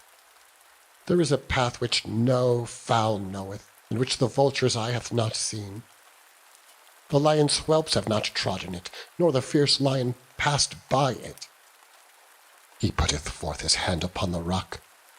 He overturneth the mountains by the roots. He cutteth out rivers among the rocks, and his eye seeth every precious thing. He bindeth the floods from overflowing, and the thing that is hid bringeth he forth to light. But where shall wisdom be found? And where is the place of understanding? Neither is it found in the land of the living. The depth saith, it is not in me, and the sea saith, it is not with me. It cannot be gotten for gold, neither shall silver be weighed for the price thereof.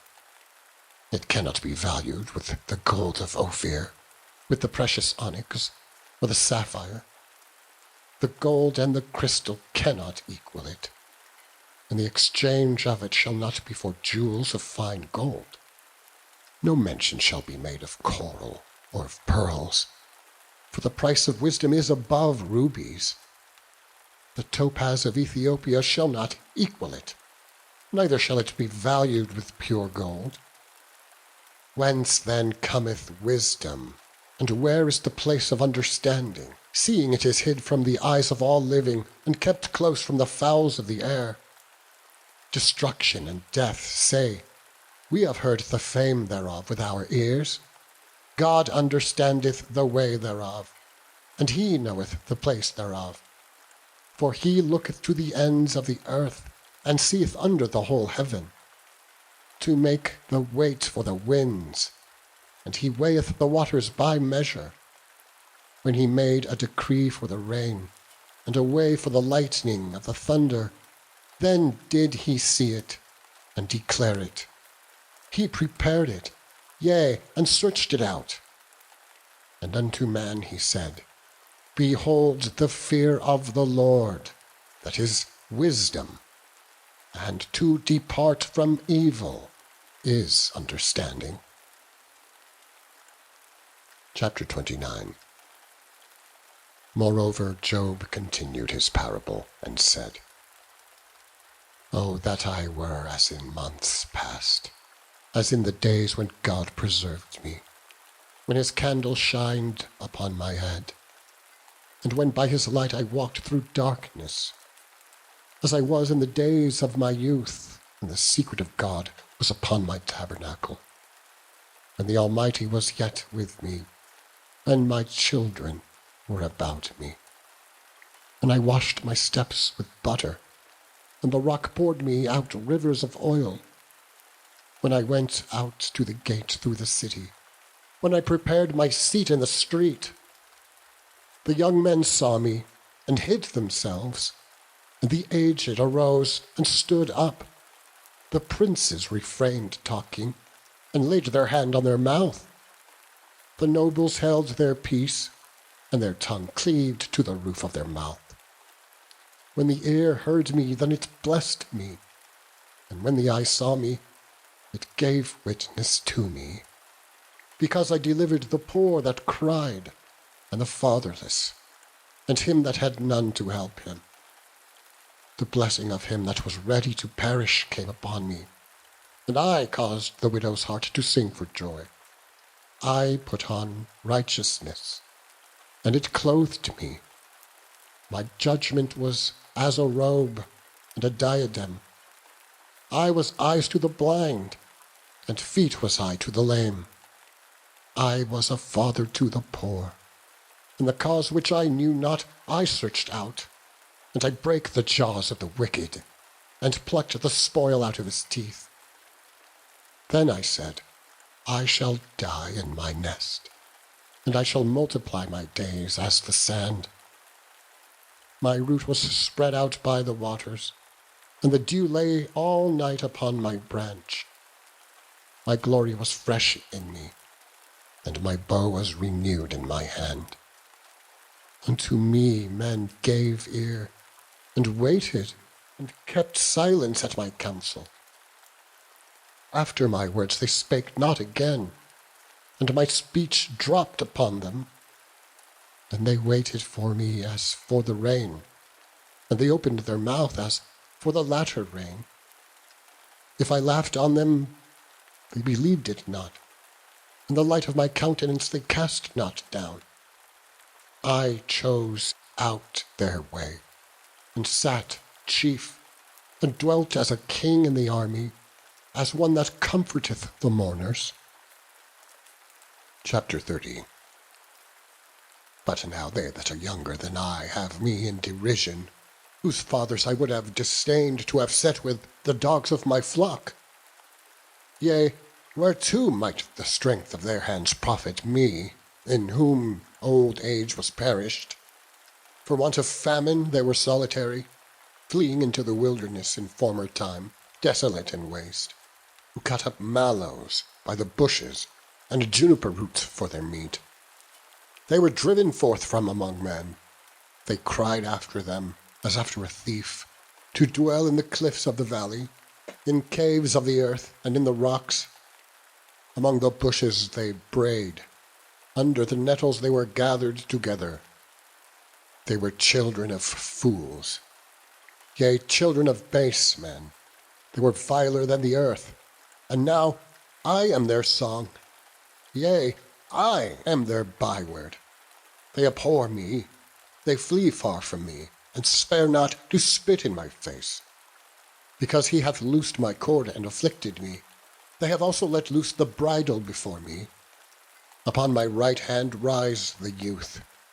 They push away my feet, and they raise up against me the ways of their destruction. They mar my path. They set forward my calamity. They have no helper. They came upon me as a wide breaking in of waters. In the desolation they rolled themselves upon me. Terrors are turned upon me. They pursue my soul as the wind, and my welfare passeth away as a cloud. And now my soul is poured out upon me. The days of affliction have taken hold upon me. My bones are pierced in me in the night season, and my sinews take no rest. By the great force of my disease is my garment changed. It bindeth me about as the collar of my coat. He hath cast me into the mire, and I am become like dust and ashes. I cry unto thee, and thou dost not hear me. I stand up, and thou regardest me not. Thou art become cruel to me. With thy strong hand thou opposest thyself against me. Thou liftest me up to the wind. Thou causest me to ride upon it, and dissolvest my substance. For I know that thou wilt bring me to death, and to the house appointed for all living. Howbeit he will not stretch out his hand to the grave, though they cry in his destruction. Did I not weep for him that was in trouble? Was not my soul grieved for the poor? When I looked for good, then evil came unto me. And when I waited for light, there came darkness. My bowels boiled and rested not. The days of affliction prevented me. I went mourning without the sun. I stood up and cried in the congregation. I am a brother to dragons, and a companion to owls. My skin is black upon me, and my bones are burned with heat. My harp also is turned to mourning, and my organ into the voice of them that weep. Chapter 31. I have made a covenant with mine eyes. Why then should I think upon a maid? For what portion of God is there from above? And what inheritance of the Almighty from on high? Is not destruction to the wicked, and a strange punishment to the workers of iniquity? Doth not he see my ways, and count all my steps? If I have walked with vanity, or if my foot hath hasted to deceit, let me be weighed in an even balance, that God may know mine integrity. If my step hath turned out of the way, and mine heart walked after mine eyes, and if any blot hath cleaved to mine hands, then let me sow, and let another eat. Yea, let my offspring be rooted out. If mine heart have been deceived by a woman, or if I have laid wait at my neighbour's door, then let my wife grind unto another, and let others bow down upon her. For this is a heinous crime. Yea, it is an iniquity to be punished by the judges. For this is an heinous crime. Yea, it is an iniquity to be punished by the judges. For it is a fire that consumeth to destruction, and would root out all mine increase. If I did despise the cause of my manservant, or of my maidservant, when they contended with me, what then shall I do when God riseth up, and when he visiteth? What shall I answer him? Did not he that made me in the womb make him? And did not one fashion us in the womb? If I have withheld the poor from their desire, or have caused the eyes of the widow to fail, or have eaten my morsel myself alone, and the fatherless hath not eaten thereof, for from my youth he was brought up with me, as with a father, and I have guided her from my mother's womb. If I have seen any perish for want of clothing, or any poor without covering, if his loins have not blessed me, and if he were not warmed with the fleece of my sheep, if I have lifted up my hand against the fatherless, when I saw help in the gate, then let mine arm fall from my shoulder blade, and mine arm be broken from the bone. For destruction from God was a terror to me, and by reason of his highness I could not endure.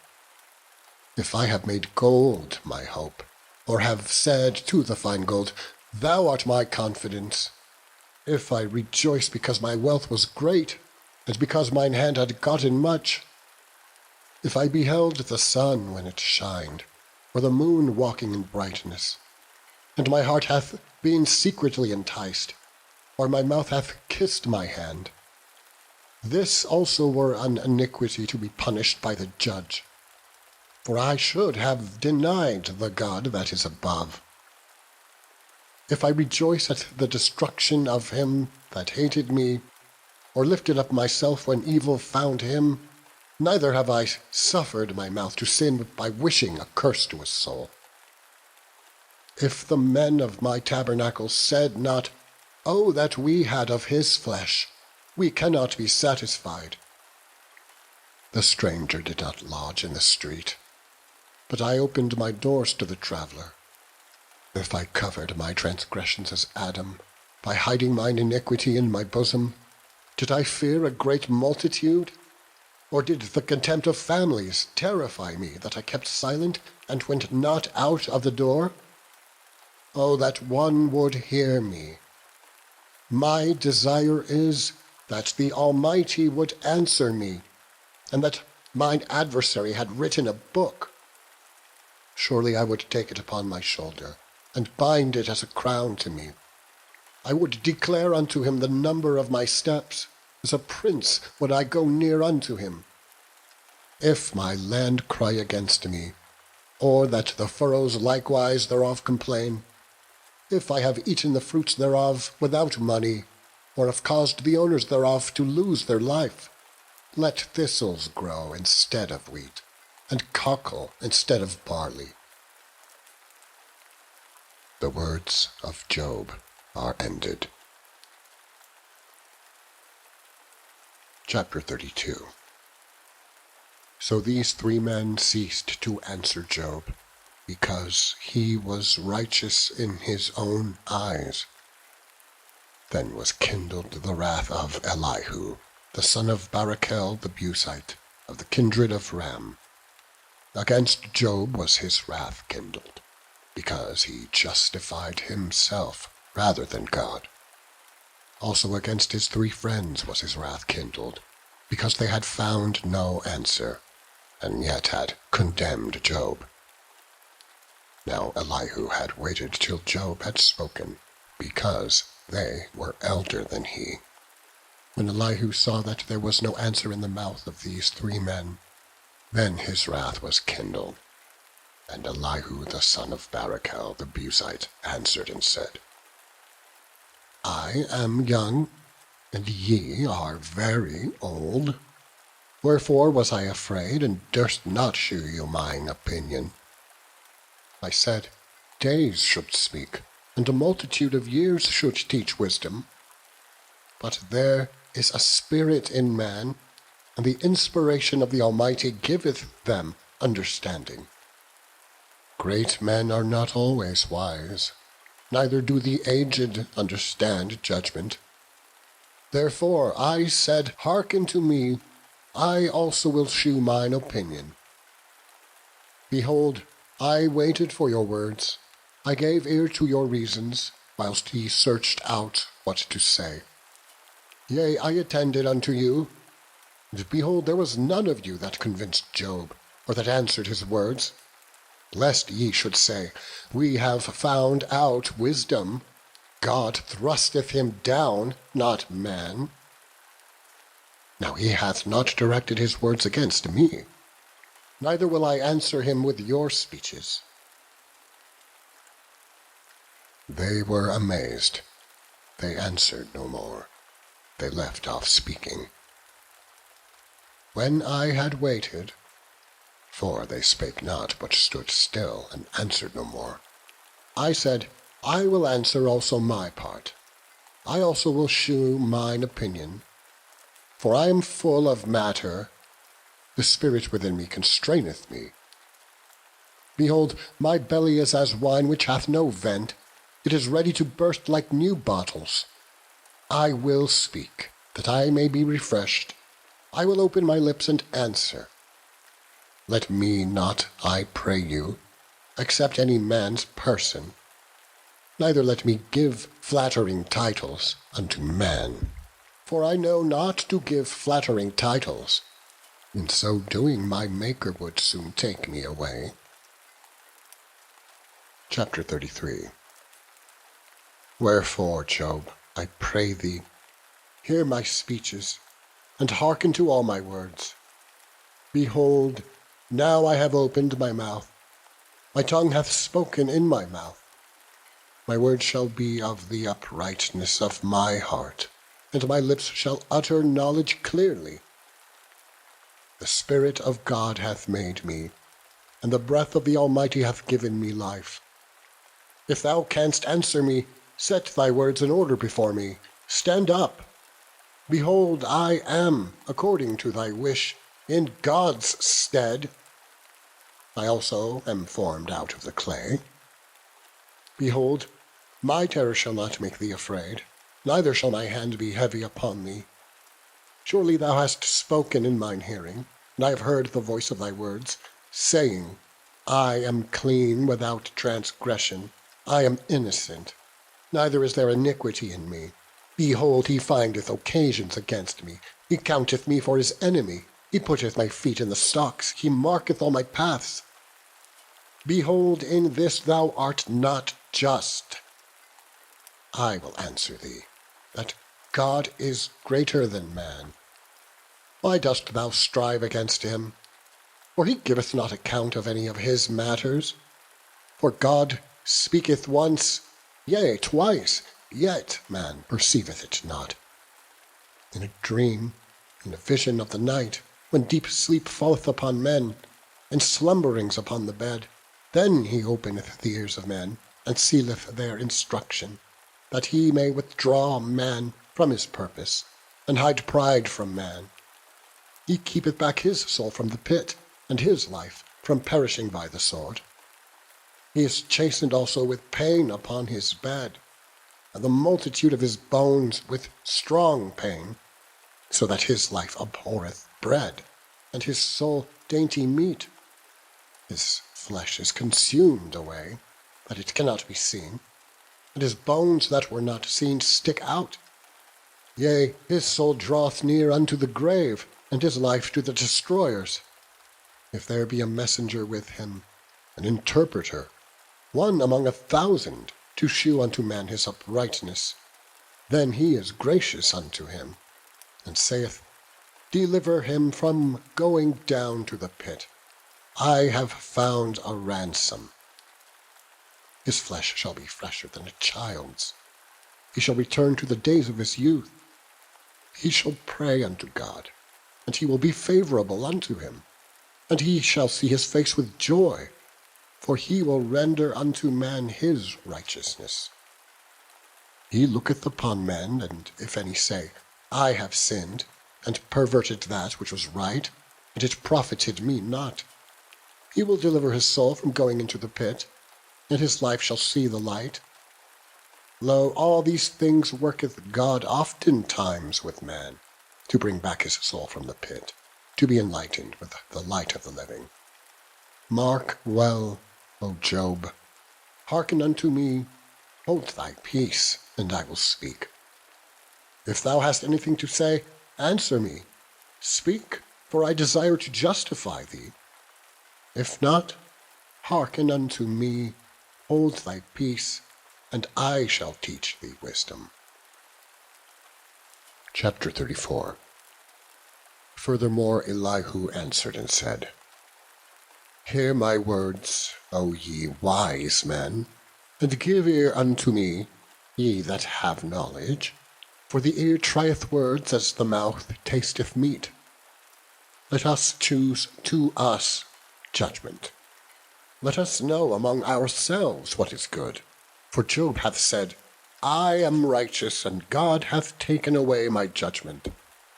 Should I lie against my right, my wound is incurable without transgression. But man is like Job, who drinketh up scorning like water, which goeth in company with the workers of iniquity, and walketh with wicked men. For he hath said, It profiteth a man nothing that he should delight himself with God. Therefore hearken unto me, ye men of understanding. Far be it from God that he should do wickedness, and from the Almighty that he should commit iniquity.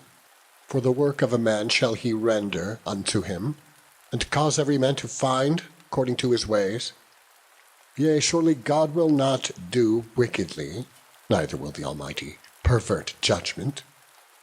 Who hath given him a charge over the earth, or who hath disposed the whole world? If he set his heart upon man, if he gather unto himself his spirit and his breath, all flesh shall perish together, and man shall turn again unto dust. If now thou hast understanding, hear this. Hearken to the voice of my words. Shall even he that hateth right govern? And wilt thou condemn him that is most just? Is it fit to say to a king, Thou art wicked, and to princes, Ye are ungodly? How much less to him that accepteth not the persons of princes, nor regardeth the rich more than the poor? For they all are the work of his hands. In a moment shall they die, and the people shall be troubled at midnight, and pass away, and the mighty shall be taken away without hand. For his eyes are upon the ways of man, and he seeth all his goings. There is no darkness, nor shadow of death, where the workers of iniquity may hide themselves. For he will not lay upon man more than right, that he should enter into judgment with God. He shall break in pieces mighty men without number, and set others in their stead. Therefore he knoweth their works, and he overturneth them in the night, so that they are destroyed. He striketh them as wicked men in the open sight of others, because they turned back from him, and would not consider any of his ways, so that they caused the cry of the poor to come unto him. And he heareth the cry of the afflicted. When he giveth quietness, who then can make trouble? And when he hideth his face, who then can behold him? Whether it be done against a nation, or against a man only, that the hypocrite reign not, lest the people be ensnared. Surely it is meet to be said unto God, I have borne chastisement, I will not offend any more. That which I see not teach thou me. If I have done iniquity, I will do no more. Should it be according to thy mind, he will recompense it whether thou refuse or whether thou choose, and not I. Therefore speak what thou knowest. Let men of understanding tell me, and let a wise man hearken unto me. Job hath spoken without knowledge, and his words were without wisdom. My desire is that Job may be tried unto the end, because of his answers for wicked men. For he addeth rebellion unto his sin. He clappeth his hands among us, and multiplieth his words against God. Chapter 35. Elihu spake moreover, and said, Thinkest thou this to be right, that thou saidst, My righteousness is more than God's? For thou saidst, What advantage will it be unto thee, and what profit shall I have if I be cleansed from my sin? I will answer thee, and thy companions with thee. Look unto the heavens, and see, and behold the clouds, which are higher than thou. If thou sinnest, what doest thou against him? Or if thy transgressions be multiplied, what doest thou unto him? If thou be righteous, what givest thou him, or what receiveth he of thine hand? Thy wickedness may hurt a man, as thou art, and thy righteousness may profit the Son of Man. By reason of the multitude of oppressions they make the oppressed to cry. They cry out by reason of the arm of the mighty. But none saith, Where is God, my Maker, who giveth songs in the night, who teacheth us more than the beasts of the earth, and maketh us wiser than the fowls of heaven? There they cry, but none giveth answer, because of the pride of evil men. Surely God will not hear vanity, neither will the Almighty regard it. Although thou sayest thou shalt not see him, yet judgment is before him. Therefore trust thou in him. But now, because it is not so, he hath visited in his anger, yet he knoweth it not in great extremity. Therefore doth Job open his mouth in vain, he multiplieth words without knowledge. Chapter 36. Elihu also proceeded and said, Suffer me a little, and I will shew thee that I have yet to speak on God's behalf. I will fetch my knowledge from afar, and will ascribe righteousness to my Maker. For truly my word shall not be false. He that is perfect in knowledge is with thee. Behold, God is mighty, and despiseth not any. He is mighty in strength and wisdom. He preserveth not the life of the wicked, but giveth right to the poor. He withdraweth not his eyes from the righteous, but with kings are they on the throne. Yea, he doth establish them forever, and they are exalted. And if they be bound in fetters, and be holden in cords of affliction, then he sheweth them their work, and their transgressions that they have exceeded. He openeth also their ear to discipline, and commandeth that they return from iniquity. If they obey and serve him, they shall spend their days in prosperity, and their years in pleasures. But if they obey not, they shall perish by the sword, and they shall die without knowledge. But the hypocrites in heart heap up wrath. They cry not when he blindeth them. They die in youth, and their life is among the unclean. He delivereth the poor in his affliction, and openeth their ears in oppression. Even so would he have removed thee out of the strait, into a broad place, where there is no straightness, and that which should be set on thy table should be full of fatness. But thou hast fulfilled the judgment of the wicked. Judgment and justice take hold on thee. Because there is wrath, beware lest he take thee away with his stroke. Then a great ransom cannot deliver thee. Will he esteem thy riches? No, not gold, nor all the forces of strength. Desire not the night, when people are cut off in their place. Take heed, regard not iniquity, for this hast thou chosen rather than affliction. Behold, God exalteth by his power. Who teacheth like him? Who hath enjoined him his way? Or who can say, Thou hast wrought iniquity? Remember that thou magnify his work, which men behold. Every man may see it.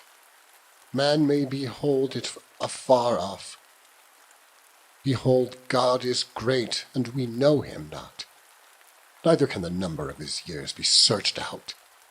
For he maketh small the drops of water. They pour down rain according to the vapour thereof, which the clouds do drop and distill upon man abundantly. Also, can any understand the spreadings of the clouds, or the noise of his tabernacle? Behold, he spreadeth his light upon it, and covereth the bottom of the sea. For by them judgeth he the people. He giveth meat in abundance. With clouds he covereth the light, and commandeth it not to shine by the cloud that cometh betwixt. The noise thereof sheweth concerning it, the cattle also concerning the vapour. Chapter 37. At this also my heart trembleth, and is moved out of his place. Hear attentively the noise of his voice, and the sound that goeth out of his mouth. He directeth it under the whole heaven, and his lightning unto the ends of the earth. After it a voice roareth. He thundereth with the voice of his excellency, and he will not stay them when his voice is heard. God thundereth marvellously with his voice. Great things doeth he, which we cannot comprehend. For he saith to the snow, Be thou on the earth, likewise to the small rain, and to the great rain of his strength. He sealeth up the hand of every man, that all men may know his work. Then the beasts go into dens and remain in their places. Out of the south cometh the whirlwind, and cold out of the north. By the breath of God frost is given. and the breadth of the waters is straitened. Also by watering he wearieth the thick cloud, he scattereth his bright cloud, and it is turned round about by his counsels, that they may do whatsoever he commandeth them upon the face of the world in the earth. He causeth it to come, whether for correction, or for his land, or for mercy. Hearken unto this, O Job. Stand still and consider the wondrous works of God. Dost thou know when God disposed them, and caused the light of his cloud to shine? Dost thou know the balancings of the clouds, the wondrous works of him which is perfect in knowledge? How thy garments are warm, when he quieteth the earth by the south wind. Hast thou with him spread out the sky, which is strong, and as a molten looking-glass? Teach us what we shall say unto him, for we cannot order our speech by reason of darkness. Shall it be told him that I speak? If a man speak, surely he shall be swallowed up. And now men see not the bright light which is in the clouds, but the wind passeth, and cleanseth them. Fair weather cometh out of the north. With God is terrible majesty. Touching the Almighty, we cannot find him out. He is excellent in power and in judgment, and in plenty of justice. He will not afflict. Men do therefore fear him. He respecteth not any that are wise of heart. Chapter 38. Then the Lord answered Job out of the whirlwind, and said, Who is this that darkeneth counsel by words without knowledge? Gird up now thy loins like a man, for I will demand of thee, and answer thou me. Where wast thou when I laid the foundations of the earth? Declare if thou hast understanding. Who hath laid the measures thereof, if thou knowest? Or who hath stretched the line upon it? Whereupon are the foundations thereof fastened? Or who laid the corner stone thereof, when the morning stars sang together, and all the sons of God shouted for joy? Or who shut up the sea with doors, when it brake forth, as if it had issued out of the womb? When I made the cloud the garment thereof, and thick darkness a swaddling band for it, and brake up for it my decreed place, and set bars and doors, and said, Hitherto shalt thou come, but no further, and here shall thy proud waves be stayed. Hast thou commanded the morning since thy days, and caused the dayspring to know his place, that it might take hold of the ends of the earth, that the wicked might be shaken out of it? It is turned to clay to the seal, as they stand as a garment. And from the wicked their light is withholden, and the high arm shall be broken. Hast thou entered into the springs of the sea? Or hast thou walked in the search of the depth? Have the gates of death been opened unto thee? Or hast thou seen the doors of the shadow of death? Hast thou perceived the breadth of the earth? Declare, if thou knowest it all. Where is the way where light dwelleth? And as for darkness, where is the place thereof, that thou shouldest take it to the bound thereof, and that thou shouldest know the paths to the house thereof?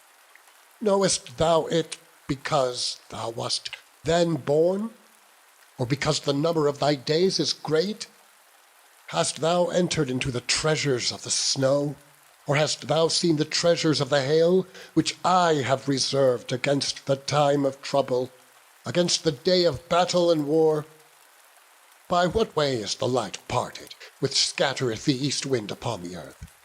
Who hath divided a water course for the overflowing of waters, or a way for the lightning of thunder, to cause it to rain on the earth, where no man is, on the wilderness wherein there is no man, to satisfy the desolate and waste ground, and to cause the bud of the tender herb to spring forth?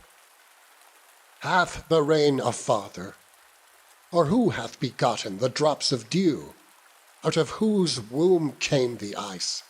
And the hoary frost of heaven, who hath gendered it? The waters are hid as with a stone, and the face of the deep is frozen.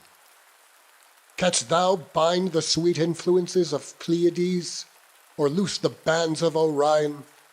Canst thou bring forth Mazzaroth in his season? Or canst thou guide Arcturus with his sons? Knowest thou the ordinances of heaven? Canst thou set the domination thereof in the earth? Canst thou lift up thy voice to the clouds, that abundance of waters may cover thee? Canst thou send lightnings, that they may go and say unto thee, Here we are? Who hath put wisdom in the inward parts? Or who hath given understanding to the heart? Who can number the clouds in wisdom? Or who can stay the bottles of heaven, when the dust groweth into hardness, and the clods cleave fast together? Wilt thou hunt the prey for the lion, or fill the appetite of the young lions, when they couch in their dens, and abide in the covert to lie in wait? Who provideth for the raven his food? When his young ones cry unto God, they wander for lack of meat. Chapter 39. Knowest thou the time when the wild goats of the rock bring forth? Or canst thou mark when the hinds do calve? Canst thou number the months that they fulfill? Or knowest thou the time when they bring forth? They bow themselves, they bring forth their young ones, they cast out their sorrows. Their young ones are in good liking, they grow up with corn, they go forth, and return not unto them. Who hath sent out the wild ass free? Or who hath loosed the bands of the wild ass? Whose house I have made in the wilderness, and the barren land his dwellings. He scorneth the multitude of the city, neither regardeth he the crying of the driver. The range of the mountains is his pasture, and he searcheth after every green thing. Will the unicorn be willing to serve thee, or abide by thy crib? Canst thou bind the unicorn with his band in the furrow, or will he harrow the valleys after thee?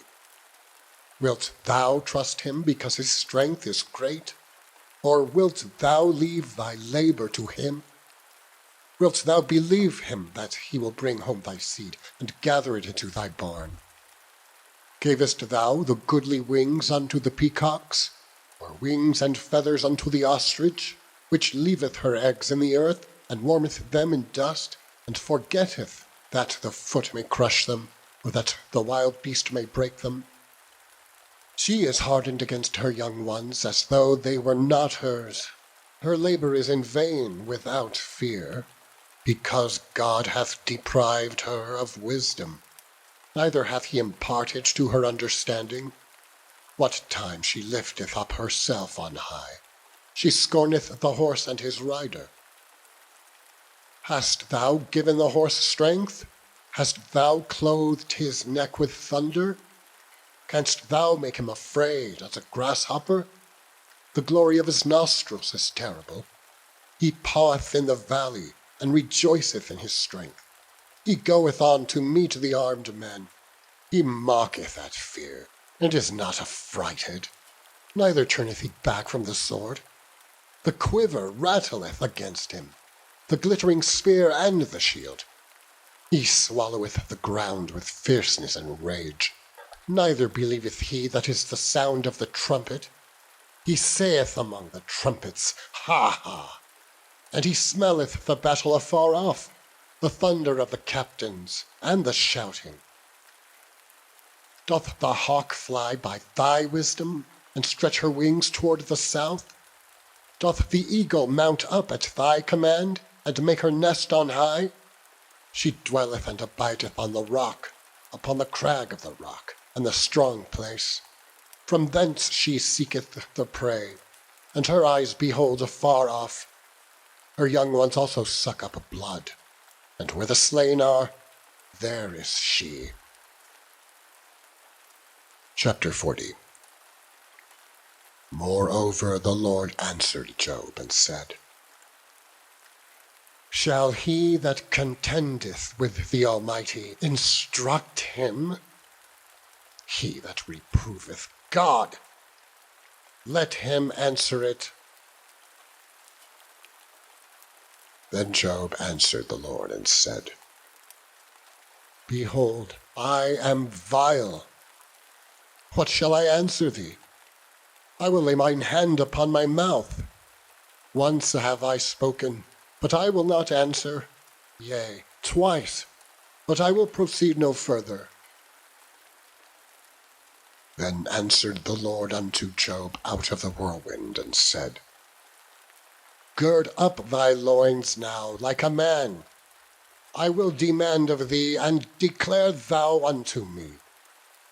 Wilt thou also disannul my judgment? Wilt thou condemn me, that thou mayest be righteous? Hast thou an arm like God? Or canst thou thunder with a voice like him? Deck thyself now with majesty and excellency, and array thyself with glory and beauty. Cast abroad the rage of thy wrath. And behold, every one that is proud, and abase him. Look on every one that is proud, and bring him low, and tread down the wicked in their place. Hide them in the dust altogether, and bind their faces in secret. Then will I also confess unto thee, that thine own right hand can save thee. Behold now Behemoth, which I made with thee. He eateth grass as an ox. Lo now, his strength is in his loins, and his force is in the navel of his belly. He moveth his tail like a cedar. The sinews of his stones are wrapped together. His bones are like strong pieces of brass. His bones are like bars of iron. He is the chief of the ways of God. He that made him can make a sword to approach unto him. Surely the mountains bring him forth food, where all the beasts of the field play. He lieth under the shady trees, in the covert of the reeds and fens. The shady trees cover him with their shadow. The willows of the brook compass him about. Behold, he drinketh up a river, and hasteth not. He trusteth that he can draw up Jordan into his mouth. He taketh it with his eyes. His nose pierceth through snares. Chapter 41. Canst thou draw out Leviathan with an hook, or his tongue with a cord, which thou lettest down? Canst thou put a hook into his nose, or bore his jaw through with a thorn? Will he make any supplications unto thee? Will he speak soft words unto thee? Will he make a covenant with thee? Wilt thou take him for a servant forever? Wilt thou play with him as with a bird? Or wilt thou bind him for thy maidens? Shall the companions make a banquet of him? Shall they part him among the merchants? Canst thou fill his skin with barbed irons, or his head with fish spears? Lay thine hand upon him. Remember the battle. Do no more. Behold, the hope of him is in vain. Shall not one be cast down, even at the sight of him? None is so fierce that dare stir him up. Who then is able to stand before me? Who hath prevented me that I should repay him? Whatsoever is under the whole heaven is mine. I will not conceal his parts, nor his power, nor his comely proportion. Who can discover the face of his garment, Or who can come to him with his double bridle? Who can open the doors of his face? His teeth are terrible round about. His scales are his pride, shut up together as with a closed seal. One is so near to another that no air can come between them. They are not joined one to another. They stick together, that they cannot be sundered. By his neesings a light doth shine, and his eyes are like the eyelids of the morning. Out of his mouth go burning lamps, and the sparks of fire leap out. Out of his nostrils goeth smoke, as out of a seething pot or cauldron. His breath kindleth coals, and a flame goeth out of his mouth. In his neck remaineth strength, and sorrow is turned into joy before him. The flakes of his flesh are joined together. They are firm in themselves. They cannot be moved. His heart is as firm as a stone, yea, as hard as a piece of the nether millstone. When he raiseth up himself, the mighty are afraid. By reason of breakings they purify themselves. The sword of him that layeth at him cannot hold, the spear, the dart, nor the habergeon. He esteemeth iron as straw, and brass as rotten wood. The arrow cannot make him flee. Sling stones are turned with him into stubble. Darts are counted as stubble. He laugheth at the shaking of a spear. Sharp stones are under him. He spreadeth sharp pointed things upon the mire. He maketh the deep to boil like a pot. He maketh the sea like a pot of ointment. He maketh a path to shine after him.